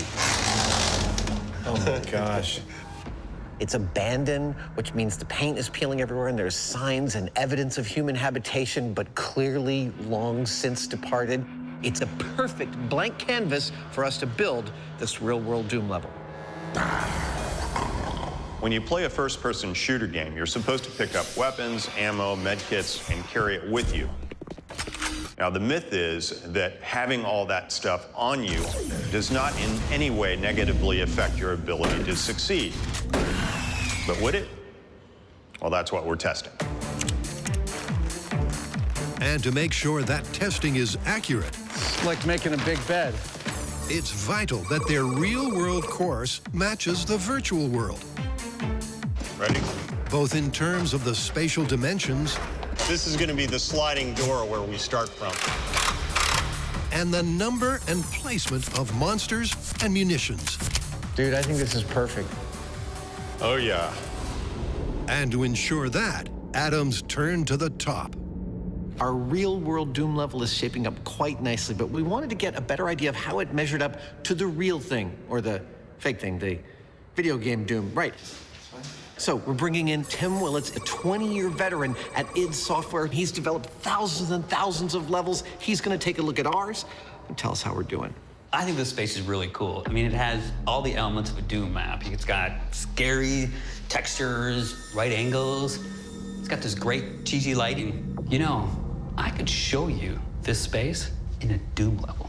Totally. Virtual for the... That's awesome, yes. Let's do it. Okay. All right, Tim. This is the map. This is what we're watching ourselves walk around in. Yeah. Yes, this is our Doom editor. This is the top-down view, which is much like a CAD program. Okay. This is our render view, which is a preview. And then here is where we pick our textures or our wallpaper. And I can have a 3D space that is rendered in real time. This is our space? Yes, we're here. This is that elevator. Oh, this is the elevator we're standing right in front of. Yes. Dude, that's like windows on either side and everything. This is so cool. See, this is the hallway that we walked through. Here's the red lights. Dude. This is where you and I had the conversation. This. Wow. Thanks to his expertise in the virtual world, I can also show you the demons that you may want to use. This guy's on fire. Tim helped certify their course as correct. It's got the right look, the right size, and crucially, the right amount of monsters, medikits, and munitions. This is the arsenal we will have at our disposal. Everything from handguns, shotguns, to machine guns. All of them shooting darts and paintballs. All of them weighted correctly to their real-world counterparts. Now, the first time we run this level, every time we pick up a weapon, we're gonna be putting one down. But the second time, we gotta hold on to all of it. That means by the time we finish the second level, we'll have everything on these tables strapped to our bodies. In theory, if we make it. I seriously don't know. So to find out if you can really carry your own arsenal and still function, we're gonna start out here at these doom-accurate double doors. Once you're inside, you find your first weapon, and that's a handgun. You pick it up and you start hunting the bad guys. Next, you find weapon 2, and that's a machine gun. And that's pretty much how it works. Go room to room, picking up Doom-type weapons and taking down the enemy. Over the entire course, there are 15 things to collect and 10 bad guys to eliminate, just like there'd be in the virtual game. But can you actually carry it all? This is gonna be fun. Now all that needs to happen... Dude, that looks so awesome. I would put this on my house if I could. ...are the finishing touches to the arena. And it's game on. Ah!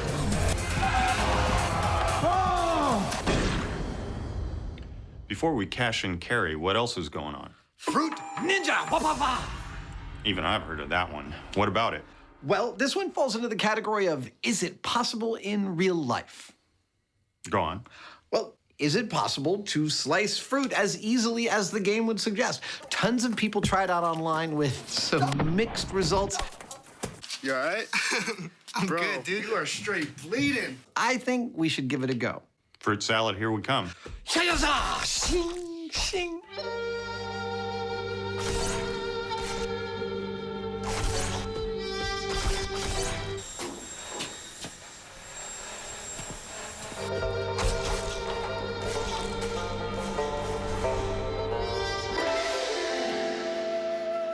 Let's play.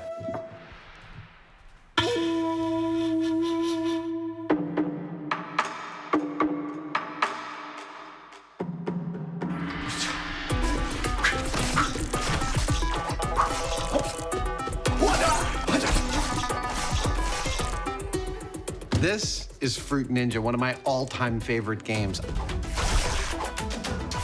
Yes!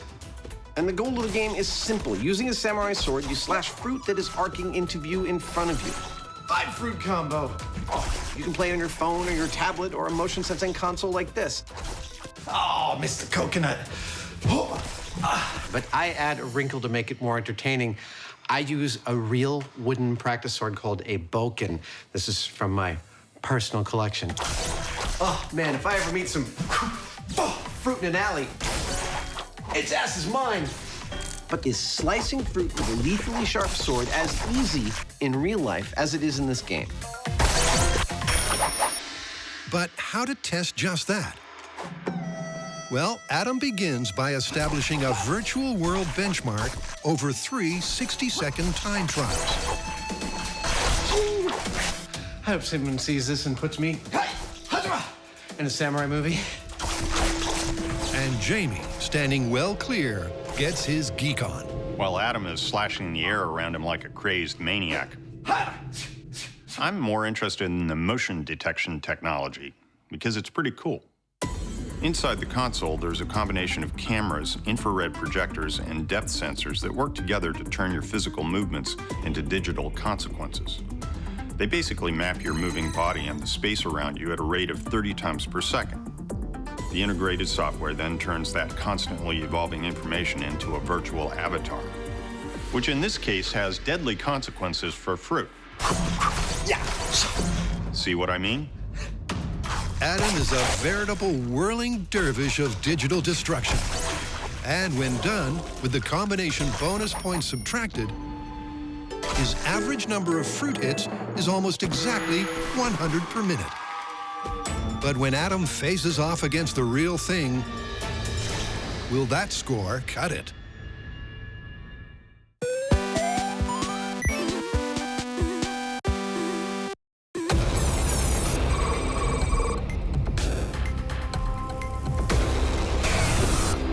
This is so so awesome. Right outside these doors, Jamie and I have constructed a real-world simulacrum of a level of the video game Doom. With weapons, ammo, health, and monsters. Jamie and I will have to move through that labyrinth, killing all the monsters, getting to the end, and timing ourselves. For time is going to be one of the critical metrics by which we compare reality to video game reality. They're testing the myth that your avatar can carry an array of artillery. All right, monsters, you guys feeling ready? And continue to take out opponents with the same lethal efficiency and speed. When I say go, I want you to retreat to your position, and then when you see Jamie, try and kill him. You might notice that some of our zombies are armed with wrenches, not guns. These are special wrenches, which I actually built back in the shop. They're basically a polyurethane foam poured into a silicone mold with a piece of aluminum to keep it stiff. How many people think of mold making as such an active sport? Coming out to play, little wrench. Painted in Doom colors, what you end up with is something that looks like a wrench. Oh, I love pulling masking off. It's like Christmas, but it's totally safe when you hit someone in the head with it. Whenever you see someone swinging a wrench in a movie, it's probably one of these so that when they hit someone in the face, they don't actually hurt them. Isn't that cool? Will any of our monsters get to use their wrenches on Jamie? That's the next question. Well, it's time to find out, because right now, it's Jamie's control. For this first test, every time I see a new weapon, I put the one I'm carrying down, pick up that weapon, and proceed. Now, I have no idea where my enemies are. That says it's going to be tricky.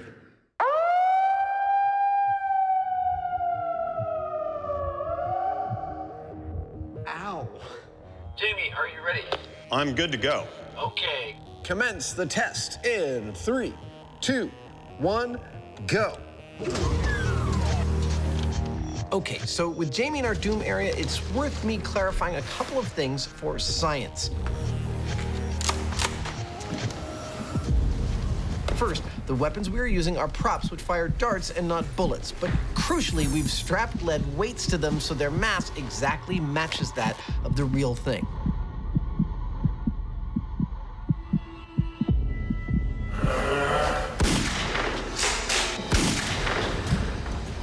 Second, this is our control test. Every time Jamie picks up a new weapon, he'll put down the one that he had already been using.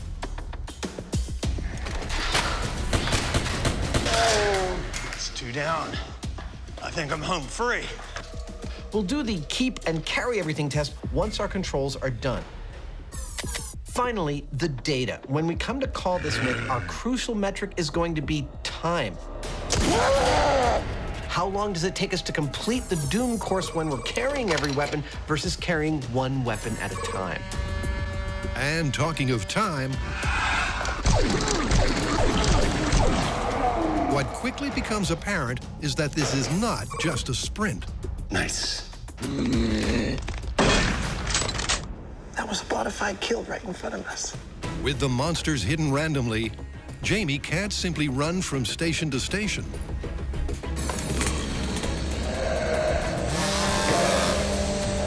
To stay alive, he has to take a more considered and tactical approach. Meaning the extra gear in Test 2 may not slow him down as much as expected.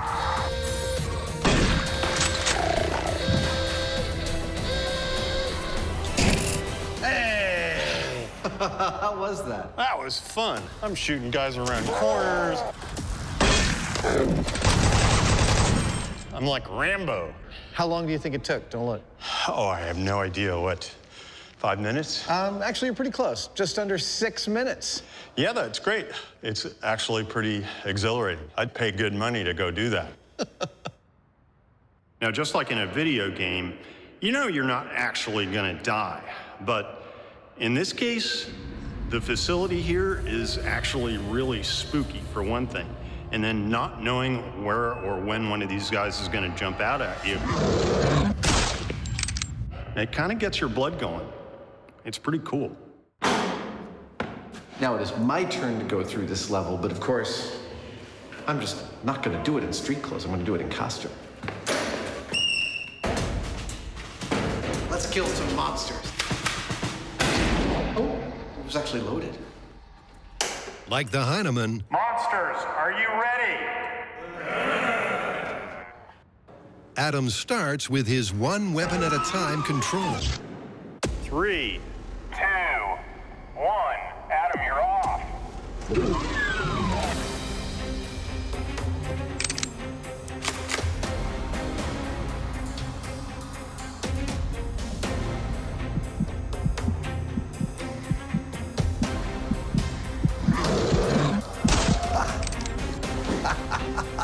You know, you spend a lot of time talking through stories like this, setting them up and making sure the science is spot on. And then you're in the middle of it and you're like, there are dudes walking towards me. And I've got to shoot them. What could be more fun than that?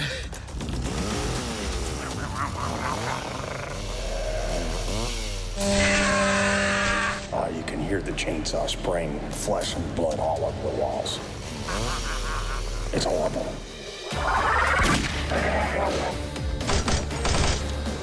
Yes!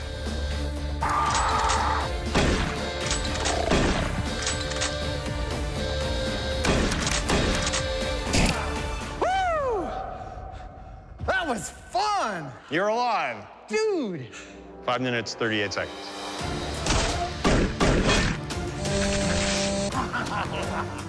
That was not only freaking insane, but we actually, I think, got some interesting results. First of all, Jamie and I completed the course in just shy of 6 minutes, which is frankly longer than I thought it would take. I was shocked, however, that there is so much tactical gameplay involved that we both took it slow and steady. Now, of course, later when we're doing the pick up and hold on to everything test, it's going to be harder, but I'm not convinced it's going to take longer. Again, because of the tactical play. I'm kind of feeling like it's looking sort of good for the myth at this point. dealing out digital destruction in 2D is as easy as 1, 2, 3. But add a dimension and fruit of various sizes subject to real-world physics. Is it as simple?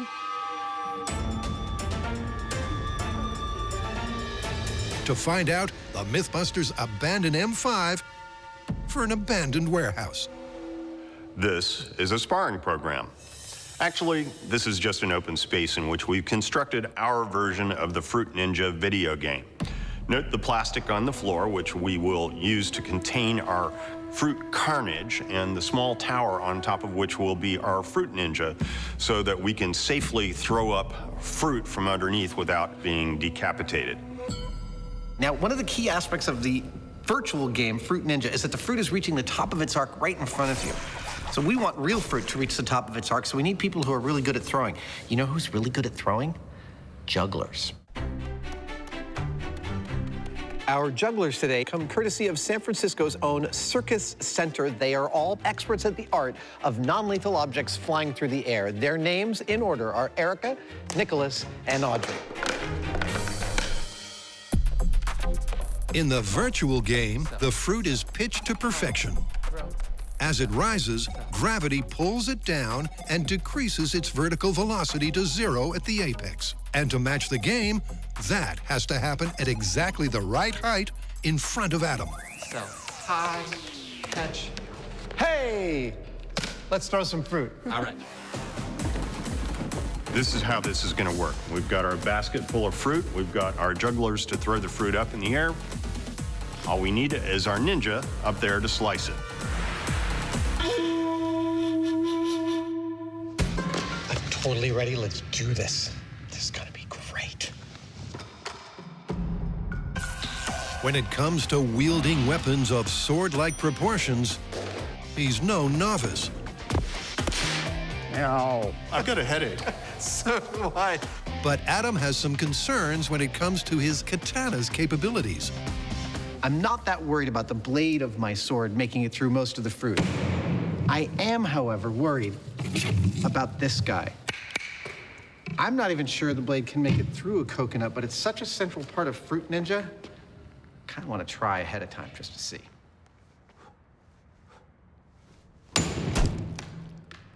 That's awesome. Oh, I have coconut. With all ingredients confirmed as cuttable, it's go time. Can Adam beat his 100 cut benchmark? For this test, our ninja, aka Adam Savage, will have 1 minute to cut all the fruit he can. But for the most part, I'm gonna be doing that. Oh, this feels great. You ready, sir? I'm ready. Are you ready? Not quite, but what the hell? All right, you count us down, Jamie. Okay. Fruit Ninja in 3, 2, 1, go.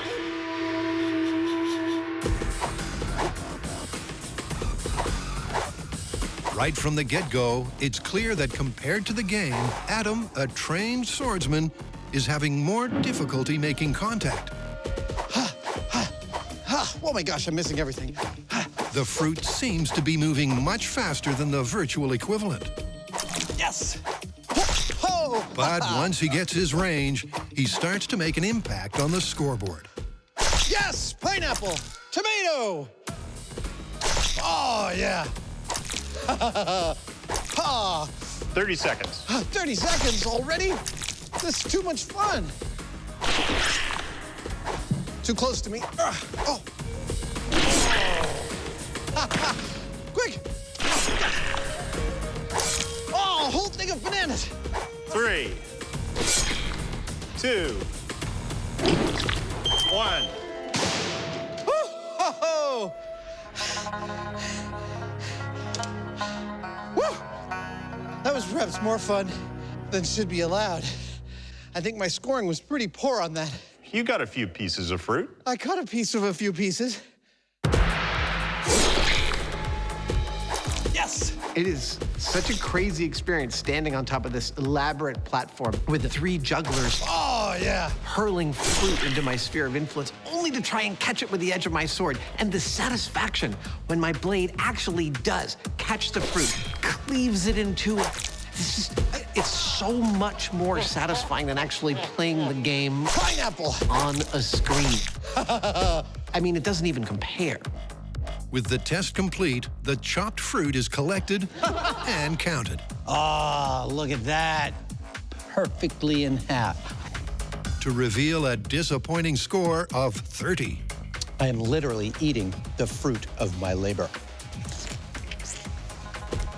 So our ninja, aka Adam, sliced 30 of the 100 or so pieces of fruit, which is way lower than he got on the virtual game. But in his defense, the jugglers were off on 2 fronts. More fruit, more fruit. First, they didn't throw fruit at a fast enough rate, meaning getting a really good score was impossible. And second, they threw some fruit so close to him that it was too difficult to cut. Too close to me. Oh. So they're resetting a little further back to make it easier for him to hit the perfect apex, right in Adam's zone. But will it be enough to triple his score? I have my doubts. Grapefruit.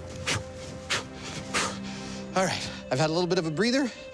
We're about to go again. The jugglers have mastered their arcs, and we're gonna try this test for real. I think I'm gonna do much better this time than the first one. Fruit Ninja in 3, 2, 1, go. Oh, yes! Pineapple. Yes! From the first fruit to be beheaded, it's obvious Adam's improving. Yes! Bananas are mine! With the jugglers now right on target. Coconut.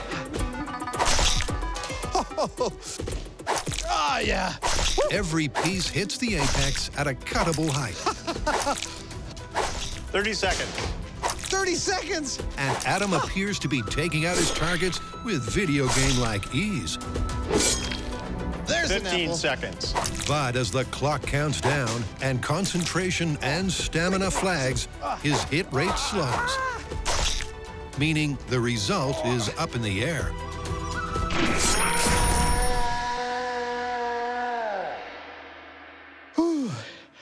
That is cool. So I'm noticing three things that are quite different between virtual Fruit Ninja and real-life Fruit Ninja, our version. First and foremost is that it's harder than I thought to hit fruit flying through the air. Second is that the fruit is much smaller in real life.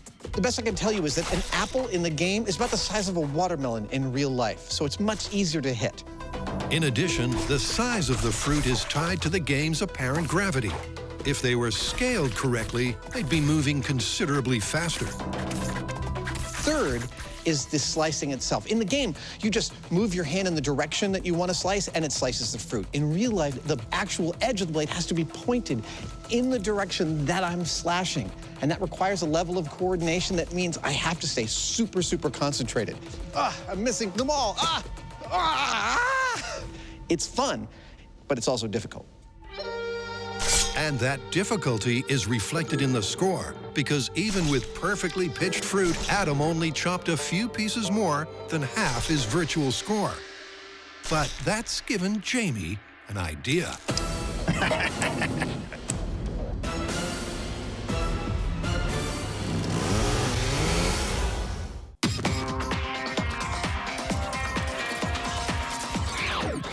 With an annual turnover of $100 billion.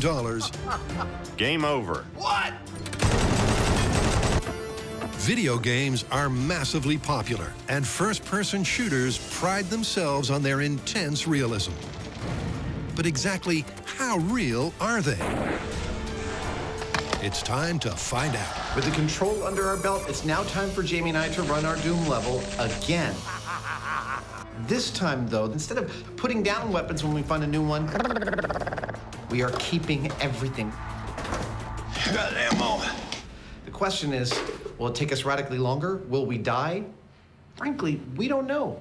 What we do know is that there's a lot to lug. Along with 2 ammo boxes and 3 medical kits, there's 9 Doom-approved weapons, which, when combined, have a total payload of 80 pounds. Will that be more than a match for the MythBusters? Well, first up, it's Jamie, whose control run took 5:53. Oh, that's awful. Jamie, are you ready? I'm set. Starting the test. In 3, 2, 1, go. Like last time, Jamie immediately encounters a backpack, equipment sling, and handgun. Where are you? But unlike last time,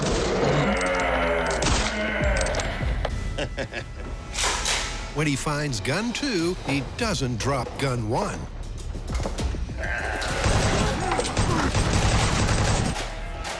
Don't mess with me. Wonder if he's going to carry the ammo in his backpack. Knowing Jamie, he might connect up all the slings on the weapons and just drag them behind him. So you might be thinking that carrying 80 pounds of gear would definitely slow you down. But I want to point out there's 2 wrinkles to this story. First, we've set up a test that requires tactical gameplay, which means there's not much rushing in the first place. next. And second, there's adrenaline. Adrenaline, the so-called flight or fight hormone, is released in times of stress, and it basically preps your muscles so they can work harder and faster for longer. And believe me, Jamie is feeling some stress right now, and his adrenaline is pumping. Adam's theory may be sound. Crap. Because halfway through, Jamie's kept up with his control. That is seriously the most twisted Santa Claus image I have ever seen. But that doesn't last long. Because soon, the combination of weight and bulk starts to take its toll.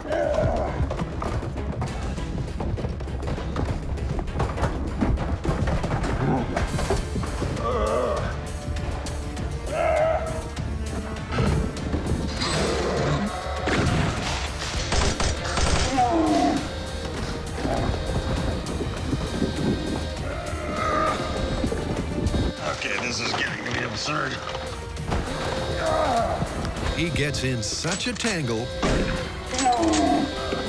that the final ammo box gets kicked to completion, to reveal a duration that's doubled.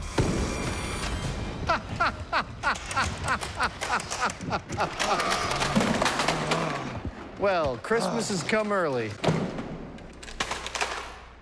How was that? That was awful. Really? That just took all the fun out of it. Really? Yeah, I mean, after the first couple of guns, stuff starts falling off. It's like, okay, I could take my time and spend a half an hour neatly packing and hooking everything on, but that's not the way this is supposed to work. Well done. Have a rest and then I'll gear up.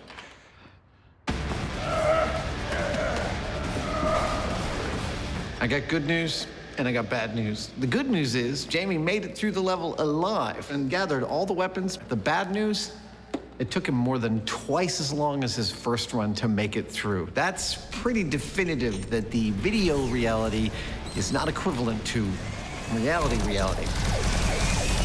But now it's time for me to go through the Doom level, picking up everything. And I know Jamie said that it removed the entire fun quotient, but frankly, I think I might be better at distributing the load than he was. He was just carrying everything like a bag of groceries. Can't wait. Here we go. Ow!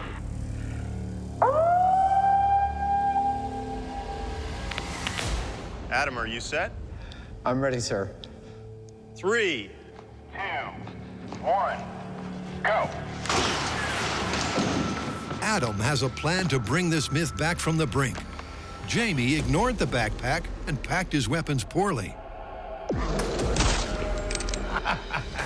Dead. Adam, however, is going to lock and load efficiently. He's dead. Using the utility backpack and equipment slings properly. One shot. But there's no getting around the actual mass and bulk of the gear. It's starting to take its toll. And in the heat of the action, They'll never hear me kill me. his neatly packed plan begins to come undone.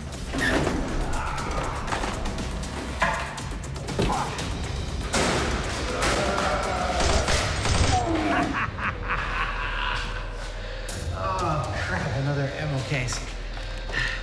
This killed me. As he slows to a painful-to-watch crawl.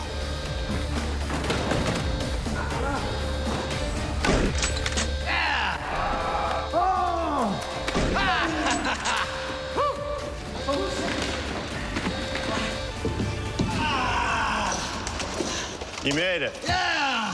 That was a freaking nightmare. Isn't that awful? Oh. I was doing okay until about halfway through. And then...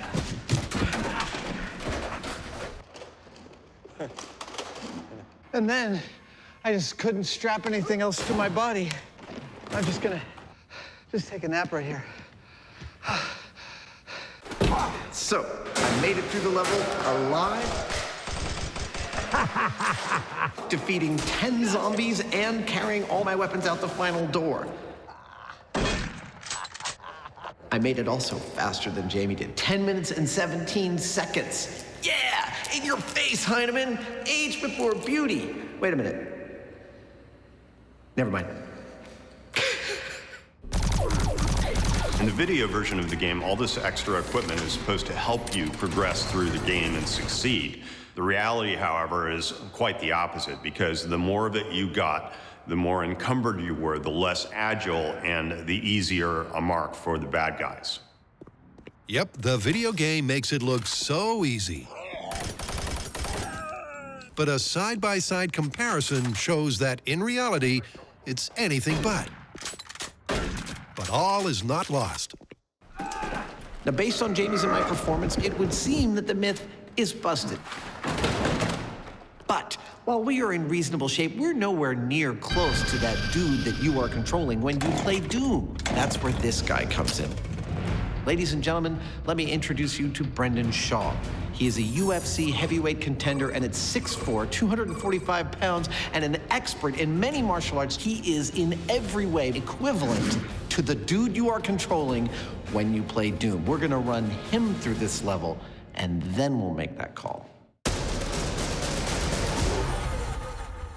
As Adam has comically concluded, Oh my gosh, I'm missing everything. mastering the 3 dimensions of real-world flying fruit is not nearly as simple as the game would have us believe. The fruit in the game is larger and floats in the air for longer, meaning the numbers just don't add up. But Jamie's not done yet.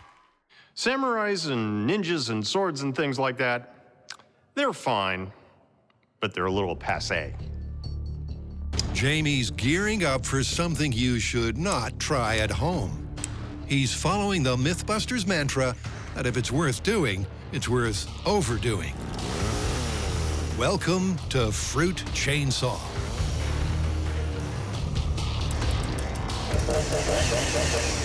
Nowadays, we use chainsaws. Oh, yeah! Tackling fruit with a sword is one thing, but with a chainsaw, it's something else. I mean, all you have to do is touch it, and thanks to that chain going a bazillion miles an hour, you've got instant fruit salad. Yeah! So if you find yourself having to hack away at flying fruit, it's hard to beat. Yeah! Beautiful! Jamie's chainsaw was unbelievably effective. I was really kind of worried that the fruit would skip off the edge of the blade, but oh man, it was actually so much more awesome looking on camera than the sword. I'm thrilled. I want to keep going. Can we do some more? Scott, our cameraman, is collateral damage from sliced up banana from Jamie's chainsaw. The sword's just much cleaner and easier on the crew. I've got to say, this is some of the sweetest smelling carnage we have ever produced on this show. How do you want to call it? I'm going to say it's much harder to play Fruit Ninja in real life than it is in the game, but it's also much more fun. What do you think? I'll let you know. I'm waiting for the chainsaw version. They're totally going to do that now. Let's get out of here.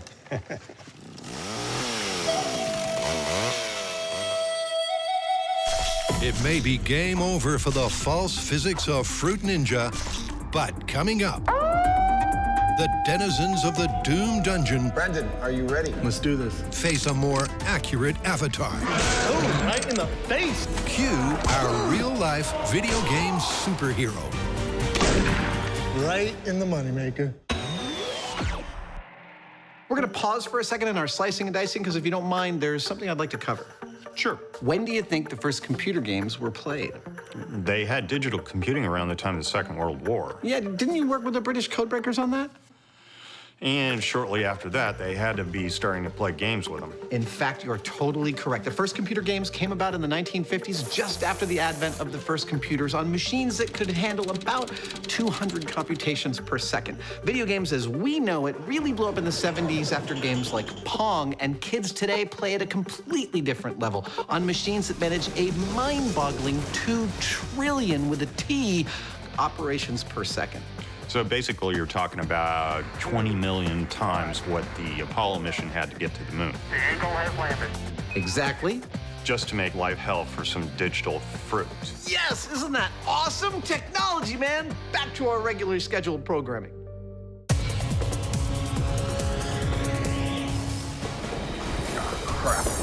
Adam and Jamie have just failed to fire in their first-person shooter. But an accurate avatar, they're not. That's where this guy comes in.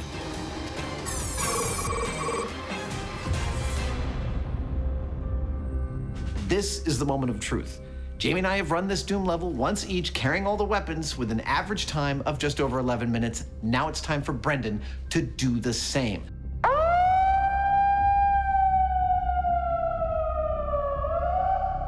Brendan, are you Yes, sir. I'm ready. Let's do this. 3, 2, 1, go. Like Adam and Jamie, Brendan starts with the one weapon at a time test. Let's do this. Which he tears up. Yeah! Oh, right in the face. Got him. Boom!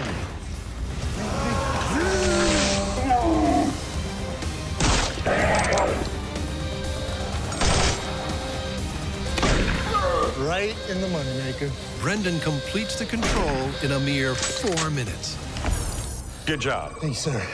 But how will this ultimate fighter fare when he has to collect and carry? Brendan, are you ready? Yes, sir. Let's do this. Start the level In 3, 2, 1, go. Right from the double doors. I'll bet he's gonna kick our butt at this. We'll see. Useless backpack. Check. Brendan tackles the course with the same energy as before. Right in the face, sniper. That's very fast first encounter. 2 guns and 18 pounds has no effect. Got him. 33 pounds, the same. Even the dreaded chainsaw impedes him not at all.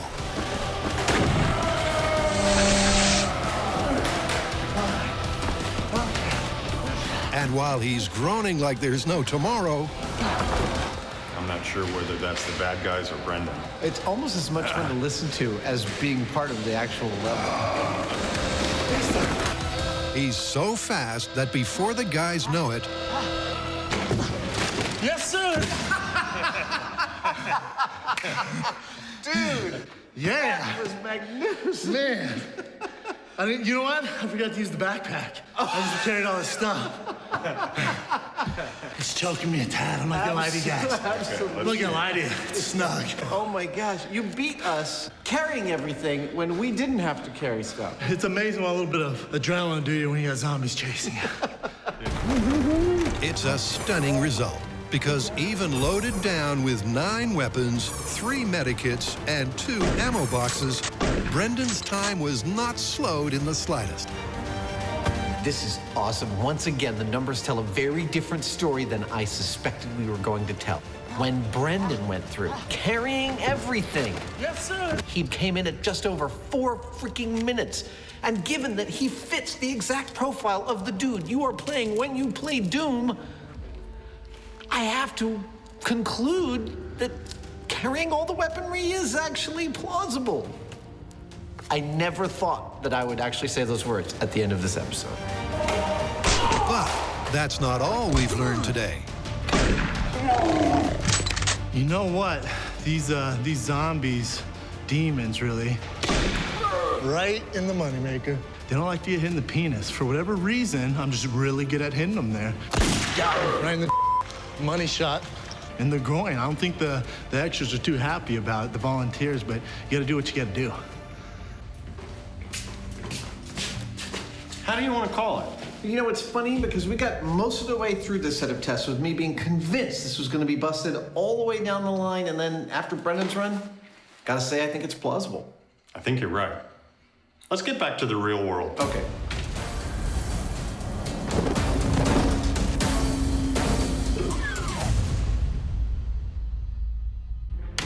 It's game over, but Adam's not done yet.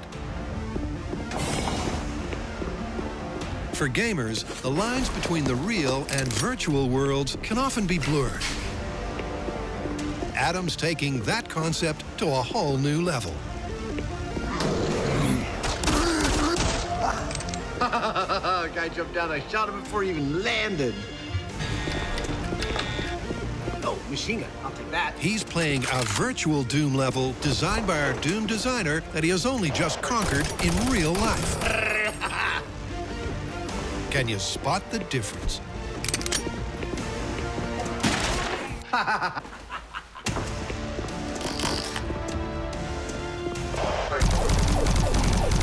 Yes!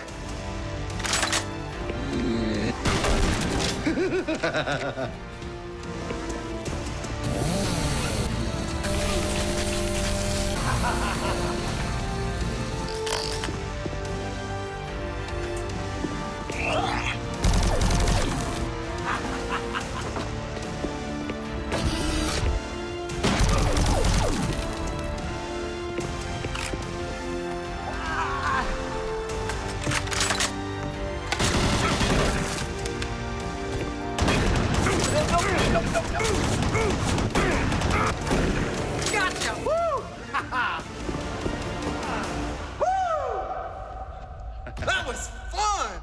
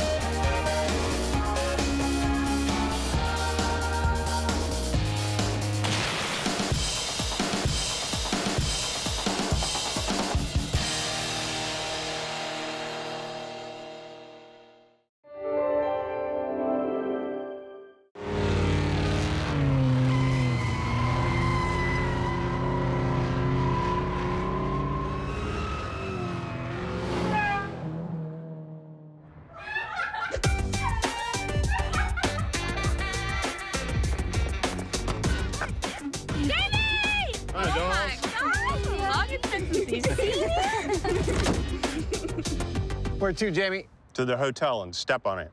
Okay. Jamie says step on it. I say time to break out the drifting moves. Because apparently drifting is not just slicker,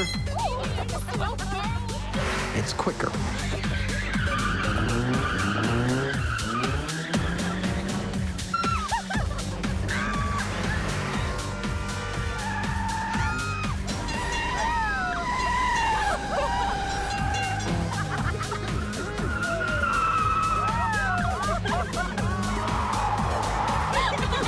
Here we are.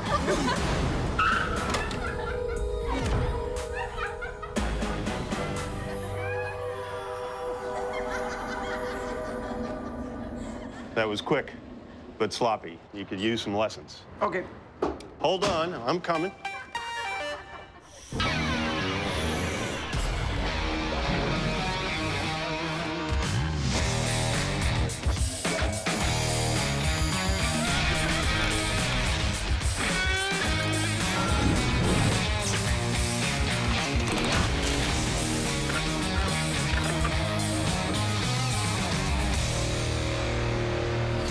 You know what drifting is, right, Jamie? Yeah, it's a style of racing where they spin the rear wheels and are able to slide around corners going sideways. Exactly. You know, it's funny, that's the one thing that I can think of that we haven't actually been trained to do with cars. Well, that ends right now because this entire episode is devoted to drifting. Later, we're gonna power slide into a parking space. But first, we have a myth on the docket that drifting is actually faster than regular race driving. Time to break out our racing gear. Exactly. The perfect drift requires a precisely timed sequence of moves. The engine's revved, the handbrake momentarily engaged, and the power applied. Then by steering into the slide and keeping the throttle floored, the kinetic friction of the spinning tires supplies the centripetal turning force. But is it actually quicker, or does it just look slicker? To find out, it's driver training with a difference.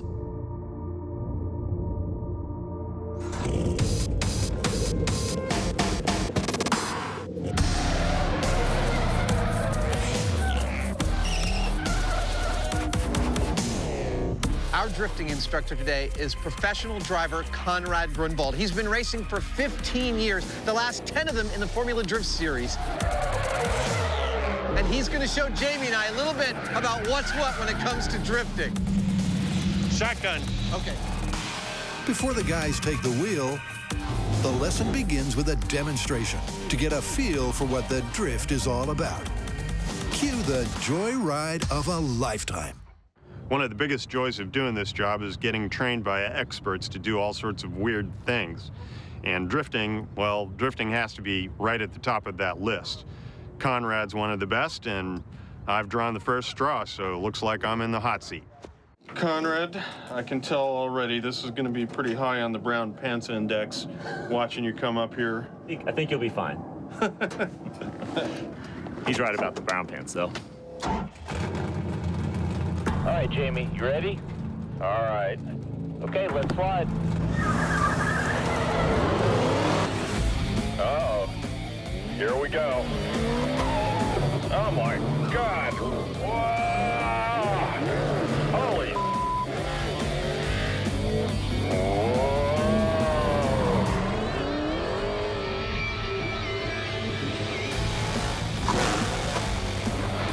Yeah, baby.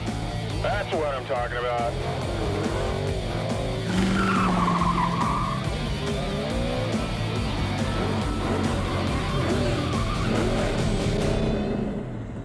That's a little taste of a drift car. What do you think?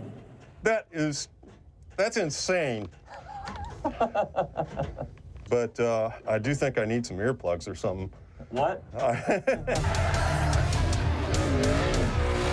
With Jamie suitably impressed and 4 tires already totaled, it's Adam's turn to calibrate the brown pants index. All right, Adam, do the best you can to pay attention to how I move the steering wheel and what I'm doing with the gas pedal. All the movements are going to be quick but subtle, all right? All right.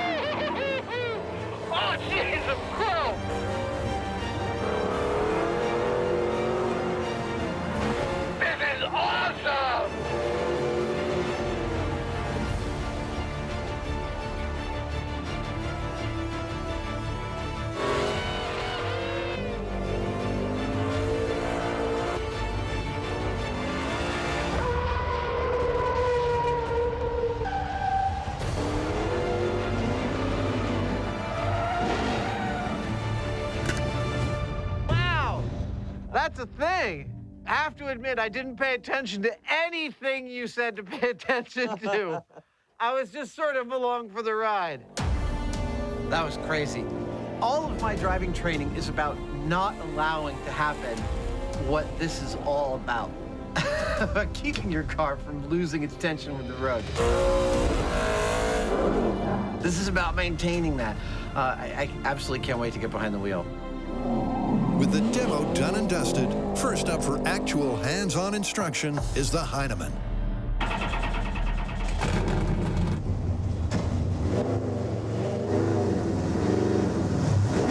About 20% of what we're going to do is with timing, and that's with the steering wheel inputs and what we're doing with our foot on the throttle and or the brake.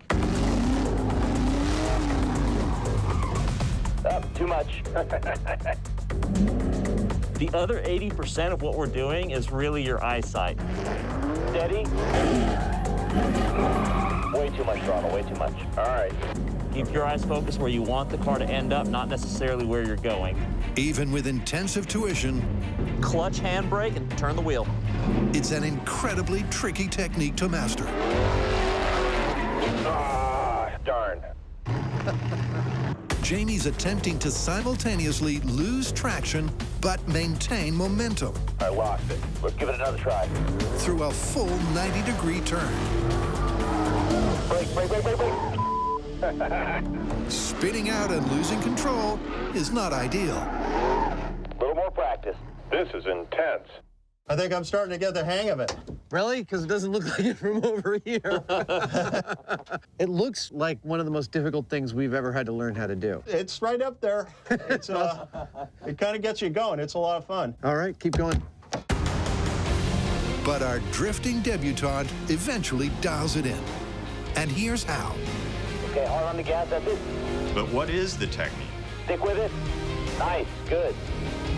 Basically, as you approach a turn, you drop the clutch and floor the throttle so you rev up the engine. Yeah. Nice work, Jamie. That was a really nice turn.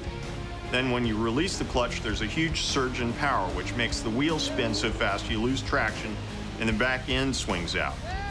Hard on the gas, go. That, believe it or not, is the easy part. The hard part is holding the drift rather than wiping out. Nice job, man, nice job. That's what I'm talking about. And that needs a delicate combination of throttle, steering, and a bit of a handbrake. And what can I say? It takes practice. Back to Earth. I was in outer space. So obviously we've been working on this story for a while. We've had a lot of time to think about drifting from an intellectual standpoint, from the physics of it. But in a few minutes, I'm about to get behind the wheel and try to understand the physicality of it. And that switch off from the intellectual to the physical, it's one of my favorite things in the whole world. It's one of the best single parts of this job. I'm very excited right now. With Jamie looking like a pro, it's finally time for Adam to take a turn behind the wheel.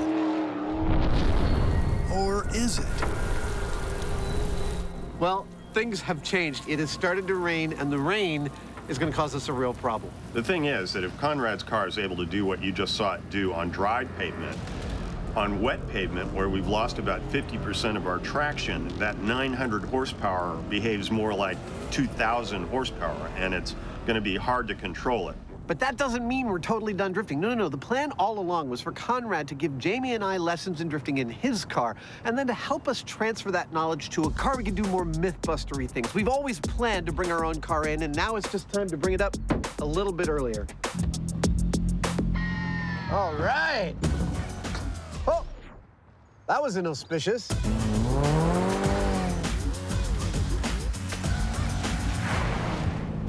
Hey, man. You want to show me some ropes about how to do some drifting in this thing? Yeah, let's do it. Just go ahead and give it some gas and look where you want it to go. Wow. It may be a world away from Conrad's supercar, but to drift, this more mythbustery motor requires the same technique, which is just as difficult. Part of what Conrad is teaching is you start going in a circle, gun the engine a little bit to break it free, and then kind of feather it, keeping it exactly that same RPM. Too much. You did everything right, just the timing was off. And then if you don't control it just right, you go too far and you end up going backwards and stopping just like that. Look that way. Whoa! It's a tricky task to master. A little too much. A little too much. Adam takes a while to get a grip on letting it slide. That's it, that's it. It really good. Off the handbrake. Good. Aha! Very good, Grasshopper. Nicely done. I have to tell you, this is one of the most fun things I have ever learned on this show. Power, go. Yeah! That was the best one yet! Maybe it's because it's so hard to get right. That feels good. Wow, the whole world changed shape there for a second. Doesn't it? Maybe it's that when you get that 180 right because you've shifted into gear and you're starting to give the gas and the wheels start to spin out and you're looking at this spot to your left and you're spinning around it like you're attached to it by a chain. Oh, what a show off. That was pretty good. It's a rush. Have I made that clear? Good speed, clutch, handbrake, turn the wheel. It's been a long, hard training day. Tough on the tires and tough on the trainees. Back off, back off, back off, back off, back off, slow down. But after 12 hours of intense instruction... Oh, nicely done. Where did that come from? Holy dude, that was great. Our dynamic duo are ready to delve into the myth. If we're going to get to the meat of this story, and that is whether drifting is better than driving, we're going to have to deconstruct the drift, set up some courses, and see if that is, in fact, looking like the case.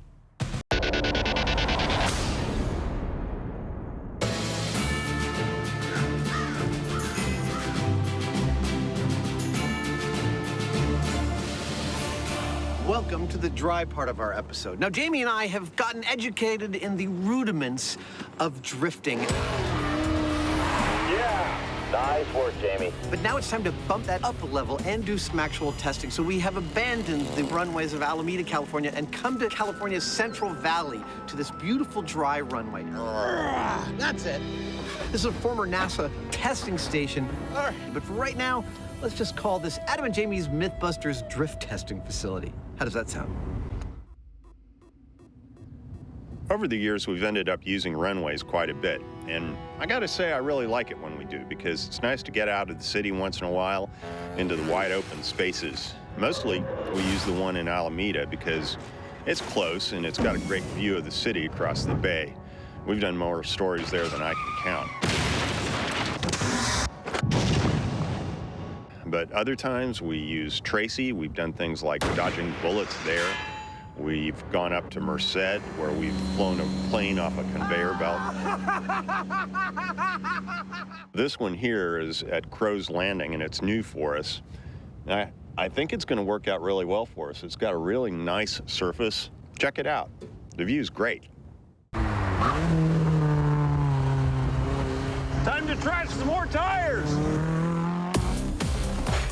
In pursuit of the myth that drifting is the fastest technique for taking a corner, the guys set up for a time trial.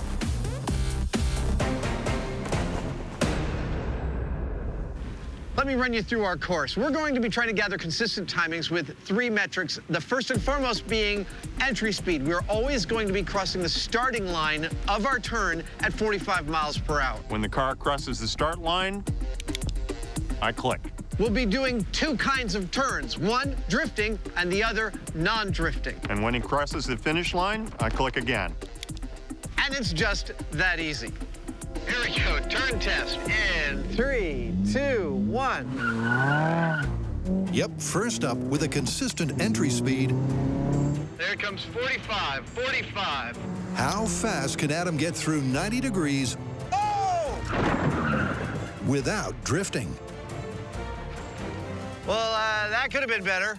You're gonna have to back up. Oh, look, it sprung right back. There's your problem. Well, that was not my best turn, but I got to dial into this. This is the first time I've driven this thing. It's going to take me a few tries just to get the comfort and feel. 45.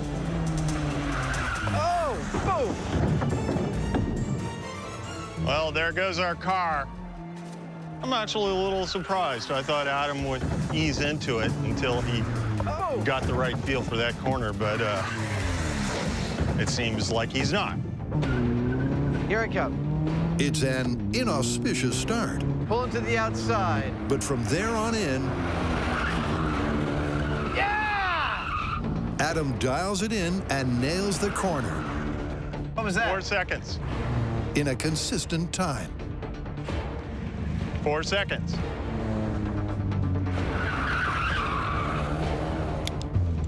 4 seconds every time.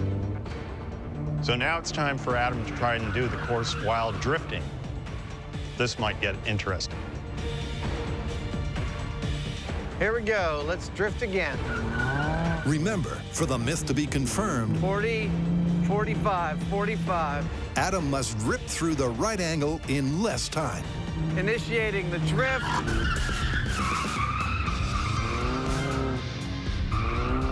Yeah! That was cool! But a PDQ power slide, it ain't. That felt genuinely cool. How was my time? 7 seconds. From the start to the end? Yeah. All right. Do it again. Yep.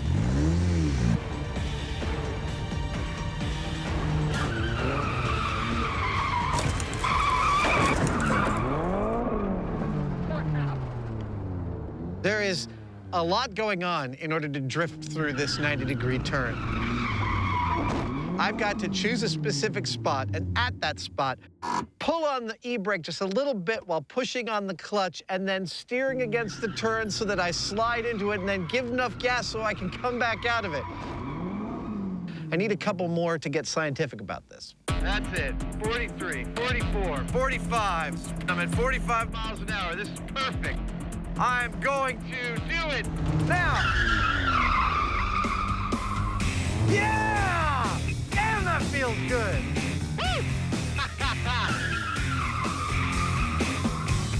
What did I get? 4 seconds. Excellent. Well, I've done my runs. Yeah! Woo! And while I had some mishaps here and there, I did get 2 really nice fast times, one in drifting, one without, and they were identical. So while I know it's too early to call, the fact already seems that even though it looks cooler, it might not be looking good for drifting as a myth. So far, not so good. But the Hyneman's up next. Can he beat his control time? 4 seconds. Nicely done. When he tackles the turn with a perfectly timed drift. Go. He starts to turn there at the stanchion, and boom! Well, that didn't go as planned.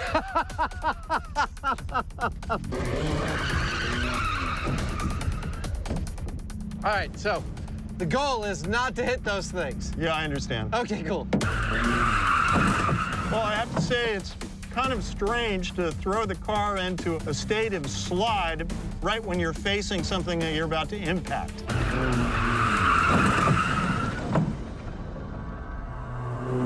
It is something that you sort of naturally don't want to do. Yeah, that's bad right there. That's bad. We have a special technique for that. It's called tape. Yeah. It's all happening so fast, it's hard to say, like, okay, turn exactly now. Frankly, I think I would take a lot of practice before I could get through this at a maximum speed.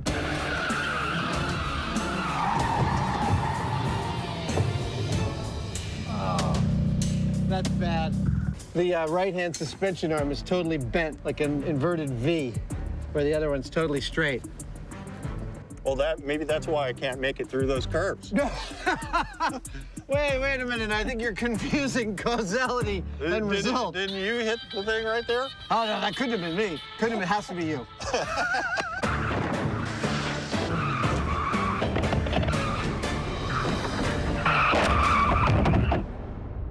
That's the cue for more less than subtle running repairs. Never happened. And a new angle of attack. With the 90-degree left-hand turn under our belt, it's now time to add a real wrinkle to this, and that is a 180-degree turn inside of 2-lane road. A complete reversal of the direction of momentum is the ultimate turning test. But there's a tweak to the planned protocol. Before we destroy that little car, we figure I'll just take over the straight driving, Adam will do the drifting, and we'll do our comparisons that way. So, first up. Well, here we go. The 180, straight up. Let's log some data. Jamie lays down a series of controls. Into the turn, give a little goose out. Yes, that's it, and boom. Clocking a consistent benchmark.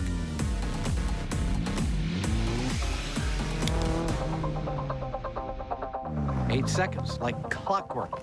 Literally, like clockwork. Well, Jamie's done his straight runs on the 180-degree turn. I'm about to try and drift the same thing. All right, here I come, drifting 180. I'm looking for one really good one. That's what I want.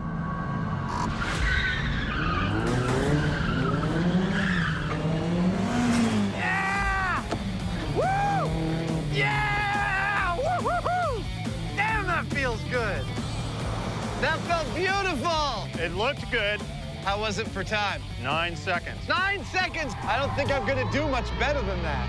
Dude. I think it was perfect. I felt like an action movie hero, man. That was awesome. It looked cool and felt great. But cold, hard data doesn't lie. It appears that drifting is not faster. Which I'm frankly totally astonished by, because if you look at Jamie's 180 in regular driving and my drifting 180, I swear that mine looks like the faster run, but it's not.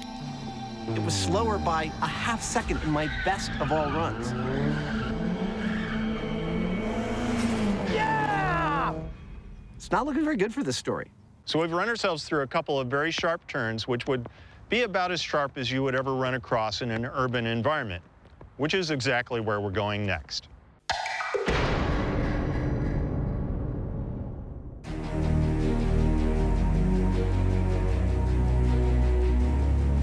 At this point, we've established a foundation of knowledge about what exactly drifting is. Holy and how it works. But the one thing that we haven't done is take the car through a regular driving course. And so that's what we're going to do next.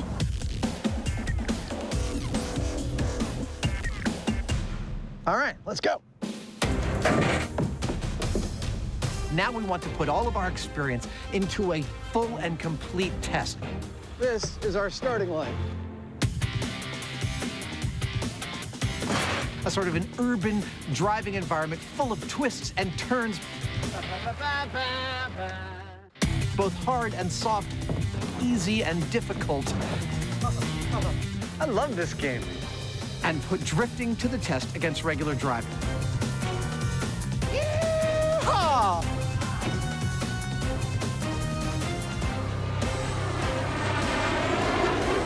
We're filming out on this runway, and we keep getting flybys from this guy here. It's kind of loud. Hello! I'm not even sure what that is. Is it like a MiG or something? Looks like it's fun to fly. This is our course that we feel provides a really good balance of twists and turns and both standard and exciting driving maneuvers to make this test fun, but also experimentally valid. Now there's nothing to do but to drive. Jamie's up first. I don't know how to make that work. But before that, here's 2 insights into the workings of Adam's brain. Exhibit A. As you can imagine, I'm a little hard on my equipment. Earlier today, I actually dropped my walkie into a water-filled traffic barrier and had to get it out. And through the magic of a thing we call a flashback, you can see exactly how it went. A call on the radio. I seriously did drop a walkie into one of these traffic barriers. Ah, all right. Oh, okay. Oh, no. Ah, there it goes. Ha, got it. Ha. Ow. Luckily, when it's your show, no one yells at you. They'll yell at someone else. And Exhibit B. This is a very cool location. As we said, it is a former air testing facility for NASA, and behind me is the boarded up, really spooky control tower. I got about 3/4 of the way in before I was too afraid of getting bitten by some cornered rodent, and I left. But what really fascinates me is the question of what the heck happened to the ladder. Look at that. There's only 2 possibilities. A Japanese monster. B, a plane hit the freaking control tower. In either case, what happened to that ladder is the worst thing that ever happened to that control tower. I guarantee that. Now back to your usual transmission. Now it's time for me to run the course with straight driving as fast as I can. We'll take my best time and compare it to Adam's best time while he's drifting. In 3, 2, 1, go! Sounds exactly like that when Jamie leaves for work every morning. To clock his fastest time, Jamie will take as many laps as he needs.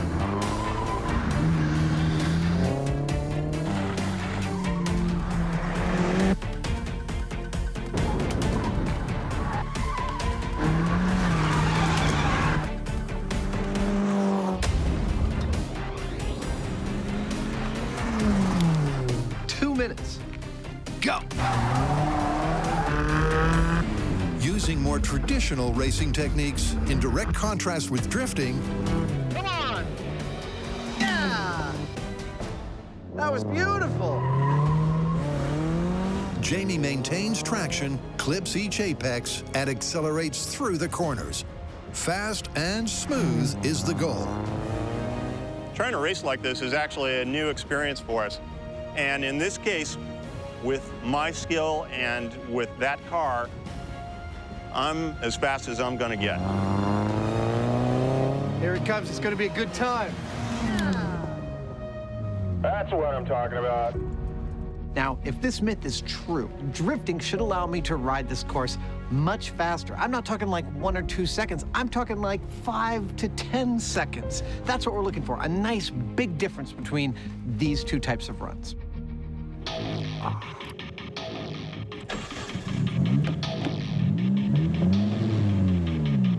3, 2, 1, go. Unlike Jamie, Adam is all about the drift. As he hits each corner, he flicks out his rear end and powers through the slide. Or not. He did a 360. That's not good. Not unless you want to do a 360. See, that's the thing. You start to slide, you lose traction.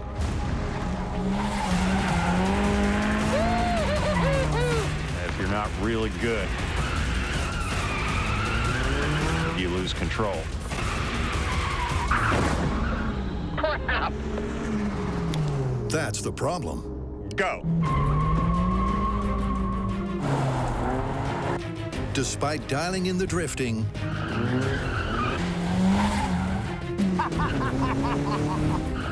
Adam makes at least one major time-sapping error on every lap. To accurately test the myth, he needs one mistake-free run to compare with Jamie's control. One more. Let me do one more. Back up, you've got a cone. Okay. There we go. That was cool. I screwed it up by hitting it too fast on that last 180, but up until then, everything was dialed in beautifully.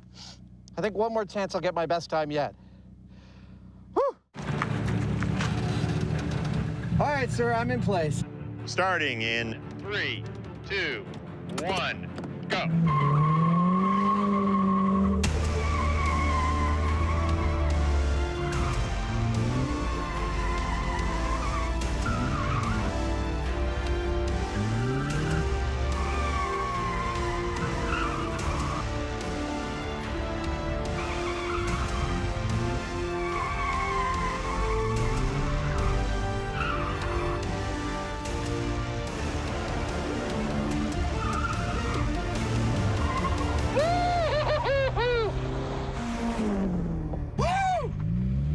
I'll bet that was good. I'll just bet that was good. That was 154.5. Dude, I matched your time! You did. Boom! So, Adam completed his stylish sideways lap, but in the final analysis, simply failed to go faster. Meaning the myth is dead and buried, unless... Cue our professional race driver. If Conrad can't, no one can.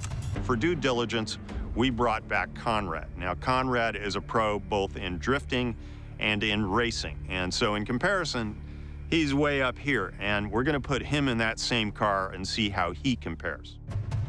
All right, Jamie and Adam, I'm ready over here. You guys count it down and I'll go. In 3, 2, 1, go. Using his 15 years of racing experience, Conrad tears through their track. Without doubt, his regular driving is seriously speedy. I think he's going to beat us by over 15 seconds. That would be awesome. It's nice to know sometimes how far down the totem pole you actually are.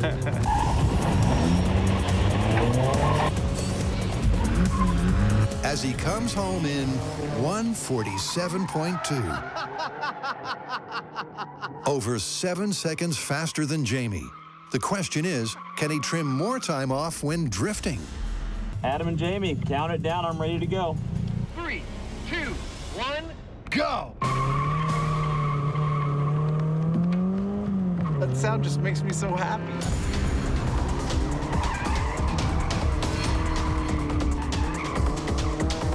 What's immediately clear is that Conrad's killing it. His drifts are bigger, better, and louder. He's squealing a little more than you were. That is as it should be. But how does this more talented technique Time out.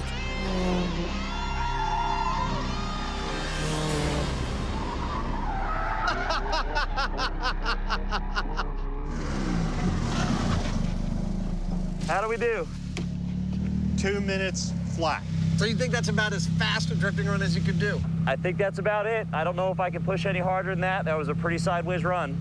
Dude, that's the result. That's beautiful. Yeah. Thanks, All right. Conrad. Thanks, guys. Appreciate it. Thanks. Conrad couldn't have completed a classier lap than that. And he was 6 seconds slower than the straight driving control. It's a conclusive result. But there's an anomaly. Right about now, you're probably wondering why my best drifting time was actually faster than Conrad's. And simply put, it's because Conrad is a better drifter. He spent more of his time with his tail end swinging out, moving sideways into the turns the way you're supposed to when you're properly drifting. And strangely, that meant that I went faster. All right, it's time to call it. Where do we stand on the myth that drifting provides a significant speed advantage over race driving? Well, it didn't look good in the beginning, and it doesn't look good now. I'd say it's busted. I think it's handily, cleanly, in every way busted. Like our car. How much further we gotta go? Just up till there. Till the commercial break. Yes, there we go. Oh, here comes the commercial break.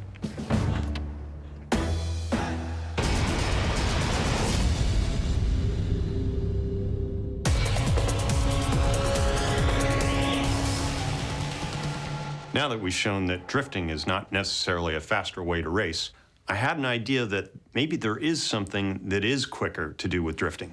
What's that? Parallel parking. Parallel parking? You mean like with real cars on either side of the parking space? Yeah. Dude, that could get expensive. Yeah.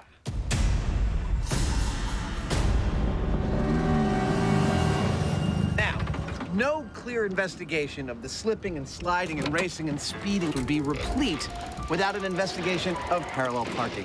The bane of everybody's driver's test. You got to pull up alongside the car and turn the wheel according to some formula your mom told you. No, no, no. The action movie hero has a totally different way of parallel parking. They drive at speed towards the parking space, slam on the brakes, and power slide perfectly right into the space they want. Now, Jamie has been practicing out on the open tarmac. That was really cool. And he feels like he's got it dialed in. Yeah. Yeah! There we go. So we've got a little parking space right here, and he's gonna put his practice to the test and see if it works. All right. Here we go. So I don't know how this is supposed to be done, but what I'm doing is getting up to the right speed, throwing the wheel over, pulling the handbrake. Oh, so close! Breaking free of the rear wheels with that handbrake. That was better. But then stopping with the foot brake at exactly the right time. Oh, there's no room for error on this thing. Rush hour. You want this space before anyone else steals it. It's gonna be yours. You're gonna take it. You're gonna own it. Own it. Here it comes.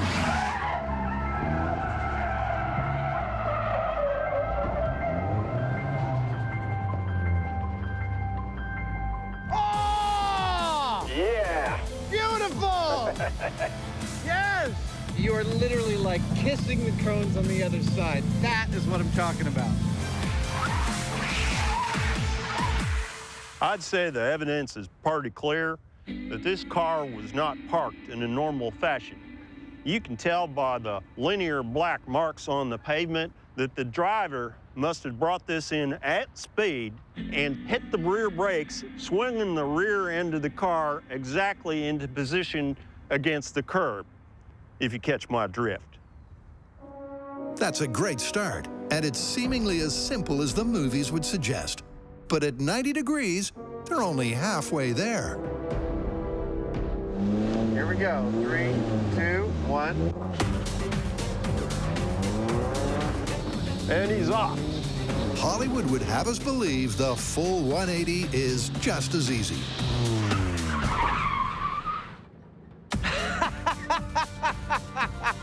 Well, there's a reason they called them bumpers, right?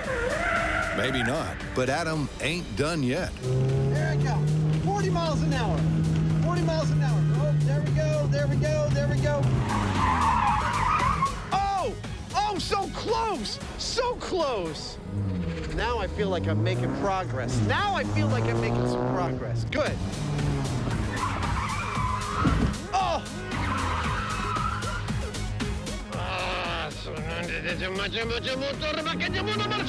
Come on! Totally make this work. Hey! Beautiful! Woo, woo, woo! Good job. Awesome! Give me some. Awesome! Woo!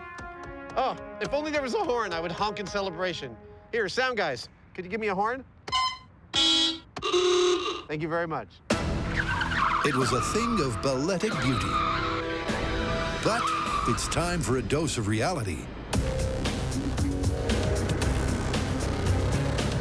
Well, it's one thing to try and do a 180 parallel parking job with cones surrounding you. It's another thing to do it into a real parking space with real cars around you. For Adam to get in here at speed doing a 180, well, if he makes it, it's only going to be by a hair, so it's almost a guaranteed impact. With that in mind, we're going to have him in a helmet with a neck guard, like going into battle, with a 4-point harness, with shin guards. Snug as a bug in a rug. Everything that we can possibly do to keep him safe. Not only will a mistake mean a major impact, the space itself is tighter. Now, how will this nonchalant movie maneuver stand up to this level of real-world detail? Okay, Adam, on your mark. Here we go.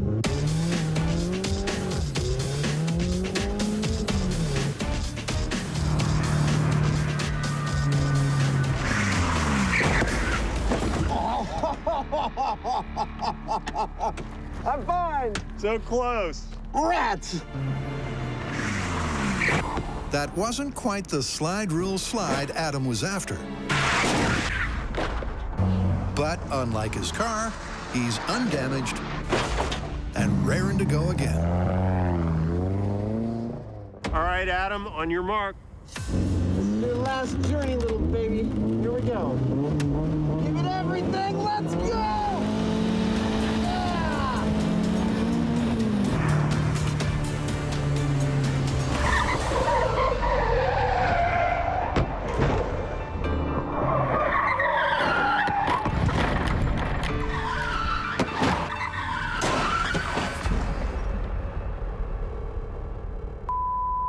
I kept seeing the cars, and I was not steering towards them as like a natural survival mechanism. Because really, you don't want to steer into cars. So I thought on this run, I just got to ignore the cars. Ignore that the cars are there. And I totally succeeded at that part. Well, that's a good thing. You got a little more of the car in the slide. I'd say you're up to about 50%. I can't park this car, dude. Yeah, it's tight. I don't blame you. This movie-inspired parking procedure was purportedly a pushover. In fact, it's more like an accident waiting to happen.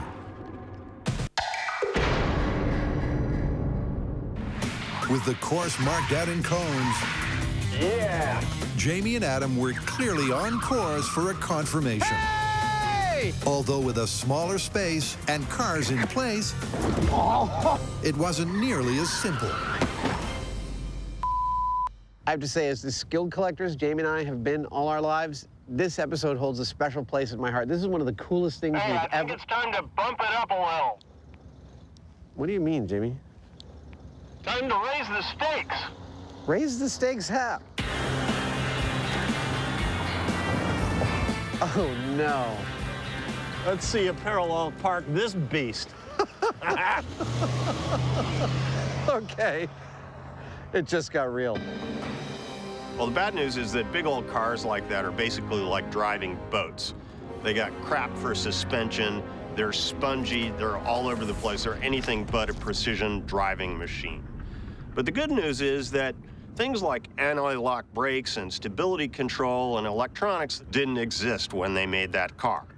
So between the two of those things, I'd say it's a toss-up whether Adam hits the mark spot on or not. Because the guys are not allowed to damage the vintage limo, the parked cars are played by foam cutouts. Okay, Adam, are you ready? I'm as ready as I'll ever be. 3, 2, wish me luck.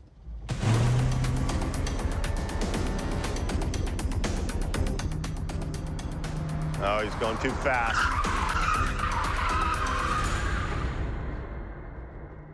Told ya. I think I might have hit something, like another car.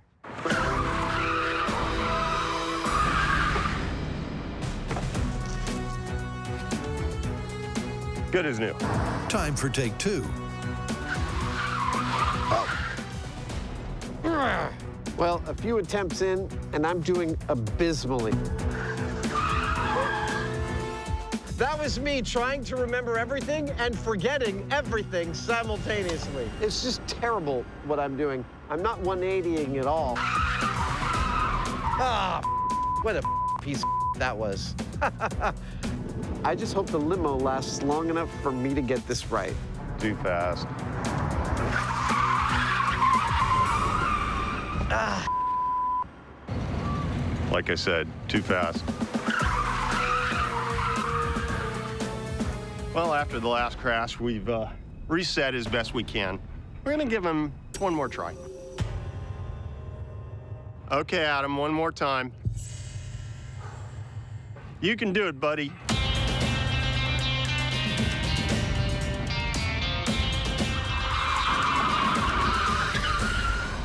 That was terrible. That was terrible.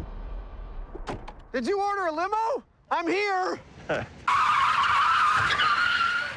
I think it's time we brought in an expert. Conrad, you're up. All right, Jamie, I'll give it a shot. I call this maneuver prom night. Wow! That was amazing! That was astonishing. That was beautiful. Thanks, Adam. Amazing. Nice work. Thanks, Jamie. Can be done. No, it can be done. I just can't do it, but it can be done.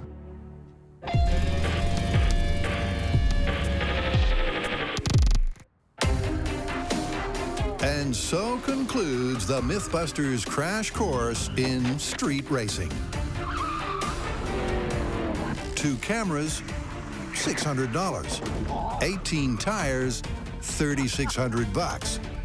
1 second-hand car, $3,000. Yeah. Spending all day drifting, priceless.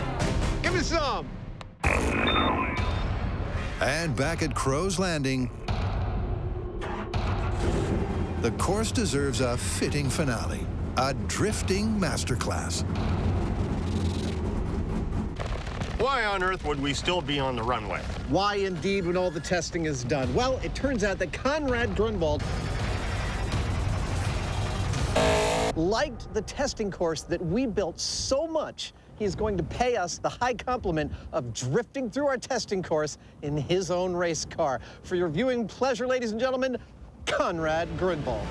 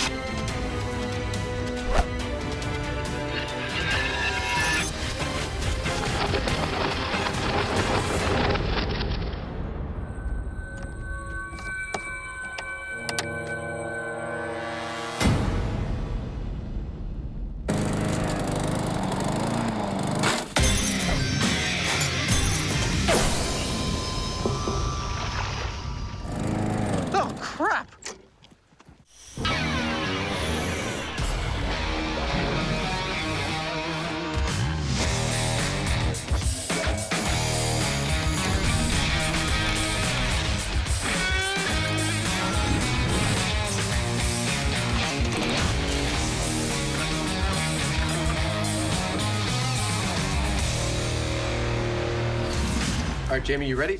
For what? I'm gonna paint you a word picture. Okay, let me get in my space. Go. Okay.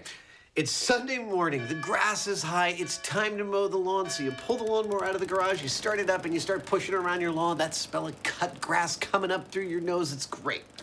So you're almost done. You're close to the driveway where there's some rocks on the lawn, and your lawnmower goes over one of those rocks, kicks it across the street, kills somebody.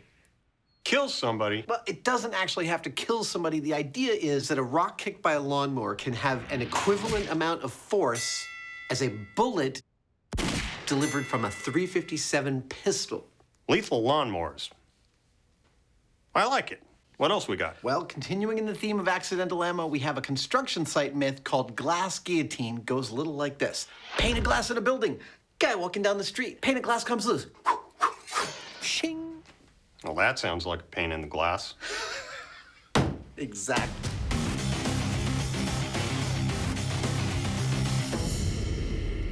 If we're going to be testing whether a rock effectively becomes a bullet when it gets hit by a lawnmower blade, we need to be someplace like this. We've actually been filming in this very location for 10 years. Down there is the range in which Jamie and I first got trained to fire sniper rifles. And this is where we made hands out of chicken parts. High five.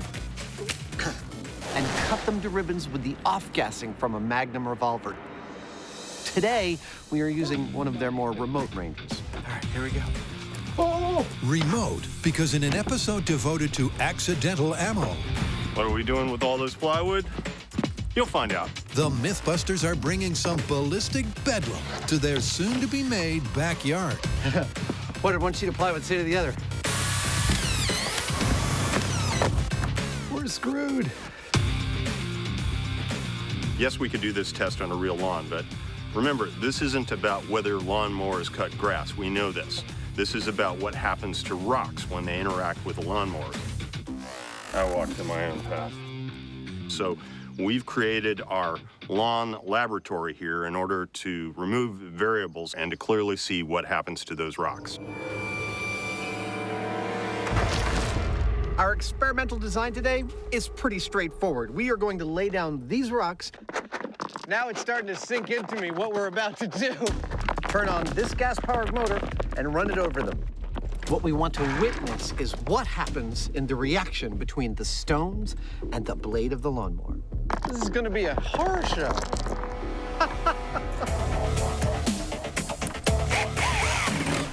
Our blue figures are painted onto styrofoam, and so if any rocks come out of the mower with any force, this foam is soft enough that it should easily show it. All right, well, I guess it's time to do some testing.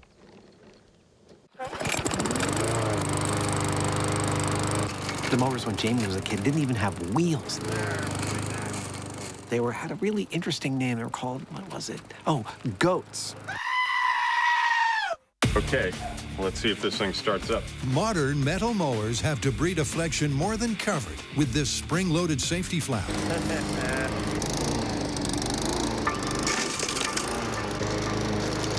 Nothing came out. We gotta pull that door. But Adam and Jamie want to know what happens in the worst-case scenario. It seems like the safety features work beautifully, but as you know on MythBusters, that's never stopped us. The first order of business, remove this little door with the word danger on it. There we go. Safety feature removed. With the mower now poorly maintained, the opening on the right-hand side means any debris propelled by the blades will hit the styrofoam targets. Adam, standing behind the mower, should be safe. What's going to happen? 3! Well, one thing's for certain. 2! Unless you're wearing hockey armor, 1! you don't want to stand in front of the opening to that mower.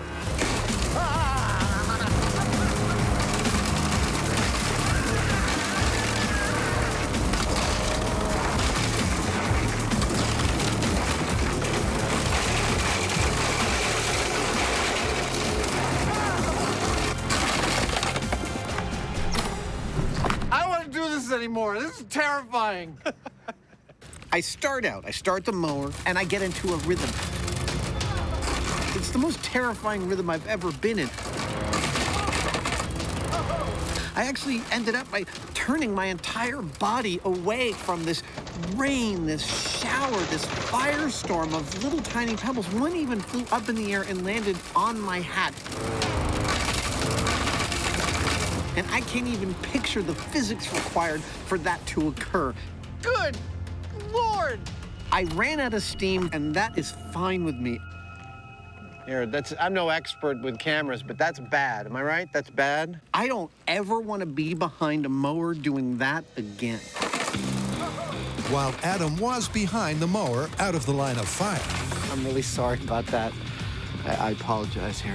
I'll put that right there. A veritable firestorm of stones and ricochets meant no one was safe. Come here. Oh, my gosh. Hit. With the foam onlookers peppered. That went all the way through. Wow. The myth that a lawnmower can fling rocks at bullet-like force is clearly on the right track. It threw this. That's heavy, with enough force to embed itself in this. I mean, I know that it's foam, but this is... I'm amazed. So there's evidence the ballistic fallout is significant. But the Hyneman can't resist ramping it up. This thing here is what you call a premium domestic lawnmower. It's a ride-on, and it's made to mow lawns fast. It's fun. That's beautiful!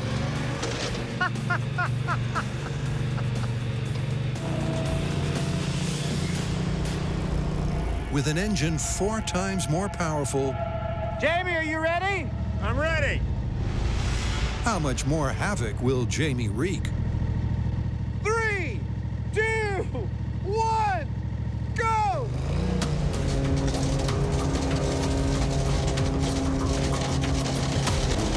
Oh, no.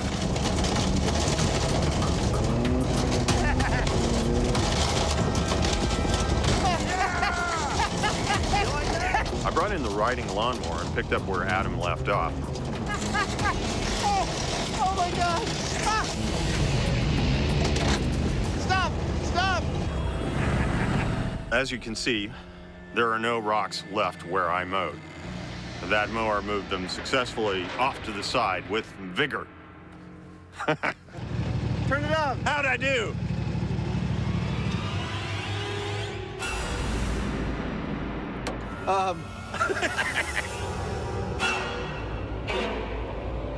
You know, I don't really care.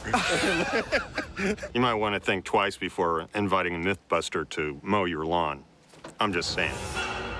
Look, we have had fun so far, but it is important to remember that this entire story is about the interaction between a spinning lawnmower blade and a rock. How fast does it leave, and with how much energy? Now, were those rocks leaving the lawnmower at the speed of a bullet, or with the same amount of energy? That we don't yet know. I think what we've got to do is take some of this equipment back into the shop, remove even more variables, and hone in to find out if they really are kicking those rocks with the energy of a 357. The mower mayhem is set to continue. Everybody okay? But coming up next, 3, the accidental ammo Armageddon 2, 1. hits dangerous new heights.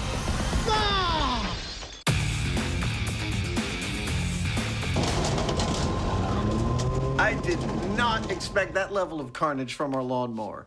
Yeah, we might be onto something with that. True, but a lot is going to rest on exactly how fast those rocks are actually going. But before we get to that, let's say we crank up the gore on another story.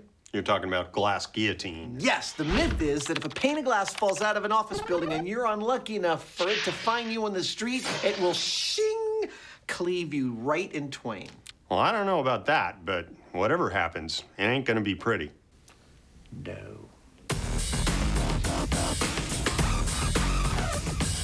For us to do our glass guillotine experiment, we need something to cut, something that ideally would be like a human. And, well, I asked for some volunteers from the shop crew, but nobody stepped up. So I'm gonna have to make my own, and to do that, I'm going to melt down a clear flesh-like material and pour it into this human-sized torso mold. Yep, for anatomical accuracy, Jamie's using a creepy mix of realistic materials. See the way that tears? This is a polyethylene material, and it actually rips, just like flesh will rip. So I'm going to use this as a filler material so that when our plastic dummy gets impacted, it actually cleaves, if it's going to, like flesh. Getting a human-like texture for their torso is critical. There we go. Adding bags of blood, not so much.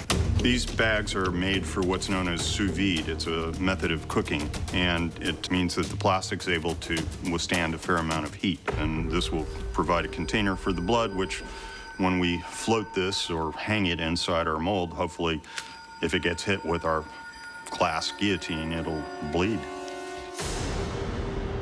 With the gratuitously gory innards placed, the pouring of the now superheated gel commences.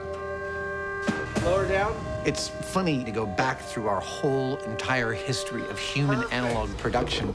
Oh, there we go. I mean, we started off so primitively, just filling molds like this with dessert gelatin. All the way up to, you know, last year we made a human analog that would actually get hypothermia while you watch. It's all looking good. It's nice and clear. In this case, for our glass guillotine, this one bleeds. And in 12 hours when it cools, we're gonna try it out.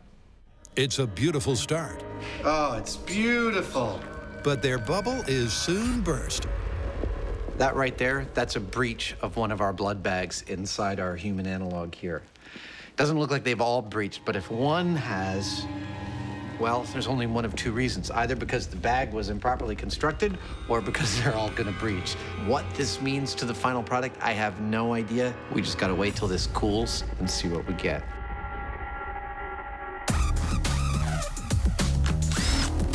This is how Jamie was born. Ta-da! Hey! Oh, he looks a lot better than I was afraid he'd look. Yeah. Ooh. Wow. I'd say it looks pretty usable. Nice. This is the first of our castings, and frankly, we were worried that we had ruined it. But while it's not perfect, hey, sorry, it's usable, and it'll serve for one of our tests.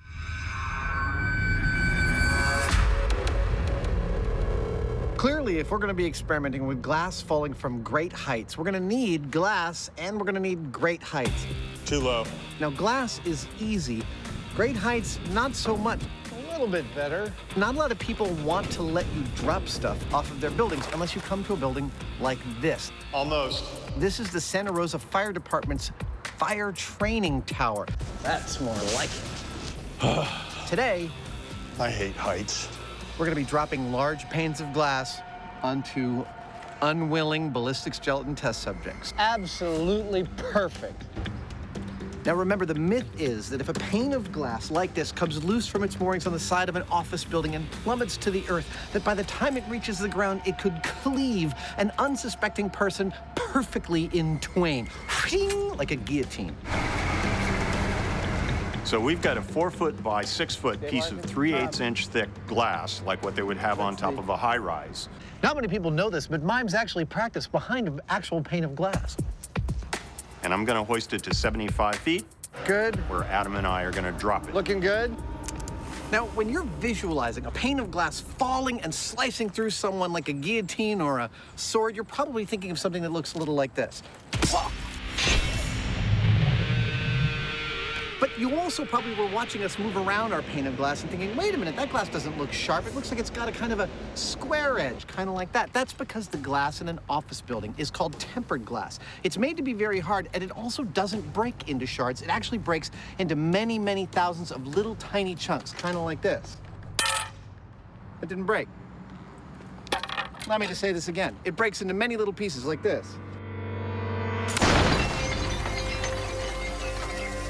There you go. So it's more akin to actually hitting the melon with the back of my blade rather than the front, like this. Now, is that what's gonna happen to our guy when our glass falls on him? Frankly, I have no idea. I'm just as curious as you are. All right. Nobody underneath this. Jamie, I will meet you up at the top. Here we go.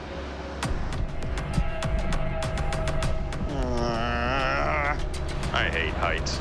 I know nothing's gonna happen to me when I'm in these things. Man, this is scary, but I've always been that way. I just hate heights so intensely. It's just awful. Yeah, that's it. Jamie, this is working beautifully.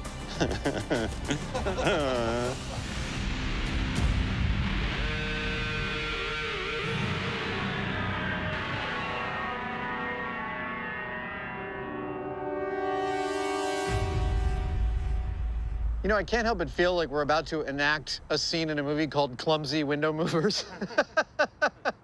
For clarity, it is worth restating that what we are looking for from the glass here is not whether or not it kills him.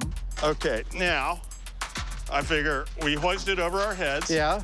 Although that would be the end result no matter what, if it hit him. Okay. 3. Oh my God. It's that it would cleave him in 2 like my sword did with the melon. Shing. 3, 2, 1. Oh! It did a little turn right at the very end. It looked like it was going to be perfect, and at the very end, it fishtailed. Oh my gosh. It was so close. For like the first couple of seconds, it seemed to be falling perfectly like a knife towards him. I'm like, oh my God, it's gonna hit him. It's gonna hit him. And then what feels like just before it got to our dude, it went like this and hit the ground perfectly flat and spread in every direction. Oh my goodness. It looks worse down here than it did up there. Oh my God, it's so pretty. When I was like 10, I would have taken these home and pretended they were diamonds and pretended I had treasure. I would have sold them to the neighborhood kids and made a profit. It's clear that this test was a fling and a miss. To stand a chance of a direct hit split, they're gonna need a plan B. What do you think? Should we head back to the shop and make a system for guiding the glass? Yeah, I've got some ideas. Me too.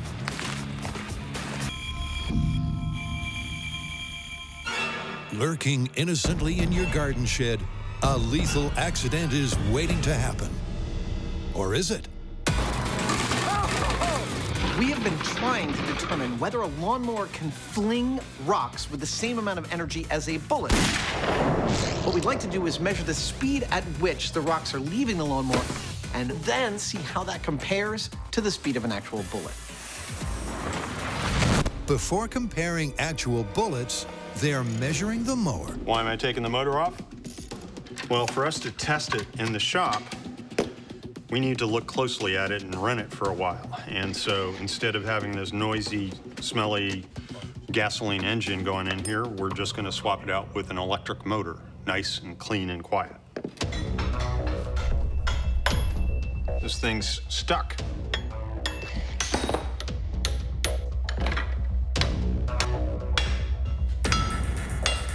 And we got it. Ah! The way this motor is wound, it's going to give us 100 RPM for every volt that it sees.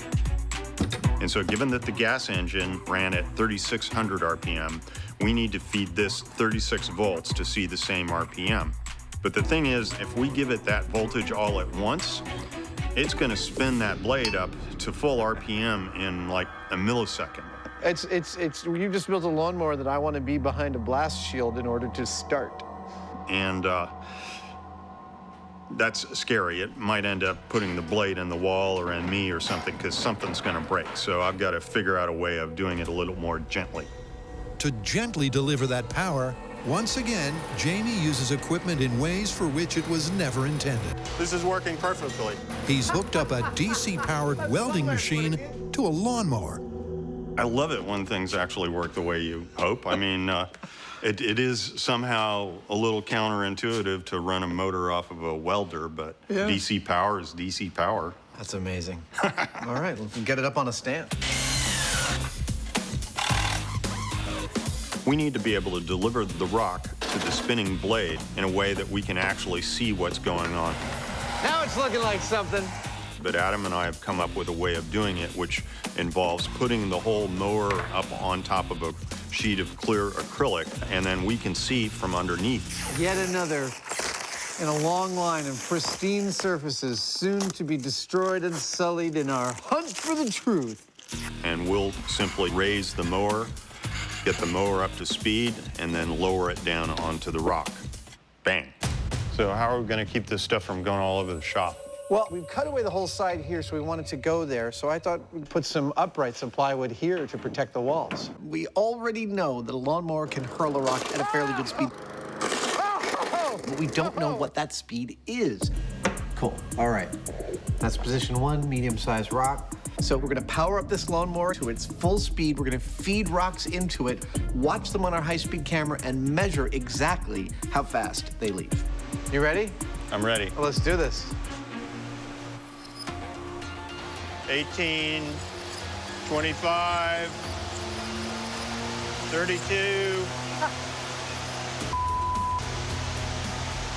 34. Speed. All right, here we go. Dropping a lawnmower onto a rock. 3, 2, 1. Cut it. Blink and it's gone. Because when the mower is lowered, the blade instantly slices the stone into chunks. Oh, wow, just absolutely decimated that piece. Question is, were any of the fragments moving at a bullet-like velocity? The fastest chunk was going 250 feet per second, and that's actually pretty significant for a chunk of rock about 1 inch long and a ½ inch wide. But we're gonna keep running this, see if we can't find even faster debris. 250 feet per second is a good start. Okay, so we got a whole pile going in. But this time, they're giving their mower more to aim for.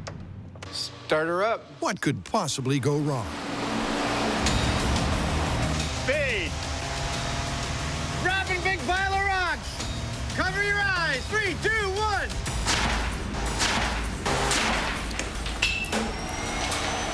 Cut it. Everybody okay? Chunk.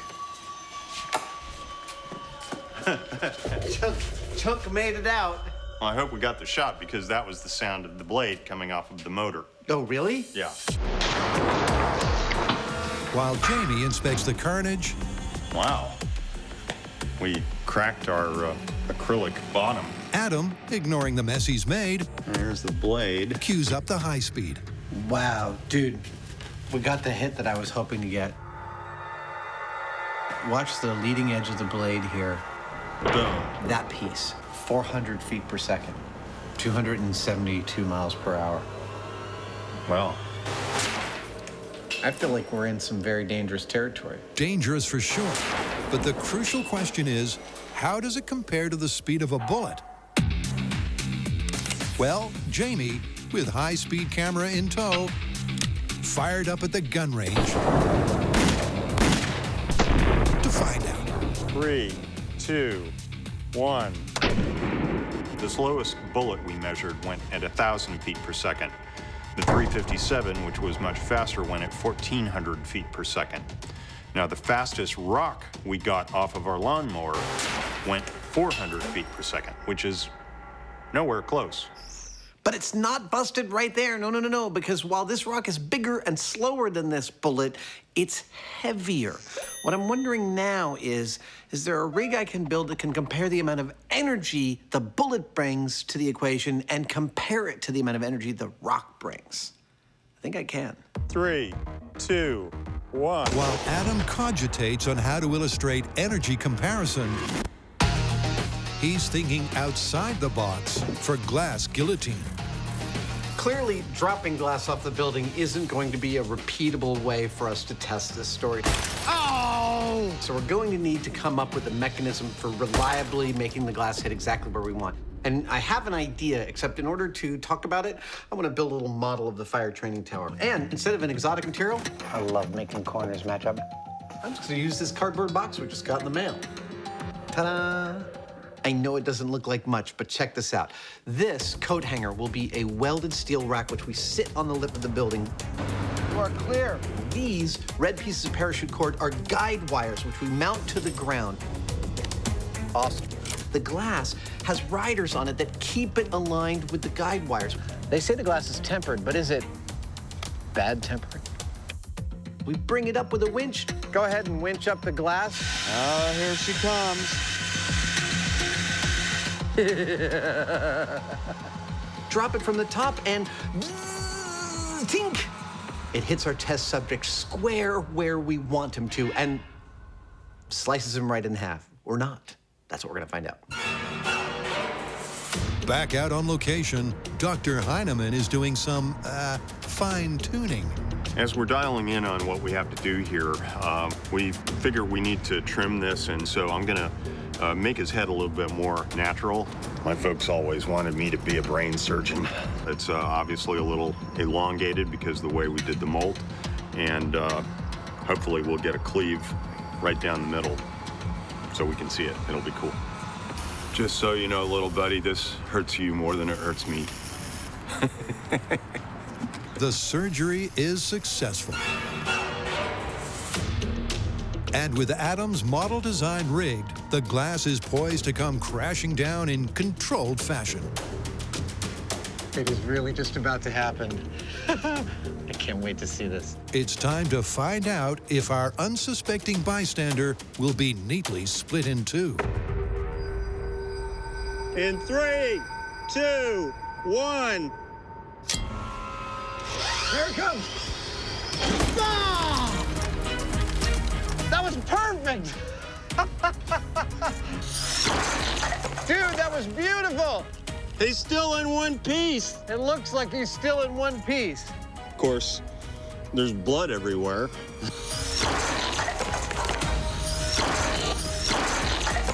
Well, every one of our methodologies worked beautifully. The glass dropped, it hit our dude exactly where we wanted it to, and it did not cleave him in twain. No, it merely beat the living crap out of him. But there's still only one dude. There's not two half dudes. Gotta try something else. Yep, this slasher story, it's gonna be a horror show, is about to get real edgy.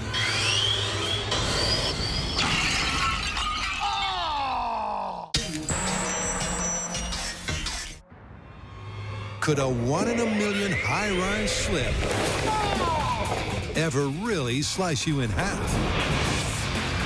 Not according to the evidence so far. And you might be watching thinking, of course it didn't, you idiots. That tempered glass you dropped had this big square edge on it. But that's the thing with tempered glass. It doesn't break and have sharp edges. For that, you've got to move to plate glass. Now, they don't use plate glass in office buildings specifically for this reason, but for due diligence, we've got a piece of plate glass here, and we're gonna break this so that we get a nice, clean, broken edge of plate glass. All right. And we're gonna drop that on the next unsuspecting bystander we pulled out of our mold. Okay, I'm gonna move him in. Yep. Our next victim doesn't have blood bags. That is right down the center. Not quite as much fun, but a little bit more consistent as far as the physics. Go ahead and raise him in 3, 2, 1, go. While it's on its way up, I feel confident that I think that is gonna slice our dude in half. The edges of that glass, they're really sharp. It's gonna be a horror show. All right, go ahead and count it down and let it go. In 3, 2, 1. Here it comes. Oh, it's good, it's good. Oh! That was beautiful. I mean, I don't know how well it worked, but it looked great.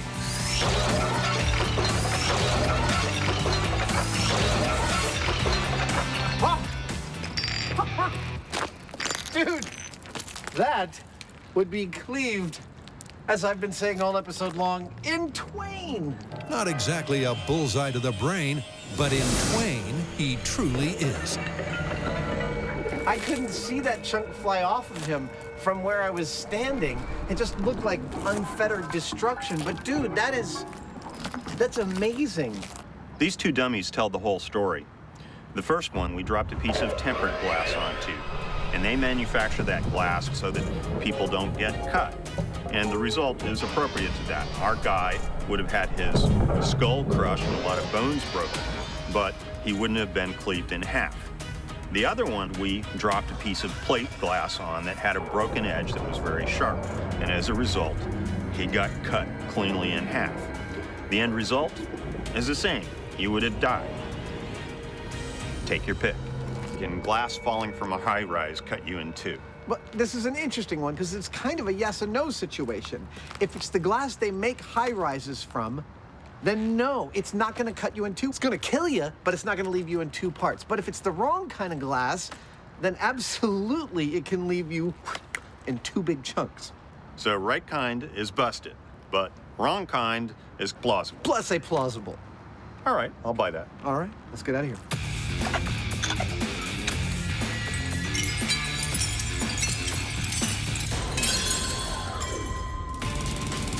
Back on the trail of the stone-cold killer. Adam and Jamie have proven a rock from a mower does not travel as fast as a bullet. But speed is not the only vicious vector. So we were looking to compare the amount of energy generated from an impact with a bullet with the energy generated from the impact with a rock. So imagine that this hammer can swing like a pendulum. Then let's take a gun and shoot the face of this hammer. What's gonna happen? It's an indicator of how much energy the bullet brings to the equation.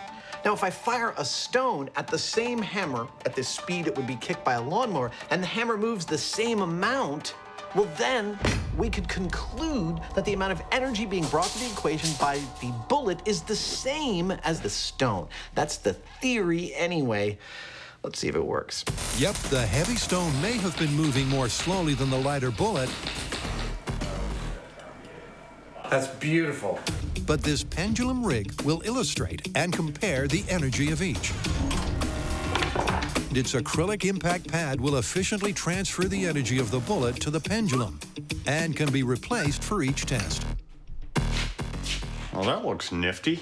With the rig ready to swing, the first test will be to measure the bullet's impact. Okay. And for that, it's back down to the gun range.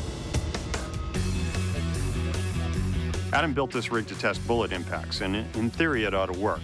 But there's a lot that could go wrong, and in particular, the fact that the thing that takes the bullet hit is on a kind of a thin arm. It could wobble. We're not sure whether it's repeatable. And then, of course, there are potential ricochets. So I'm going to be behind the blast shields when we test it. Cool, yeah.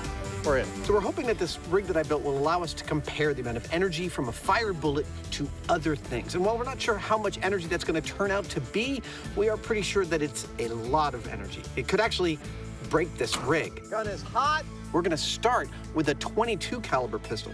Then we're going to go to a 9. Then we're going to go to a .357. By the end of all that testing, we should be able to both know that the rig can handle what we're doing to it and that it performs consistently and gives us real data. Safety's off? Safety's off. Okay, here we go. Testing the .22 caliber pistol on my rig. I hope doesn't fail right now. 3, 2, 1.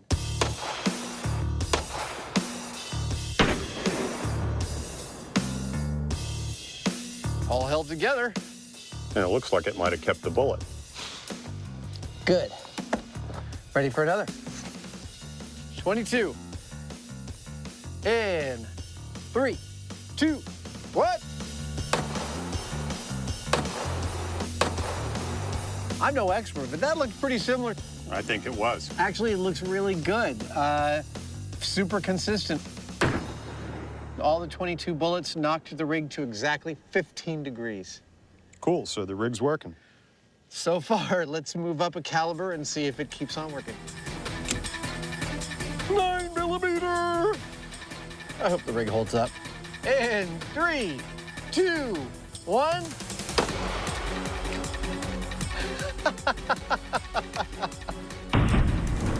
So we just fired a 9mm shot at the rig, and it seemed to perform beautifully, gracefully going up to 41 degrees before coming on back.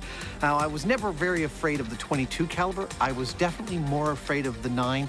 This makes me feel like it's going to work fantastically for the .357. But we're going to do a couple more 9s just to make sure it's consistent.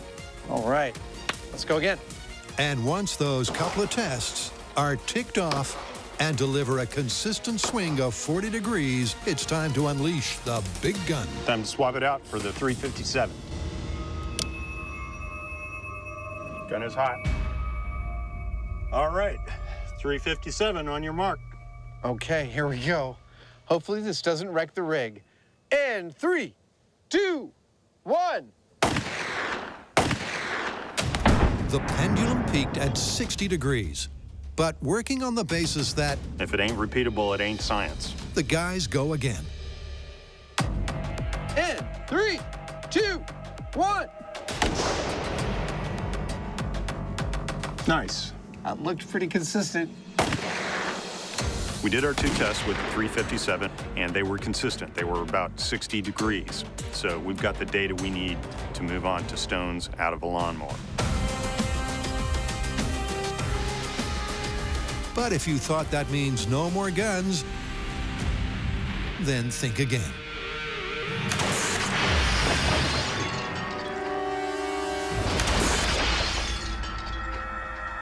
Wow. Because stones from a lawnmower are hard to aim, and because Adam's pendulum target is very small, we're going to take the lawnmower out of the equation and use a pneumatic launcher instead. I'm going to first check to see that it's shooting the rock at the correct speed. 406. Seriously? Awesome, let's bring it in and shoot this thing. And then we're going to bring in Adam's energy rig, hit it with a rock shot at 400 feet per second, and see how far up the pendulum goes. This is it. Good to go.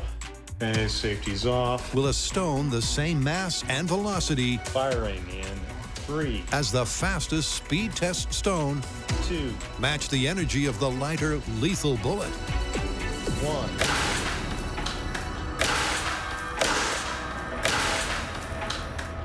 Dude, we got to see the video, but I swear that went past 60 degrees. With the crucial shot queued up, All right. did the rock hit the right angle? See how high it actually went. Wait. Oh my gosh, dude!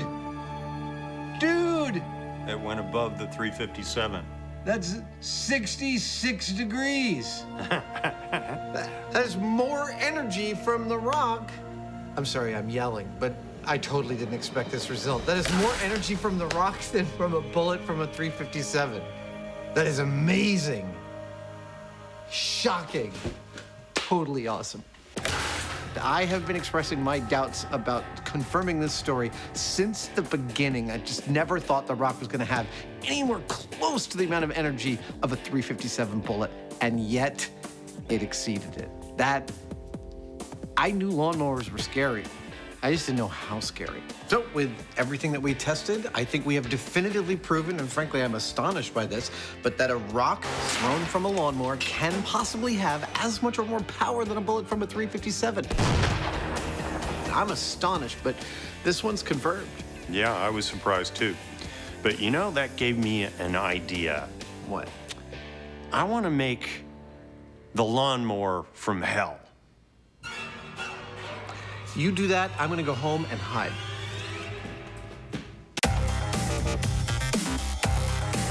What are we doing back here at the Chabot gun range? Well, remember that we have absolutely determined that a lawnmower can hurl a rock with the same amount or greater force than a bullet from a 357. That means that a lawnmower can be weaponized, and that fact, well, let's just say that fact was too tempting for Jamie. When it comes to terrifying engineering and gratuitous ramping up, the Hyneman has history. I call it my little pop gun. When he decides to go over the top, We want more? it's a good idea to duck, cover, and wear a hard hat at a safe distance. So we've seen what your average garden variety of lawnmowers do. Yeah! Now it's time to step it up a little bit. So while this lawnmower looks pretty normal right now, let's just say it's going to be evolving. Well, here we go. So what I'm thinking is that everything below this line and forward of the seat is going to go away. There we go. And we're going to have one big-ass blade and a couple hundred horsepower. You know, I think I'm going to have to ride this thing without all that weight on the front. Yep, once the ride-on mower has had the mower removed, This is like a wheelie machine. That's great. Jamie has the perfect mobile base from which to create his masterpiece. Normally, you have wheels on the front of a mower deck, but because this mower is so aggressive, I don't think wheels would suffice. So they ought to do the trick as skis instead of wheels. That's gonna be sweet. That's the base. Now for the power. For starters, Jamie's hooking up 4 50-horsepower electric motors. This is going to be crazy. There's going to be a motor here. There's another one here, another one here, another one here. They're all linked together with belts. 200 horsepower. Oh, I think I can make that work. With the motors harnessed together, Last one. the Hyneman's hellish mower is starting to take shape. Realize the blade is coming out like this in the front at like 5,000 RPM. It's terrifying. Next up, the source of the power. Oh my God, that's one big battery. What this is a bank of about 90 volts worth of lithium batteries. This would power an electric car or electric industrial equipment. At about 1,800 amps, that means that shorting some of these outputs on this would pretty much be like setting off a stick of dynamite. It's a lot of power. That's just silly. Under cover of darkness, the Hyneman fires up the furnace to add the finishing touches. And out of the darkness comes...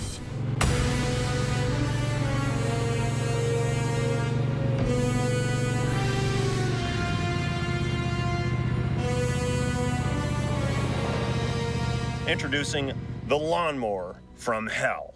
You've got 200 horsepower of electric car motors, 1,800 amps of lithium batteries. They'll be spinning a 50-pound tool steel blade at upwards of 5,000 RPM. Put it all together, and you really don't want to try this at home. First up, we're going to give the beast here a little taste. Just a little taste. It's a bucket of blue water. Go for it.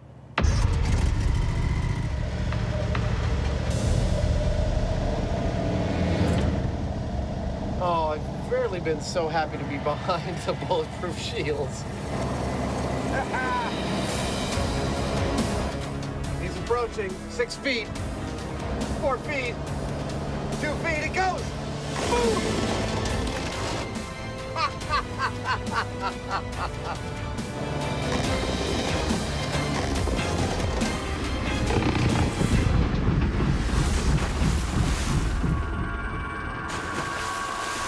Dude, that was beautiful.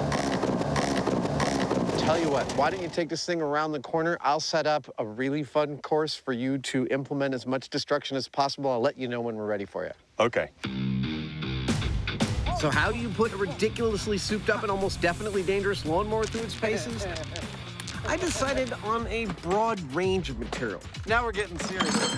I wanted some small, hard things to get that bullet-like carnage, like a frat house lawn. And I wanted some big things to get some awesome high-speed camera carnage.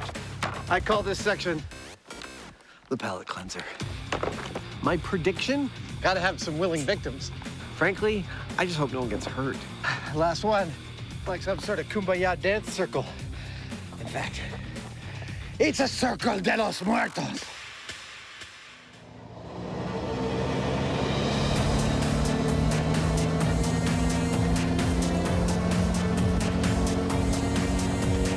Here it comes. I'll bet Jamie's just a little bit nervous right now. Oh yeah, watermelons are first on the menu. Holy crap, something went flying. I think we had a total failure of the rig there. What just happened? What happened was scary as hell. The axle broke. Oh, yeah. Oh, dude, the axle sheared? Look at this. Oh, it went, oh my gosh.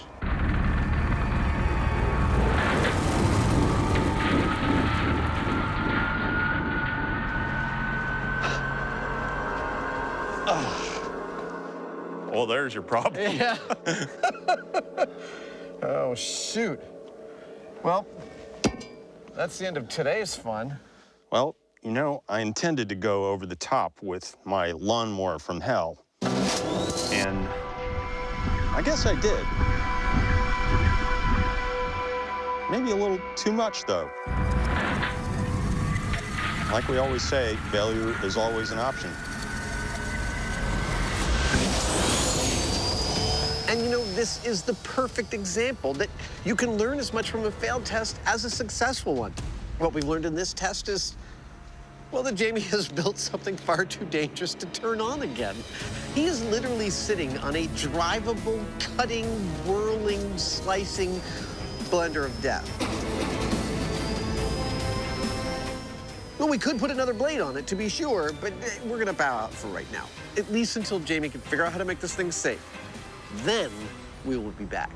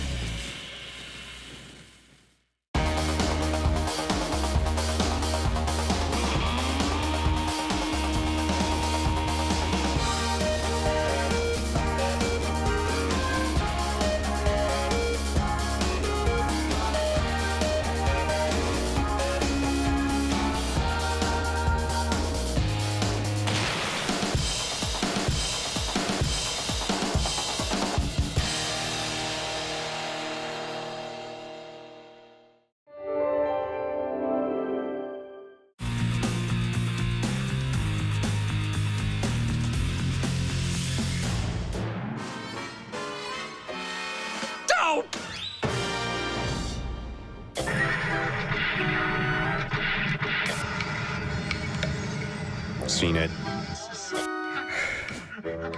Definitely no.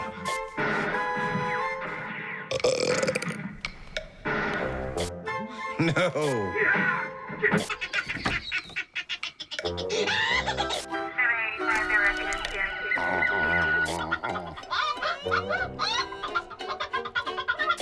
No. Nope. Boring. So many channels, nothing's on. Welcome to Myth Crackers. Oh.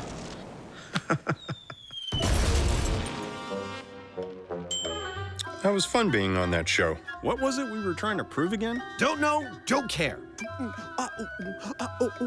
it up. But you know, I was thinking, if we did their show, shouldn't they do our show? A Simpsons special? Absolutely. Let's do it.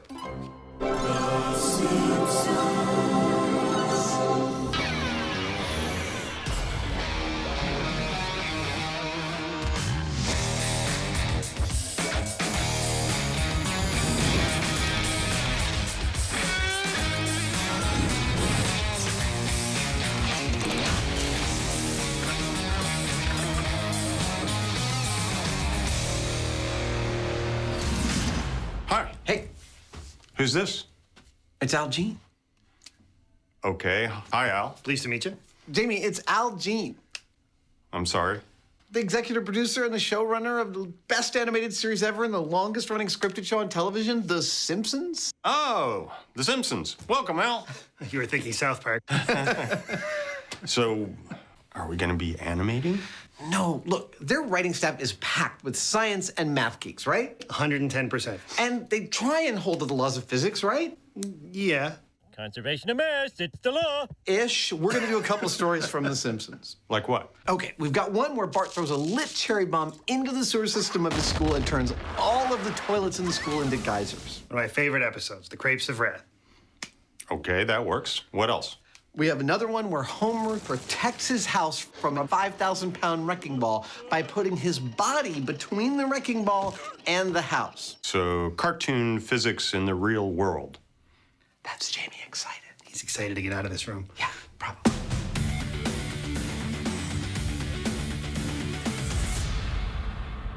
Now, it is one thing to look at physics from the movie world and see how realistic they are in the real world. It's another entirely to try that with a cartoon. And in investigating Homer versus the Wrecking Ball, Jamie's tackling the Wrecking Ball, and I've got to build a full-size Homer with all the same dimensions, body mass, and water content as if Homer was a real person. Yep, to determine the kinetic energy implications of Homer's heroic intervention, the size and mass of the key animated elements have to be accurately translated from Springfield to the real world.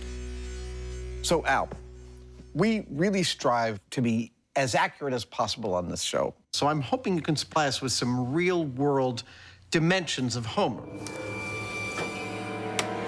Lights. How tall is he? Well, you have to be really accurate. He's 5'11", and that's what the animators always use. What about his shoe size? 11.5. Those are almost exactly my dimensions. Well, the good news for you is you have less stomach and more hair. Speaking of his stomach, how much does Homer actually weigh? Well, about 240, but we think 239 is funnier, so 239. Ladies and gentlemen, this is Homer Simpson, full size. Al, thank you so much. I'm gonna leave you alone with the donuts. Is that okay? They'll be gone when you're back. Donuts. Armed with Homer's exact specs, Adam commences the construction of an animated American icon. USA! USA! Starting with upholstery foam, that's pretty good. Adam utilizes a method with familiar, family-friendly results.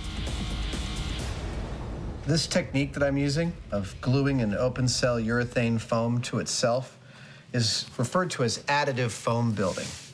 Because instead of like casting and mold making inflexible foam, I'm physically building the parts that I need out of sheet foam. What you might not know, this is how all your Muppets were made. Yep. Same technique. There we go. Do I look like Homer at all? Hi.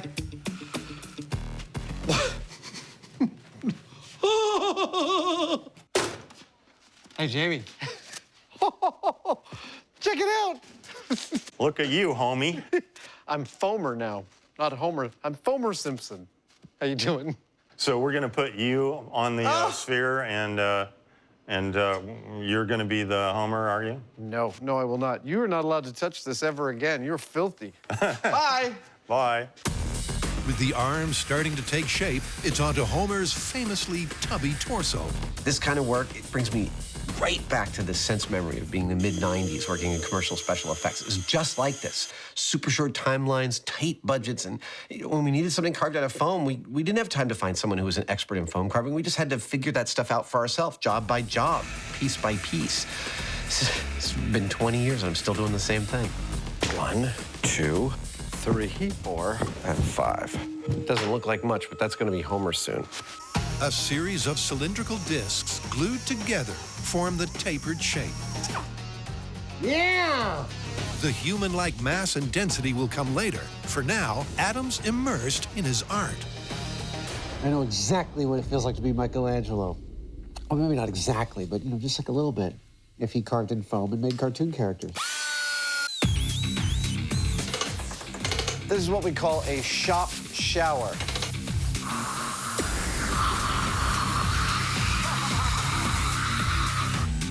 Next, the arms are attached to shoulder joints. And the legs are measured, cut, and positioned on the posterior. That's it, ladies and gentlemen. And with those foam pieces of the puzzle in place, All right, I'm pretty happy with that. That's looking a lot like Homer. Adam heads out for help with Homer's head.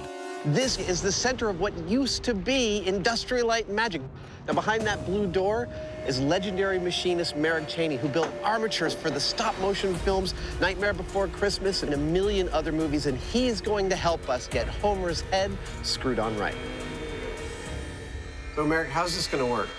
So we've taken your model of Homer's head. I've converted it into a machinable file, and I've cut it up into like 8 chunks. That is cool. And they all fit together kind of like a three-dimensional puzzle. And that 8-piece puzzle will form a central cavity, a negative space mold of Homer's ironically large cranium. So there you go. That is mold block number 1, comprising the bottom left side of Homer's face, the front part. That's number 1 of 8. While Adam waits for all 8, the Hyneman has been concocting an ingenious plan. In the cartoon, Homer appears to be on a wrecking ball that's about as tall as he is. And because it's so much larger than a real-world wrecking ball, I've got to make my own. And that's not exactly an easy task. But I've got an idea. Easy as pie. The task at hand is to build a custom wrecking ball the same dimensions as the one in the clip, but weighing in at a realistic 5,000 pounds. So you're starting to get the picture? It's a unique manufacturing assignment the Hyneman is tackling in his own unique way. There are a lot of different ways of making a big, heavy ball, but the quickest and easiest way I know of to do it would be with steel-reinforced concrete. Now, to do that, you need a mold, and I've come up with an idea of creating what amounts to a hemispherical-shaped auger that I can chuck onto the back of some earth-moving equipment and dig 2 hemispherical holes right in the ground. It looks like it might sort of just make it. We pour our concrete in there around a steel armature, let it cure, put them together, and you got a ball. One big-ass heavy ball. Yep, to make 2 hemispherical molds. It's working! For the 2 halves of the concrete wrecking ball, that's what I'm talking about. Jamie's designed and constructed a one-of-a-kind tool. This is working great!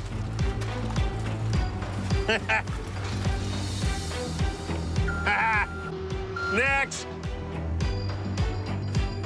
The rig didn't break. It's made a nice, symmetrical half sphere. It's clearly solid enough to have concrete poured in it. It's perfect, which is what's going to happen pretty much next. Oh, look at that. The steel armature, made back at the shop, will provide structure for the concrete half shells. And you could say the Hyneman is happy. This is working exactly like I had in mind. Normally, if you want to make a big sphere like this, you'd start off with a big chunk of foam, you'd carve it into a sphere. Our little hose are perfect. You'd put fiberglass over it, and then you'd make another mold of the interior cavity, and it'd take several people pretty much all week long just to accomplish this. Instead of doing that, we just dug a hole. I'm just saying. With the concrete shaped and edged with matching seams, phase 1 of Jamie's big ball is complete. Now that has to sit for about a week and a half, and then we're gonna pull that one out, turn it upside down, and put it on top of this one. And we'll bond the 2 things together, and we've got a wrecking ball. With 2 weeks before Jamie can wreak wrecking ball havoc, it's back to the shop for part 2 of this Springfield spectacular. So what's next? Toilet bomb. Al, you want to do the honors? Thank you, Adam. Well, in one of the early episodes of The Simpsons, Bart flushes a cherry bomb down the toilet. So long, sucker! And it immediately sends geysers of water shooting out of every toilet on the block. So explosives in toilets. I'm thinking we should start small scale. I totally agree. I am licensed to drive this. Oh, whoop. The scale we've chosen is not that small. It's 50%. And the reason for that is that water doesn't scale well. If we double the size of the pipes the water's in, we're more than doubling the water's volume. And the physical behavior of the water also changes a lot more. So that's why we're limiting our scale reduction to 50%. I have to stick the tongue out, otherwise it doesn't work. The myth is that an explosion will travel through a plumbing system, causing multiple geysers out of the toilets. That's the bowl, and that's where the magic happens. And to test that, we're gonna do 3 things. Number 1, I'm gonna make 3 transparent working toilets so we can really see what happened when things go boom. Number 2, I'm gonna connect them with an accurate waste disposal system. 2 more like that, I think we're good to go. And finally, we're going to be introducing a cherry bomb-like explosion into that system, and well, then we're gonna see what we see. Recreating Springfield Elementary's plumbing system sounds elementary. Melting my brain. But it's anything but. Wow. I'm trying to work out how to do this, and because I'm molding it, effectively I have to think upside down and backwards. So the negative space here, you see, I'm going to fill with a stone plaster. So that when the stone plaster sets, I'll pull out all the bead foam, and I'll be left with a toilet negative, the front to which I will mount a piece of acrylic. Excellent. So that we can see what's happening in the toilet. It's gonna be freaking awesome. And after the plaster is set, the negative space molds are removed. Okay, 1. To reveal the bowls. Number 2. Number 2, get it? Because never mind. And once they're cleaned up and dried out, A little bit of an oven. Adam mounts them and seals the system with a transparent sheet of 1/2-inch acrylic. I get excited about a good experimental rig. There we go. She is a freestanding toilet sculpture. I think it's time to flush a toilet. So long, sucker. I want to watch one of these work right now. Now, right here, this is where the important part of the functionality of a toilet is about to happen. We think of toilets as like there's water and it's water all the way down, but it's not.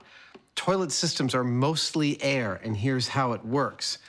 If you put more liquid in the system than it can handle, it just spills over here. Now, if I flush this toilet by putting more water in, check out what happens. That works just like a toilet. But that's only half the story. Now that the toilets are finished and actually working, it's time to plumb them into a system. Excellent. Okay. See, the toilets in Bart's school would have all been connected to a central set of pipes. That's what I'm about to build in scale. So here we go, go. You're supposed to cut. The plumbing beneath the bowls is crucial. Good. To accurately model the pressure wave effects of Bart's bomb, it has to be set up just like a 3-stall school sewage system. Complete with 2 crucial effluent outflows, the system has multiple exits for the blast. And with that, this Simpsons special Game of Thrones Fire in the bowl! Explosion in 3. is ready for blast-off. Go.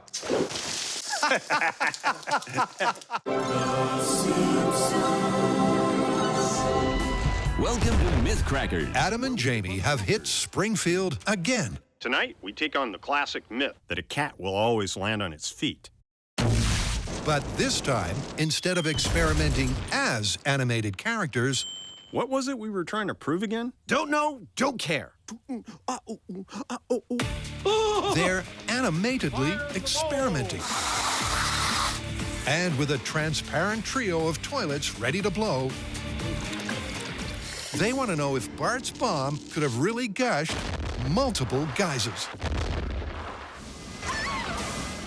Now, what happens when you flush a cherry bomb down one of these toilets? Well, it's going to go down through the plumbing, and it could blow anywhere. It could blow here, it could blow here, it could blow down there. That's actually what these black caps are. These are places in the plumbing system we can introduce the pressure from the cherry bomb. But we're not going to use a cherry bomb. Not in my shop, we're not. Number 1, it's illegal. And number 2, it's potentially dangerous and definitely very messy, so we're going to need a little bit more control if we're going to do it here. For that, we have my little pop gun, which has a fast-acting valve on it that releases a blast of pressurized air. And that's essentially what an explosion does. It creates a volume of rapidly expanding gases in a pressure wave. So we're going to plumb my little pop gun into Adam's rig in various places, adjust the pressure, and see what happens. 20 PSI? Yeah, that's a big fat dump of pressure. Nice. Let me know when you're ready. All right, I'm gonna count it down. Cherry bomb, half-scale toilet experiment, position number 1, explosion in 3, 2, 1, go.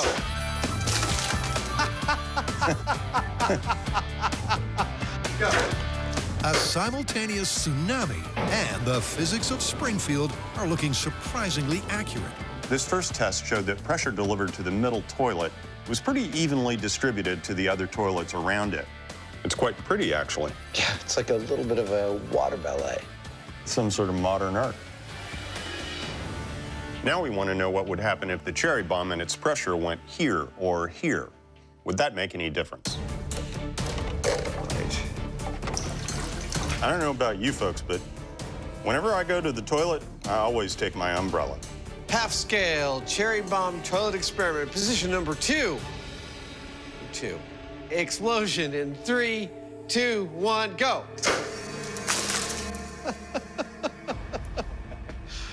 That's very satisfying. Another successful concurrent eruption. Position number 3, go. One that's replicated regardless of where the explosion originates.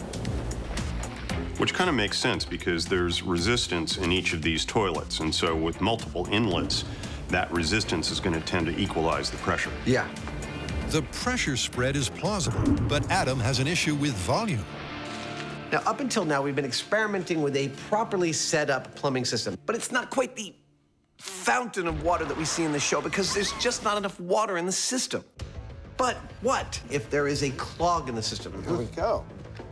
The clog could have water backed up in that system, and the cherry bomb could go in that, and then it's pushing water. What do you think? That's about got it. All right. What happens to that water? Does it come out of the toilets? I kind of think so, but we're going to try it just to make sure. All right, this is a fully clogged toilet system. 3, 2, 1, go!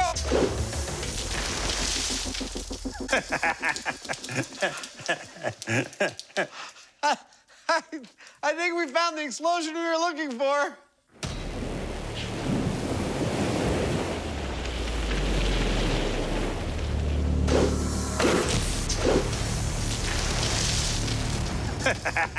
Well, aside from being pretty to look at, our half-scale system has demonstrated exactly what we were hoping, and that is the Simpsons-like fountain water shooting out of the toilet behavior from a cherry bomb thrown into the system. So, I think we're gonna go full scale. I think we're gonna detonate our cherry bomb back behind some clogged up water. The question we have when we go to full scale, will the cherry bomb actually generate the pressure we need? We don't know. That's why we're gonna do it. Excuse me. Sorry. While the crew completes the cleanup, the epic odyssey of Homer's heroic intervention continues. Because Jamie's big ball has hardened. And his distinctly unconventional plan has paid off. The dirt infilling technique seemed to work pretty well. I feel like I just planted a big potato. It's created a more or less hemispherical inside, which is exactly what the plan was. So it looks, it's looking pretty good. Next, he makes the two halves a hull and seals the deal with a super strong sealant. This is a specially formulated epoxy for anchoring things in concrete. So my plan worked exactly as I had in mind, and we've got a nice spherical shape.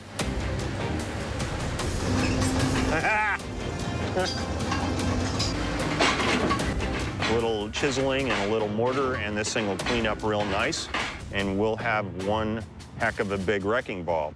With that, Jamie heads back to the shop, where Homer's head has just arrived. Dude, look at that. That is so pretty. That's a nice smooth surface. Now that we have these lovely molds of Homer's head, we're going to coat the insides with a tinted latex because that'll give us the correct color and also a nice, tough skin. We don't get to do this kind of thing that much on MythBusters anymore because we're too busy blowing crap up and stuff like that. But I have done literally hundreds of applications of latex like this into various sorts of puppets and masks, whether you puppet them live action or you have a stop motion armature in them or whatever you do.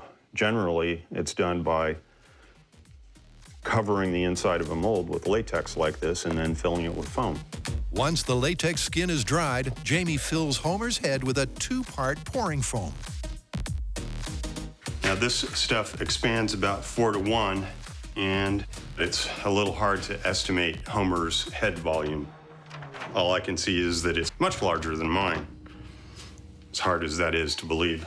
You want to help me pull this thing apart? 15 minutes later, the foam is set. There you go. It's coming. And Homer's precisely proportioned profile is revealed in all its glory. Oh, it's kind of heavy. Oh, that looks awesome. Totally fantastic. For the finishing touches, Jamie paints Homer's famously unshaven mug.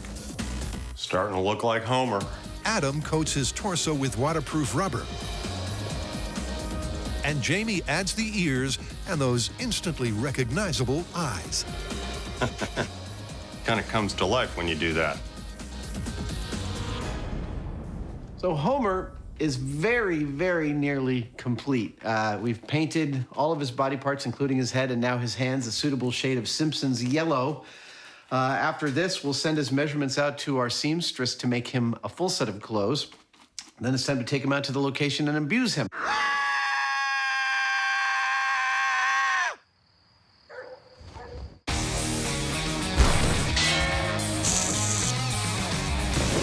To recap, Homer supposedly protects his house by placing himself between a wrecking ball and his house and absorbing the shock with his body. In order to test this, we are absolutely, of course, going to need a wrecking ball. Check. Well, that's a big-ass ball. We are also going to need a house to swing this wrecking ball into.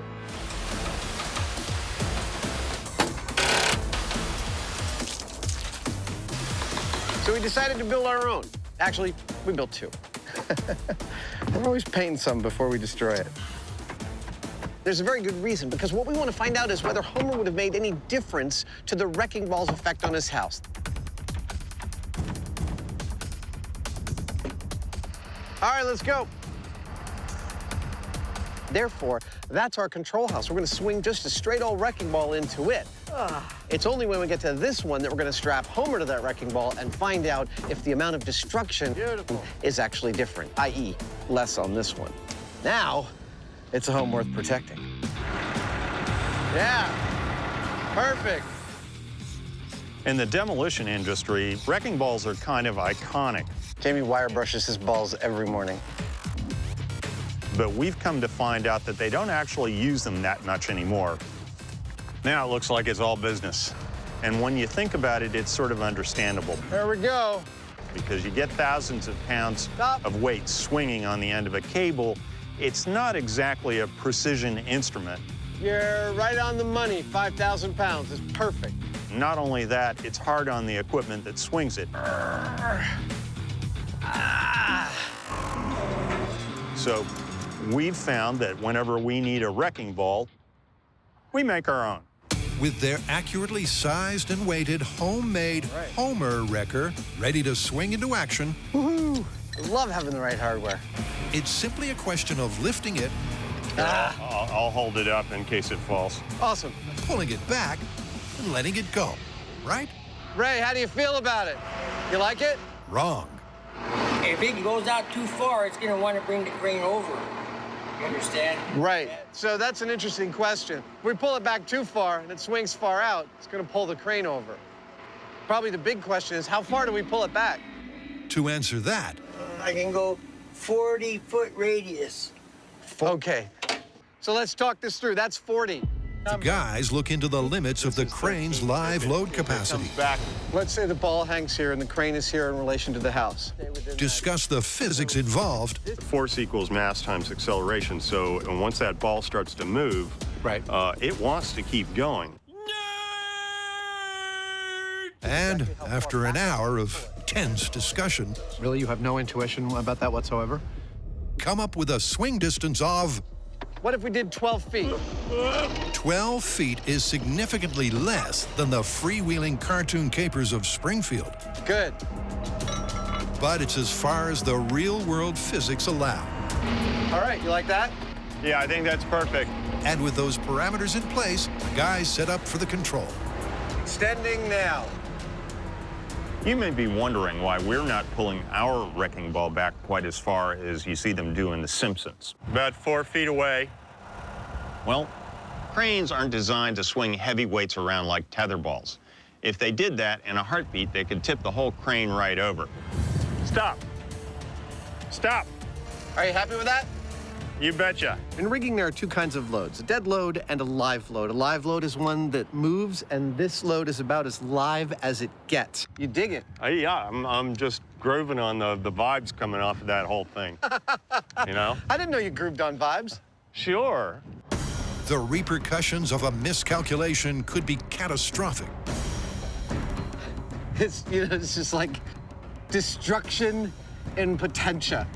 But the question they're aiming to answer is, what kind of hit will the house take without Homer? This is Simpsons. Wrecking ball control minus Homer in 3, 2, 1, go!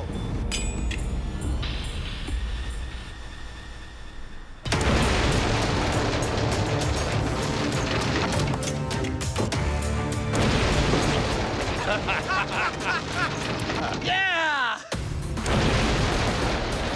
Oh, fabulous. Yeah, the second hit. Oh, yeah. Third hit. Let's go for third hit. The whole building just is kind of shifting. Well, from a damage assessment, its second story is pretty much a write-off. The chimney's totally destroyed. That's not cheap.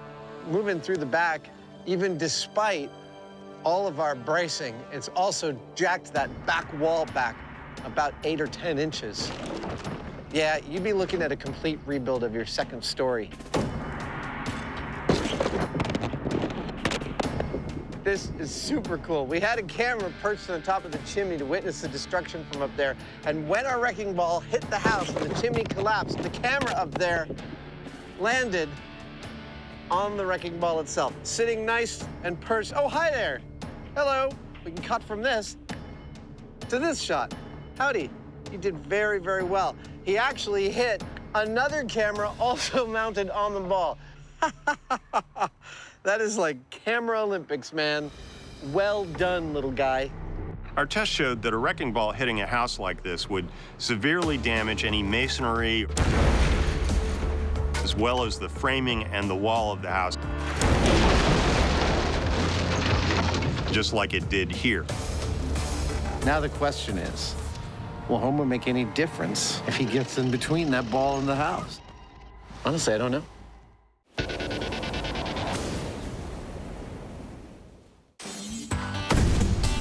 The MythBusters and Toilet Tall Tales go way back. All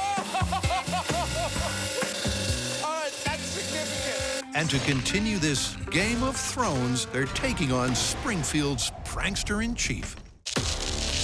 To find out if Bart's Bellagio-esque fountain will translate from the success in small scale to full scale, the Mythcrackers hit the bomb range. After having played with miniature toilets to our heart's content, go! We're going to assemble 3 real toilets on a platform 7 feet off the ground with a real full-scale plumbing system. Ready to get started and build this thing? Can you give me a minute? Sure. So that we can cherry bomb it all day long. And believe me, we will. Yeah, come on.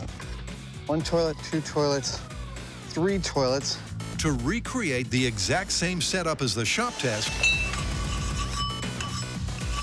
Remember, kids, proper care of your toilet requires brushing twice a day. But as a standard-sized sewage system, It's almost like Godzilla. the guys plumb the multiple inputs. Yes, that's it. A gas vent and central waste pipe to a 7-foot-high platform. Maybe everyone should just back away a little bit. And up top, Adam finishes with 3 fully functional toilets. Hey! That totally worked! All right. Now, what about the boom that shakes the rest? Cherry bombs are illegal in the U.S. Okay, I'm gonna light it up. You wanna get behind the shield? What? The only reason that we've got these now is that we're doing it under the supervision of a licensed pyrotechnician and the Alameda County Sheriff's Department bomb squad. Come on, cherry bomb. So if you do find yourself in possession of one, don't even think about setting it off. Cute but deadly. It's really dangerous. Here it comes. Nice! Oh, look, the casing's on fire. It's an added bonus.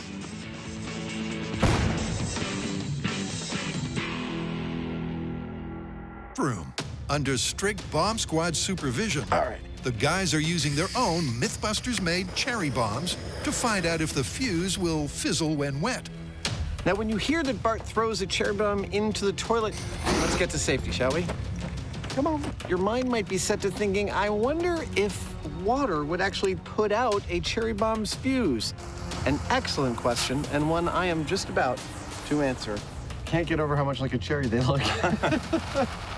Here we go. It's about to go underwater. Oh, it's burning underwater.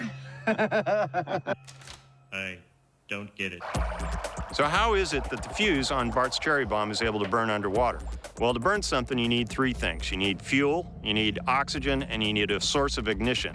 Now, as it happens, the gunpowder that runs along inside this fuse has everything it needs to burn. It has its own fuel and its own oxidizer. So it's quite happy to burn without any kind of exterior source of oxygen. Every time I learn something new, it pushes some old stuff out of my brain. Oh! Nice! That was awesome. With the fuse firing just fine and the cherry bomb packing a punch, Got it! it's time to fill up and bring the boom. Okay, that's it.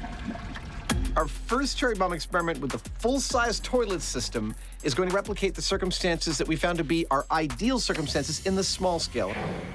That is, the sewer system clogged with water, with the cherry bomb placed under that water. Right about here. Now, we're going to be lighting this off with an electric spark via these wires, because that'll allow us to place this exactly where we want and set it off exactly when we want from a safe distance. Okay, we're all sealed up. Setting off explosives in the air as opposed to water is really quite different, and that's because air compresses and water does not. So if you apply pressure to water, it'll deliver a shock wave directly to whatever it's connected to, kind of like a hammer blow. Are you ready? I'm ready. High speed's ready? Now, in our case, that water hammer can become massive. And 3, and it'll deliver the shock wave through the water, through the plumbing, 2, to anything that it's connected to. 1.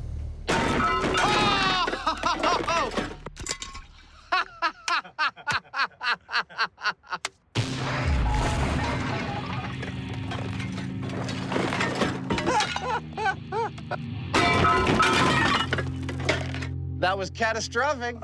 Yeah.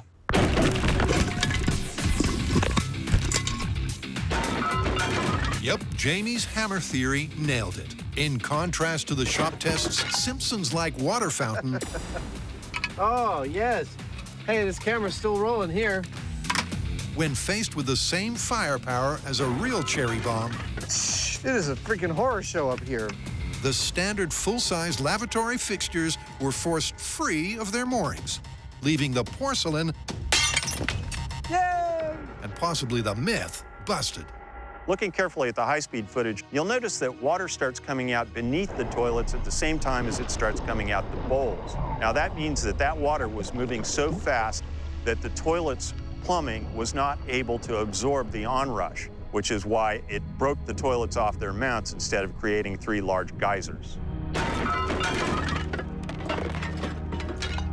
Our cherry bomb gave us a stunning explosion. Unfortunately, it also happened to rip all 3 of our toilets right out of the floor. I have to admit, just approaching a toilet in this stance, on my knees, on the floor, my head above the bowl, does not remind me of some of the happiest times of my life. That pretty good? Looks good to me. So we have gone to the measure of bolting them right to the cast iron flanges of the plumbing that they are plumbed to, and that should hold them tight for this test. You ever had a toilet seat cause you trouble? Need to replace it? Don't get around to it for a long time, like most people with their home repairs? I know I'm the same. Putting in a toilet seat is easy. Literally, put it on here, put these 2 things, tighten it. You're done! There was no reason to delay. Should have just taken care of it when it first happened. Procrastination. All right. Doink and doink. And now your toilet's ready for blowing up. I hope this has been a good lesson for you today. After a quick reset up top, You know, all evidence to the contrary, I think you and I would make a good pair of plumbers. this time they place the cherry bomb at the lowest possible point of the plumbing. The guys are hoping the larger volume of water above the explosive will absorb more energy and give them the mythical gushing geysers. This is it. After small-scale and large-scale experiments, this is the blast we hope will work. We have changed the position of the bomb. Hell, we've even bolted them to their own plumbing, which is totally unrealistic, but it's what we hope it will take to give us the geysers that we're looking for. And it's just about to happen. Are you ready, sir? I am. Okay. 5, 4, 3, 2, 1, go!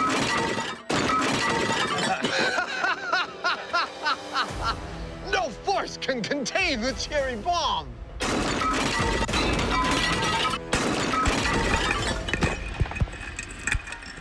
What are you gonna do? Yep, the power was simply too much. The pressure blast couldn't escape through the narrow plumbing fast enough. And something had to give. This is clearly why we can't have nice things. I have to say, I'm pretty impressed with the power of that blast. This time, instead of putting the toilets on their standard mountings, we through-bolted them into the steel plumbing, and still, that cherry bomb this big had enough power to rip all 3 toilets off their moorings and send them tumbling to their demise. It's not exactly what we saw on the show, but I'm impressed. What we're seeing is that if you have enough energy to push a lot of water up and out of those toilets using something like our cherry bomb, that same energy and the shock wave that accompanies it is also going to break the toilets off at their bases. They're simply not strong enough to stay in place. So, as far as I'm concerned, using an explosive, you're never going to see the kind of geyser that we saw in the cartoon. In this house, we obey the laws of thermodynamics. The cartoons don't reflect reality? Wow, this is big. This is, what is the word? Busted. It's busted, yes. Yeah! Kicking toilets apart since 1930. Them some steel-tipped shoes. With the porcelain pummeled, Adam and Jamie head back to Homer's house, where our humble hero awaits his moment of glory. Go! Hello, friends. If you're like most people, you probably are sad that you haven't been able to afford your slice of the American dream, but now it turns out that you can. On the outskirts of Springfield, a new development has arisen, one that provides picture-perfect homes if viewed from the right angle. We've reduced homeownership to its barest essentials. 1 wall, 1 couch, 1 floor. Welcome to Shady Acres. Pay no attention to the wrecking ball.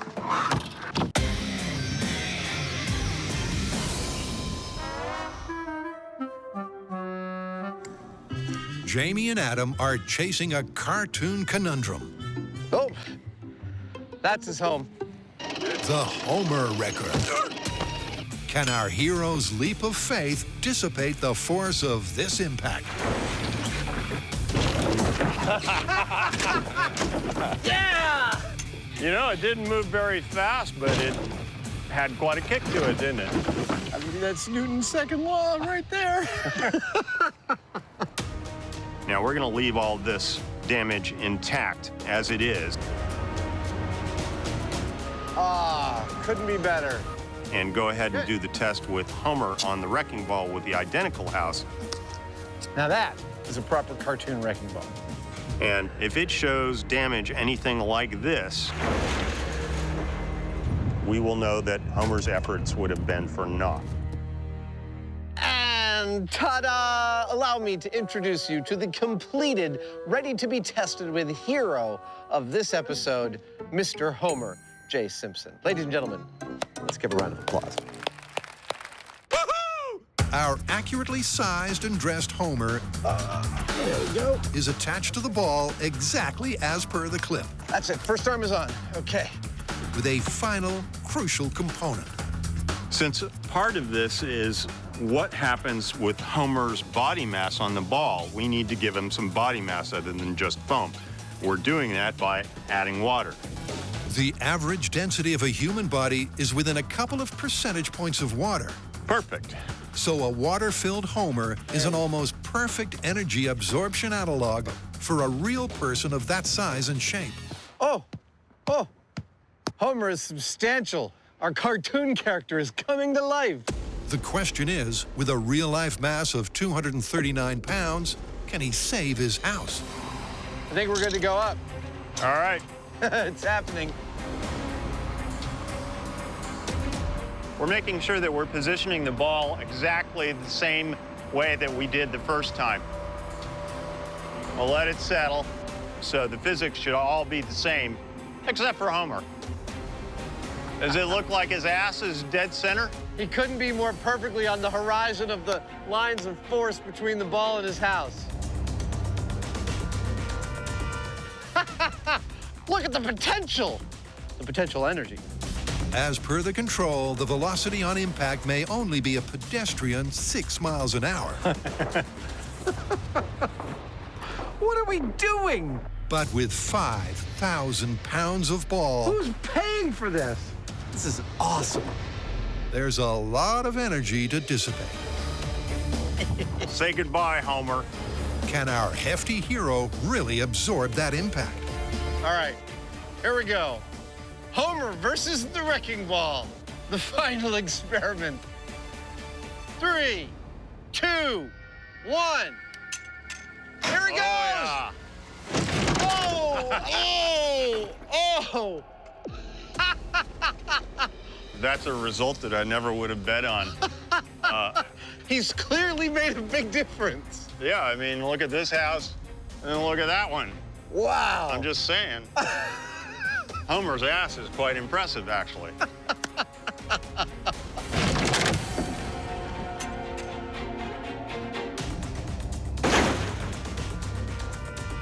It's an astonishing result. The house didn't escape completely unscathed, but Homer did help. He did crack the chimney. It almost fell, but the fact is that it didn't, and that's a result. Yeah. Well, there you have it. Identical houses, identical swing on the wrecking ball, but not identical results. Look at that house versus that house. Homer, it would seem, had quite the impact, so to speak.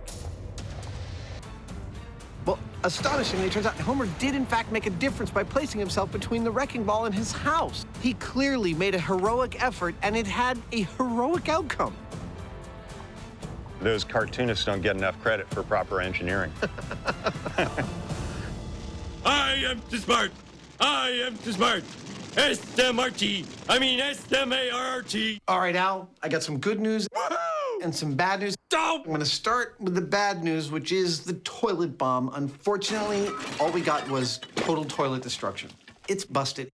Well, you forget that the school is near a nuclear plant run by idiots. It's funny because it's true. And there could be a nuclear explosion at any moment, which means that the toilets are ultra, super, reinforced, not busted. I see where you're headed with that. Good. And the good news? The good news is Homer Wrecker. We are totally amazed by these results, but the fact is that Homer made a difference. By placing his body between the wrecking ball and his house, he was successfully able to keep it from being damaged. So you're saying the show is 100% scientifically accurate? Sure. Thank you, gentlemen.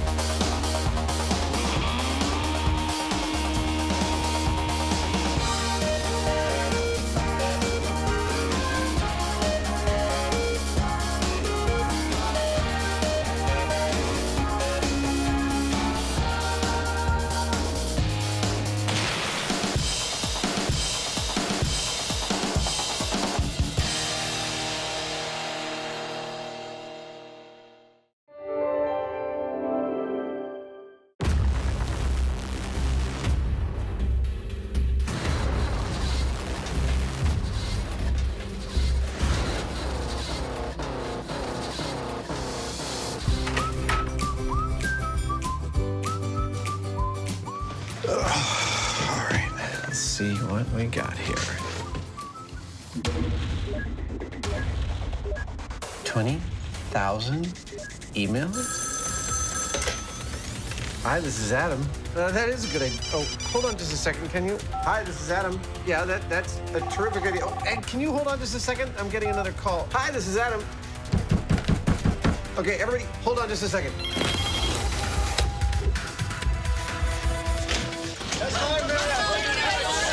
Coming through. Coming through. Coming through. What the heck was that? Suggestions. What, for stuff we got wrong or stuff we should retest? All of the above. Sounds like we have some unfinished business.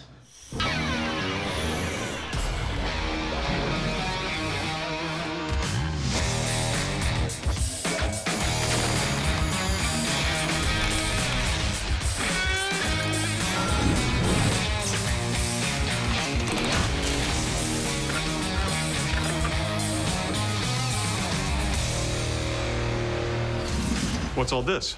This is a bit of unfinished business for us. Every single letter here represents a fan's request that we either A, retest a story they think we got wrong, or B, take a new tack on an old story. Is any of it any good? Actually, there is a bunch of really fine material in here. We've got stories about holding on to hand grenades to keep them from going off.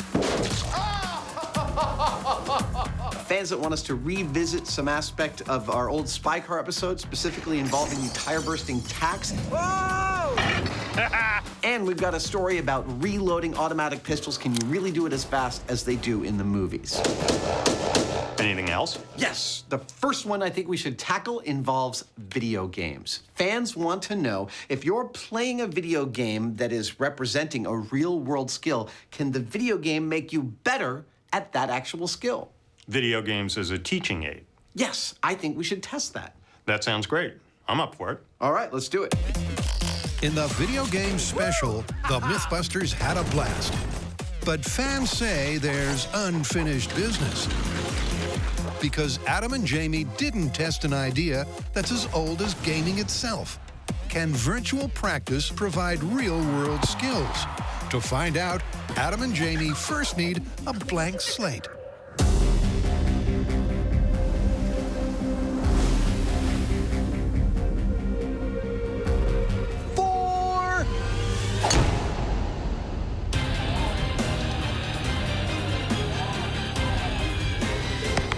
When it came time to choose a skill that video games might make us better at, we ended up choosing golf.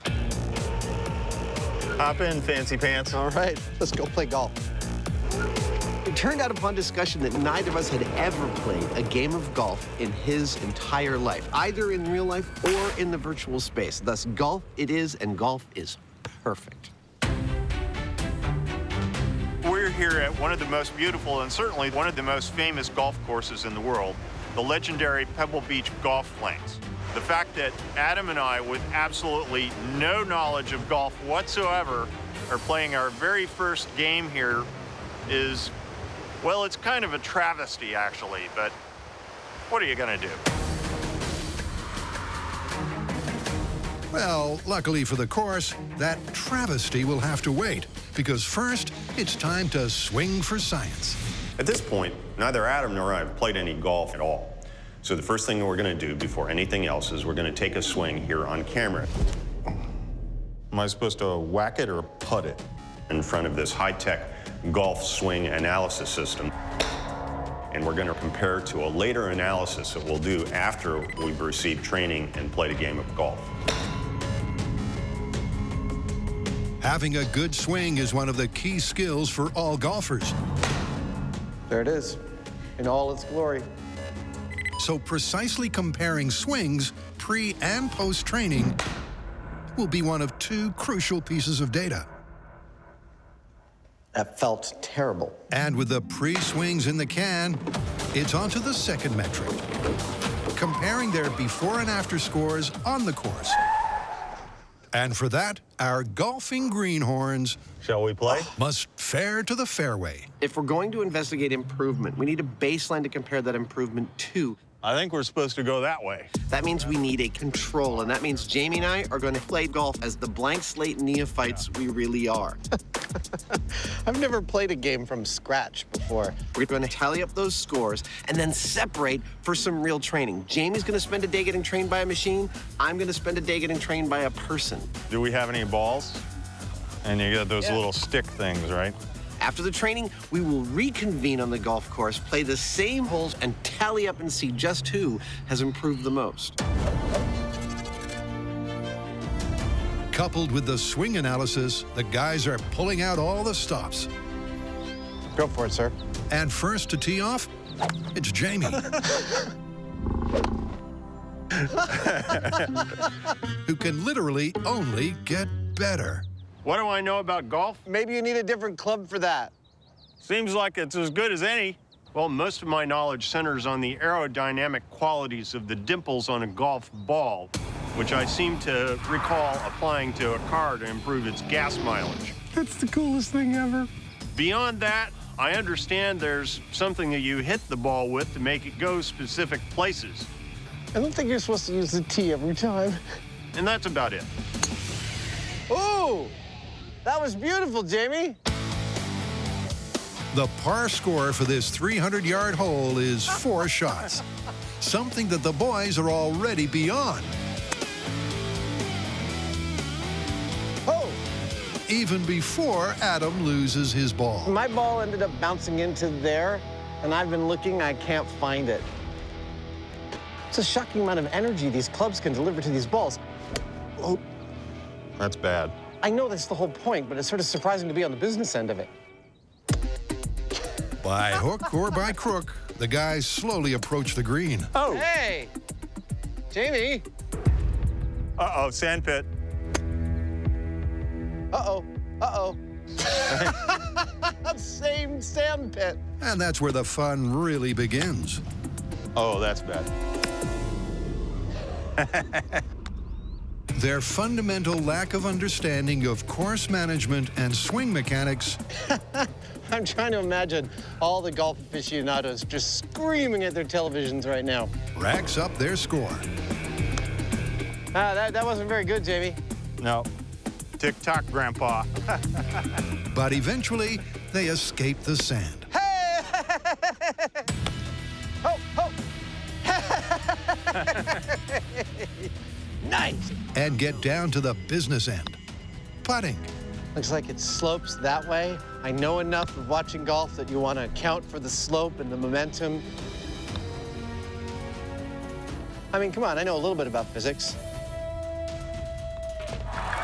In the hole. In the hole.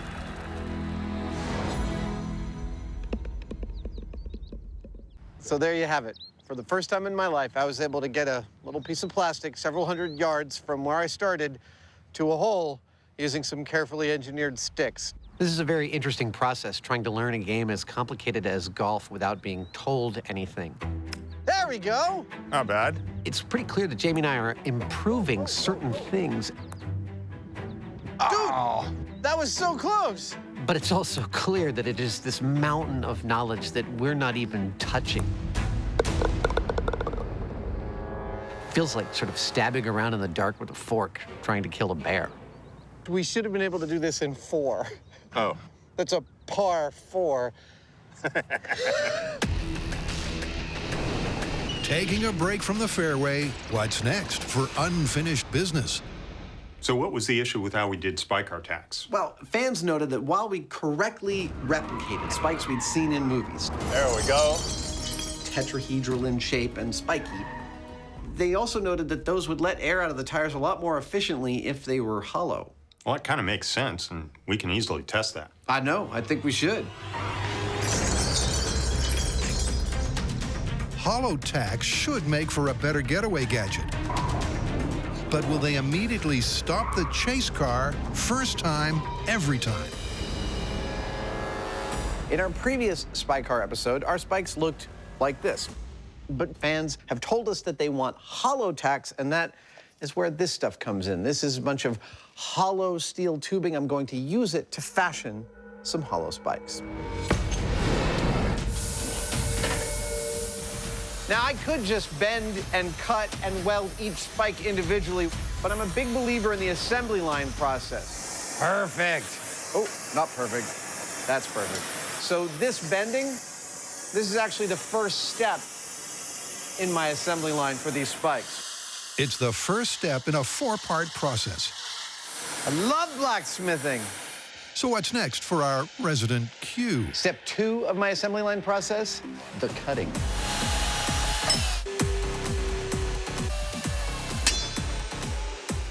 So now there's 2 halves of one spike, and there you go. That's how that puppy is gonna work. Cut out a bunch of these, start to weld them together. Boom! We have our hollow spikes. With Adam cutting corners for science, it's soon onwards and upwards. Step 3 of my assembly line process, the welding. You may recognize the rig I'm gonna use for welding as the one I built for the first episode, and it works like this. Look at that. You sit the 2 parts in there and weld in the middle, bang, you're done. Isn't that cool? Because only a small weld is required per tack, it's not long before Adam sealed the deal on all 50. Ah, awesome. That's the last one. Now, normally if I was a cop making my own road spikes on the weekends, I would leave them this color because they blend in with the road. But we're making a television show, and I want these things to be bright. So step 4 of my assembly line process is to paint them bright pink so we can see them on camera. Oh, yeah, look at that. So pretty.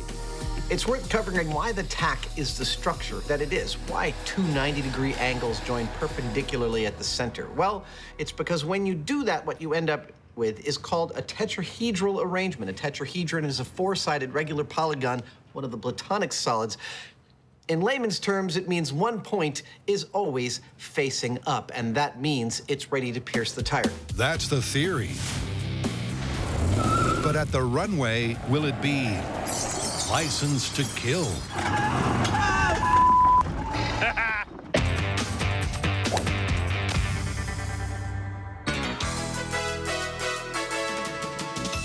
Tick-tock, Grandpa. To find out if you can gain real-world skills Wow. from video games. I went off the cliffs. There are cliffs? Adam and Jamie are attempting to play golf. See the flag right there? I do. It's another stick. They should just call this game Sticks. Sticks and balls. They'll call the myth based on 2 tests, a pre- and post-training swing analysis and a before and after score comparison. There we go.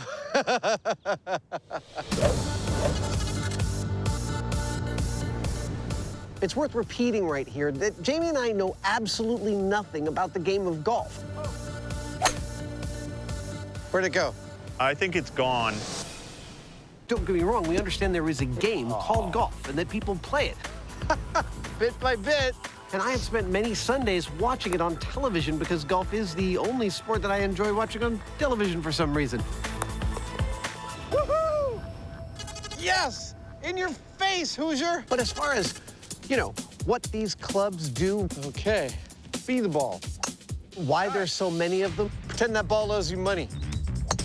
Nice! What they're good for? I'm going with a 5-iron. Okay. I don't know why. We are blank slates. We are tabula rasas. There's my ball. Right at the edge of doom. Having no prior golfing experience is the only way to see if video game training can work. And after sinking the final putt... Give me a high five. God, that is such bull. What are you, 12? We now know the scores to beat. You beat me. Woohoo! Yes, yes, yes, yes. But seriously, I guess now it's time for us to go away and get some learning and come on back and try this contest again. That's what it's about, isn't it? Adam did better than I did, but let's be honest, we were both really pretty terrible. So it effectively means that we're starting with an even playing field. But from here on in, I'm going to be trained by a machine, and Adam's going to be trained by a person. I'm genuinely curious to see if Jamie's game improves by playing against a machine. I mean, heck, the man was born from machines. They ought to be able to speak his language. Back at the shop, Jamie plugs in and goes to work upgrading his internal golf app. There are a lot of different virtual golf games out there, but we've chosen one in particular called John Daly's Pro Stroke because it claims to help you improve your swing. Now, a golfer's swing is crucial to his game, so I'm going to see if it helps me improve mine because I could improve a great deal. So we're on the first hole, and I've got to go 440 yards to get that ball into the hole.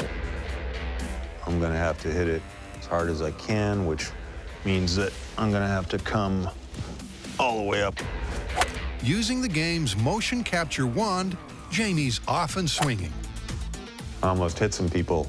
And despite being instructed what club to use and when... Okay, so it says I need to use a 3-iron. Oops. What'd I do? His virtual start is as bad as his real-world start. I bumped the ball, and it only went a foot. That was bad. Watching me practice with this software, you might think there's no way it's going to actually help me improve my game. Did I overshoot that? But if there's one thing I've learned on this show, it's to not be so sure of myself. I'm back where I was. So we've got to give it its due chance. Where's my caddy? A double-digit start is not great, but Jamie soon realizes that there is information he can glean from the game. At this point, I'm noticing a whole bunch of stuff. I guess I'm going to try to mimic what he's actually doing physically, and we'll see whether that helps. And it does seem to be very exacting about what it requires. While I'm in the rough, the little subtleties of a slight change of the angle of the swing, the head of the club in a certain orientation to the ball. Oh, well, I'm not in the sand pit. So this is pointing out that even the most minute variations on that are going to make a huge difference out on the field.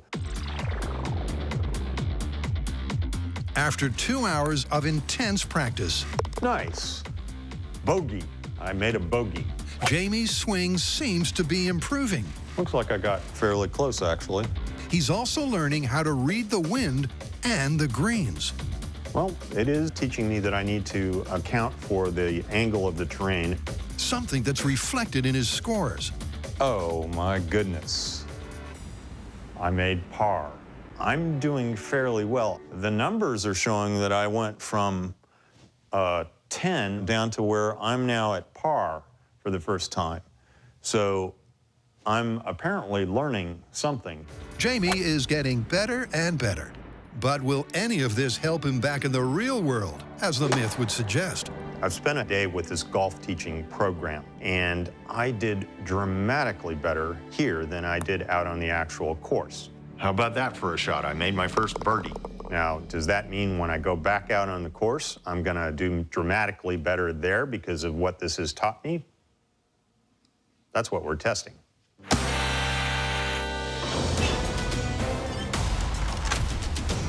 When Adam and Jamie recently took aim at grenades,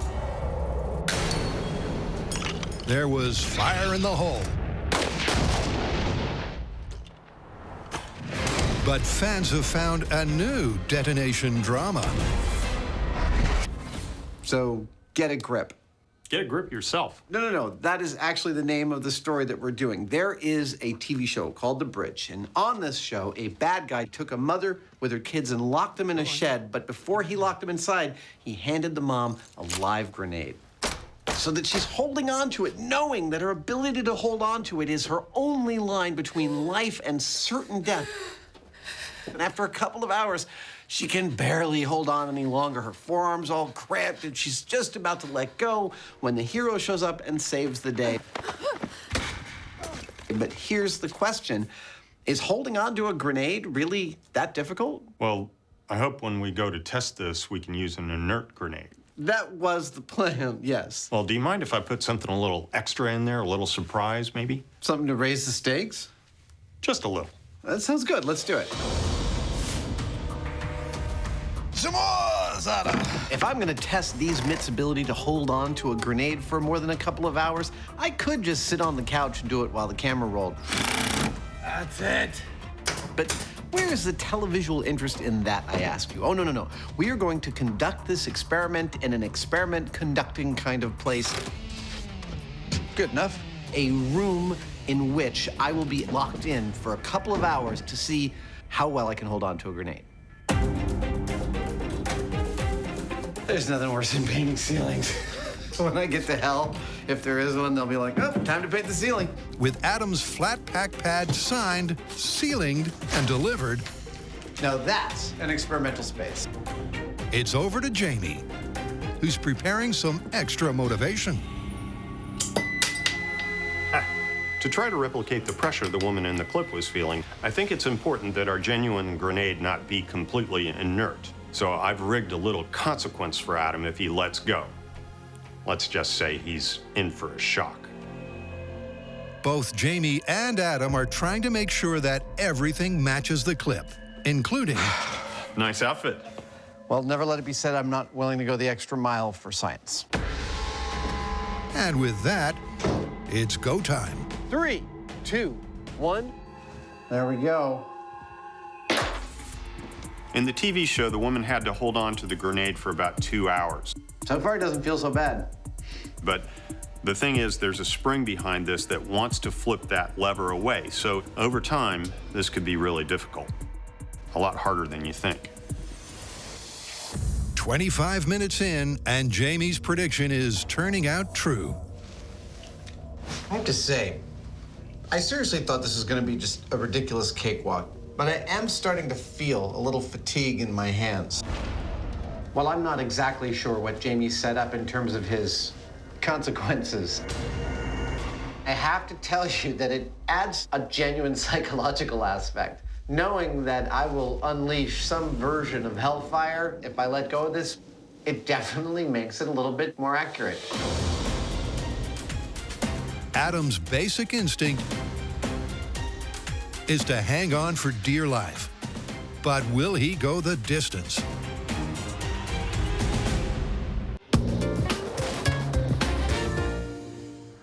Let's see what we got here. Thanks to an inbox that's fit to burst. 20,000 emails? And a mailbag that's full to the brim. Adam and Jamie are retackling fan favorites. Sounds like we have some unfinished business.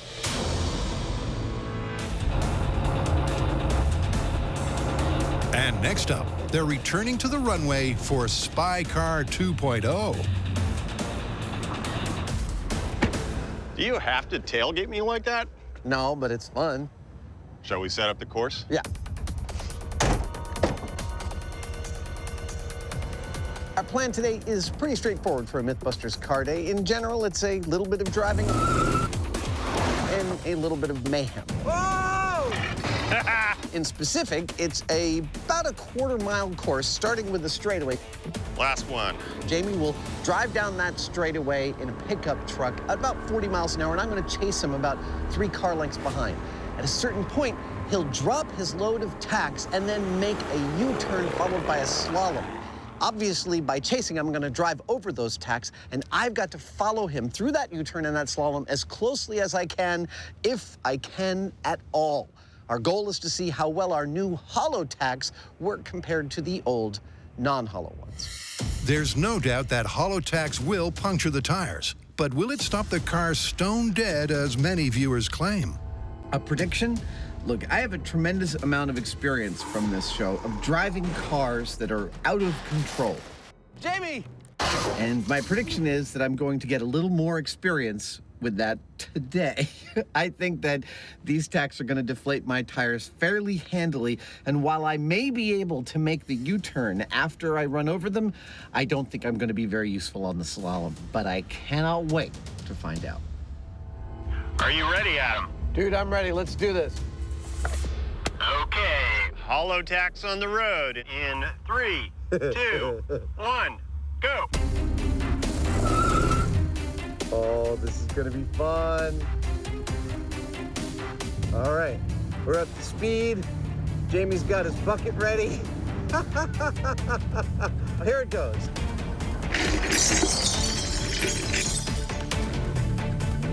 Oh, ho, ho, ho, ho. Oh yeah. Oh, I feel them in my tires. Oh, now I'm making the turn. Okay. Hey, I'm still making the turn. Yeah. Yeah, I'm still making the turn. Whoa! Whoa! Whoa!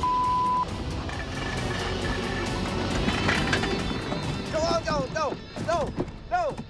Oh. Now that's what I call a result. That was freaking awesome. So I'm driving behind Jamie when, like it's Johnny Appleseed of death, he starts sprinkling these steel tacks along the road. I drive right over them, and immediately I start hearing them tunk-a-tunk-a-tunk-a-tunk-a-tunk in my car. And then almost as fast, I start hearing my rims hit the ground, and the car rolled to a complete halt about 300 feet later. Oh, no! That is an effective tool for stopping cars.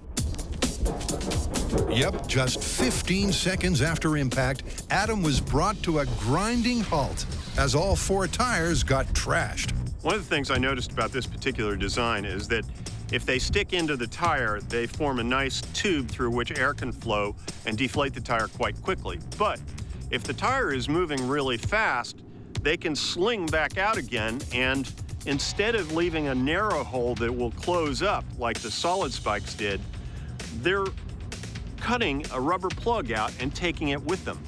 It's pretty cool. Now, I want to start this wrap-up by saying I don't think we got the tacks wrong on the first try because we were imitating tacks we've seen in movies, right? Yeah. All right, but with our new hollow tacks, were the fans right? Yes, they're deflating tires in seconds as opposed to minutes with the other one. Totally confirmed. Let's get out of here in a car that runs. With one piece of unfinished business now finished, it's back to the hurt locker. These safety goggles are starting to give me a headache. Where Adam's testing if he can derail a detonation by gripping a grenade. I've been holding this grip so long that I actually can feel that my fingers are a little bit weaker. I can feel the spring of the spoon wanting to push my fingers outwards. That is interesting and not a little scary. The reason Adam is struggling is down to cramp. Because the muscles in his forearm and wrist have been contracting for more than an hour, the chemical balance inside is out of whack, which causes the muscles to contract more than normal. Now, not only is that painful, but it means that Adam is not in full control over what his arm is doing. So he may just let go yet. That's the theory. How you doing? What are you, a marionette? But because Adam's grasping with a light touch, he's able to keep most of the cramp at bay. And while it is undoubtedly uncomfortable, ow, ow, ow, ow, ow. Oh. It's not long before time's up. There it is, 2 hours. I'm still alive. I just want to point out that in the show, she was saying that her arm was all cramped up and really hurting, but I don't feel anything like severe cramping. I could easily go for probably a couple more hours at least before, I don't know, I'd switch hands and I get another 4 hours. Oh. Yep, despite the odd twinge, Adam got a grip with way less hassle than the clip. And that's not all. So I was thinking, why take the risk of getting cramps at all? I don't love this. I don't love it. It's too wide. I mean, this woman had access to all sorts of stuff. My pantyhose. Stuff she could have used to tie down the spoon of the grenade.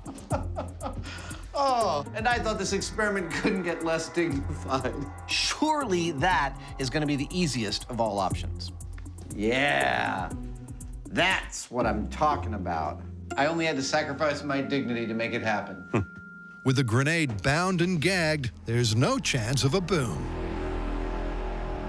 Until Adam takes one for the team. This one's for you. I'm also kind of curious about what's going to happen. Here we go. 3, 2, 1. Oh!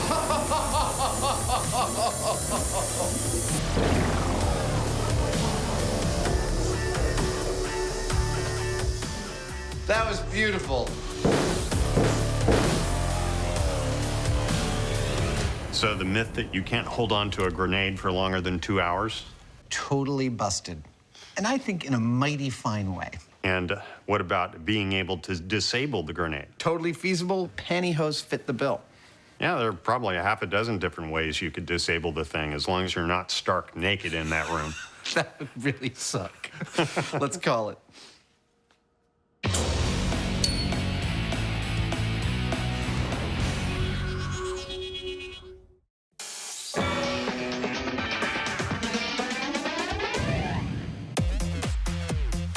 Can playing video games really set you up with real-world skills? To find out, Jamie's the test subject taming the technology. Bogey. I made a bogey. While Adam can't resist competing, courtesy of more traditional training. My training today is going to happen at the legendary Pebble Beach Golf Academy. Founded in 1996, it encompasses both the latest cutting-edge technology as well as some of the United States' best golf teachers. Mine today, Laird Small, was voted PGA's Golf Teacher of the Year. So, Laird, where do we begin? Well, why don't we start with the introduction of the golf clubs and how to use them properly. We're going to see if he can't take me from 0 to hero, or if not to hero, at least to an integer slightly above 0. Now, this hinging is a huge power source. If you think about a hammer and a nail, this gives you some leverage. This is a real treat for me, and it's totally fascinating. In science, we're always talking about eliminating variables. Well, this is all about eliminating variability, increasing repeatability. So let me see if I can get you in the right posture. Everything Laird is telling me about my grip and my stance. There you go. Beautiful. And my roll and follow through. It's open. It's open, open, open, open, squaring, close, close, close, close. Is about increasing that reliability of the swing so that the ball hits are consistent. Good. Nice. See the ball just jumped right up? It sounds really straightforward, but physically it feels incredibly complicated. All right, should we go outside and hit some? Let's totally do that. Well, I understand just a couple of things so far. One, Laird is a fantastic teacher. 2, golf is about a lot more than just how you dress. Laird has run me through the grip, the stance, and the swing, and now he feels like we've done enough work in here that we can head out to the actual outdoors and drive some balls. I'm pretty sure that that's a driver.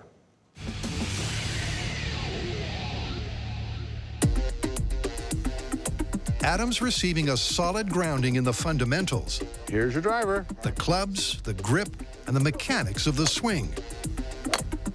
Hey! Nice, look at that. Wow! That is spectacular. It went like that way. Yes, that's right. And after a full day of this traditional training, wow, Adam has clearly lifted his game. That felt great. Obviously, I'm an inveterate skill learner, and I have learned to do many things in my life. That was awesome. That's amazing. How'd that feel when you hit it? That felt incredible. Way to go. But I have very specifically taught myself a couple of precise skills that apply directly to golf. Wow. How about that? It left the trap. That was the thing that was flummoxing me and Jamie repeatedly. Nice. One is juggling, and the other is billiards. In both cases, It's about refining your physical movements and your body memory until what you're about to do is predictable. Yeah. And amazingly, I'm starting to see how it could actually work as a game. It is no longer a mystifying game to me. I now start to see its outlines and think, maybe I could actually play this. Yeah! Oh, yeah. Oh, yeah. Oh, yeah. Woohoo! I think I'm ready for the Hyneman. Laird, thank you so much. You've, like, radically, well, to say you've improved my game is a misnomer because I didn't have a game a few hours ago. I really, really appreciate it. This was a lot of fun. You did great. And you know something? Don't let this get out, but you're very coachable. Oh, excellent. I like being coachable. Me too. Thanks so much. Good job. Back at the shop, It's really pretty out here. the Hyneman has also been putting in the hours, and he too is showing signs of improvement. I earned another trophy. Next. His swing seems less shoddy. 196 yards. Hardly seemed like I hit it at all. And he's picking up tips about club use. Okay, so I need to use a 3-iron. Nice. As well as putting technique. All off to the side. I didn't compensate for the angle of the terrain, and I should have. But to find out if that all translates to real-world improvements, it's back to the beach to see if Jamie can pull this one out of the bag. But not quite yet. Over the years, we have done tons of stories about guns and ammo.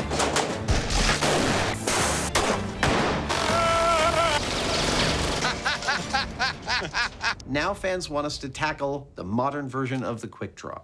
What's that exactly? Well, there's a classic trope in action movies when the hero empties his gun, he's able to reload in a ultra super fast blink and you miss it fashion. And the fans want to know if that's actually possible. And so do I. Okay, then. Let's get shooting. When it comes to being trigger happy, Adam and Jamie have history.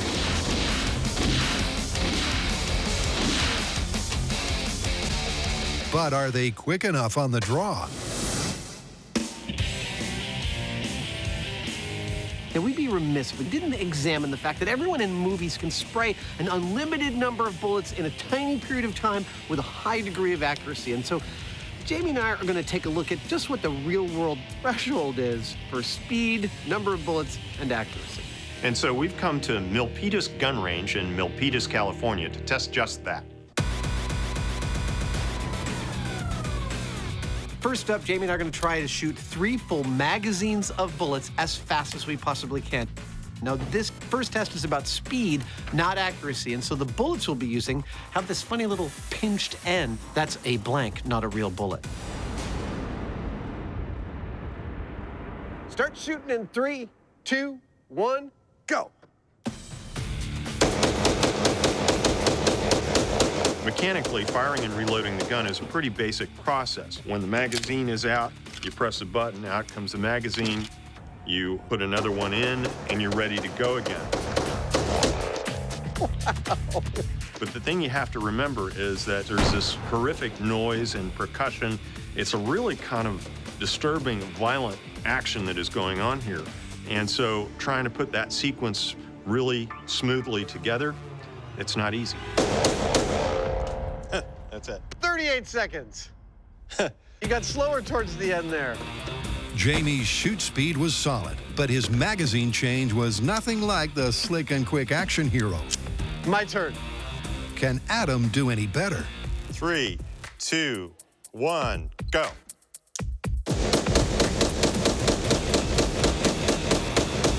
In the annals of things that we learn while doing things that we don't normally do, that is up there. Just firing 3 magazines worth of bullets, my finger got exhausted and I stopped being able to go pop, pop, pop, pop, pop, and started going pop, pop. Oh!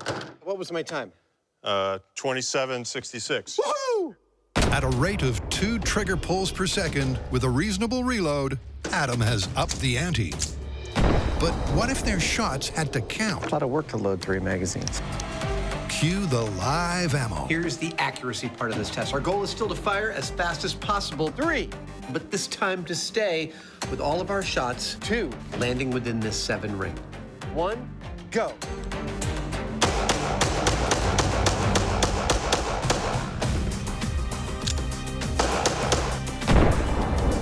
Nicely done. You improved on your time the first one, 33 seconds. Marginally faster. But from reasonably close range, Jamie missed a stationary target several times. Well, looks like 3 landed outside the target area. And when Adam also misses the mark, with minimal improvement to his time, Done. Woo! Hollywood's mythical depiction of the magazine reload is looking like film fiction. Adam and I have acquired some experience with guns over the years, but we're not that good of a metric as to rapid firing and reloading. We do have a guy that is, though, and his name is Travis Tomasi. Travis Tomasi is a competition shooter with 18 years of experience. He is legendary at his ability to swap magazines. Right. That's pretty cool. Thank you, gentlemen. That's promising. But can he pull off that seemingly superhuman movie move while taking out the target? Go.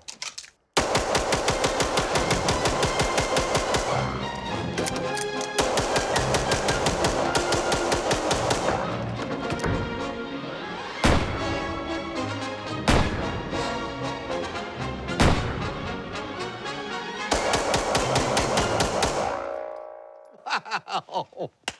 Clear. That was amazing. What was his time? 17 seconds. 17 seconds. That was incredible. Watching Travis work is kind of like watching a machine gun. It's almost surreal because, I mean, he's moving so quickly that you can't really even see what he's doing. But the real test is right here. Not only was he doing it almost twice as fast as I was, he was pretty much hitting dead center on the target. You know what I like about this is for years on this show, we've been finding things that are really common in movies and demonstrating how ludicrous they are in real life. But in this case, we've done kind of the opposite. So we've actually taken something that seems ludicrous in the movies and we've bettered it in real life. That's pretty cool. Yeah, that much lead being put through a pistol in that amount of time accurately, it's unreal. Let's get out of here. Okay.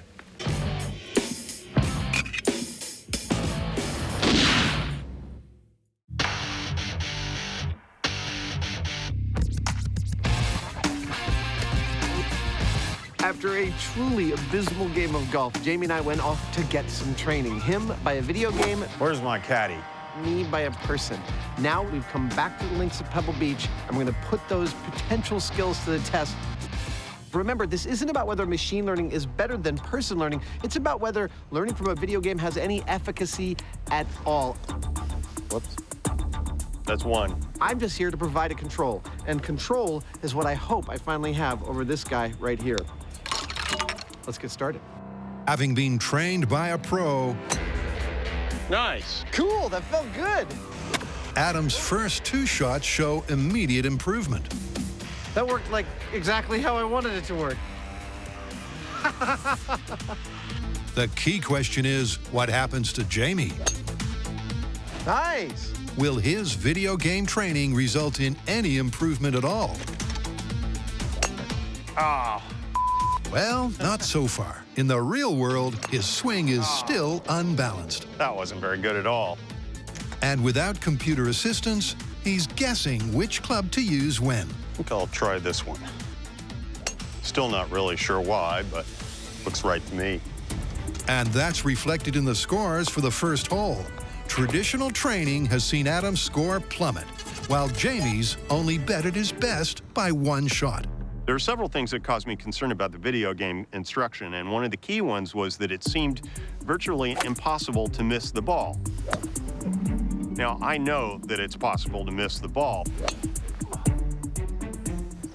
Well, you're on the fairway. I'm just saying. On hole 2, although Adam's tee shot That was terrible. was less than ideal, Wow.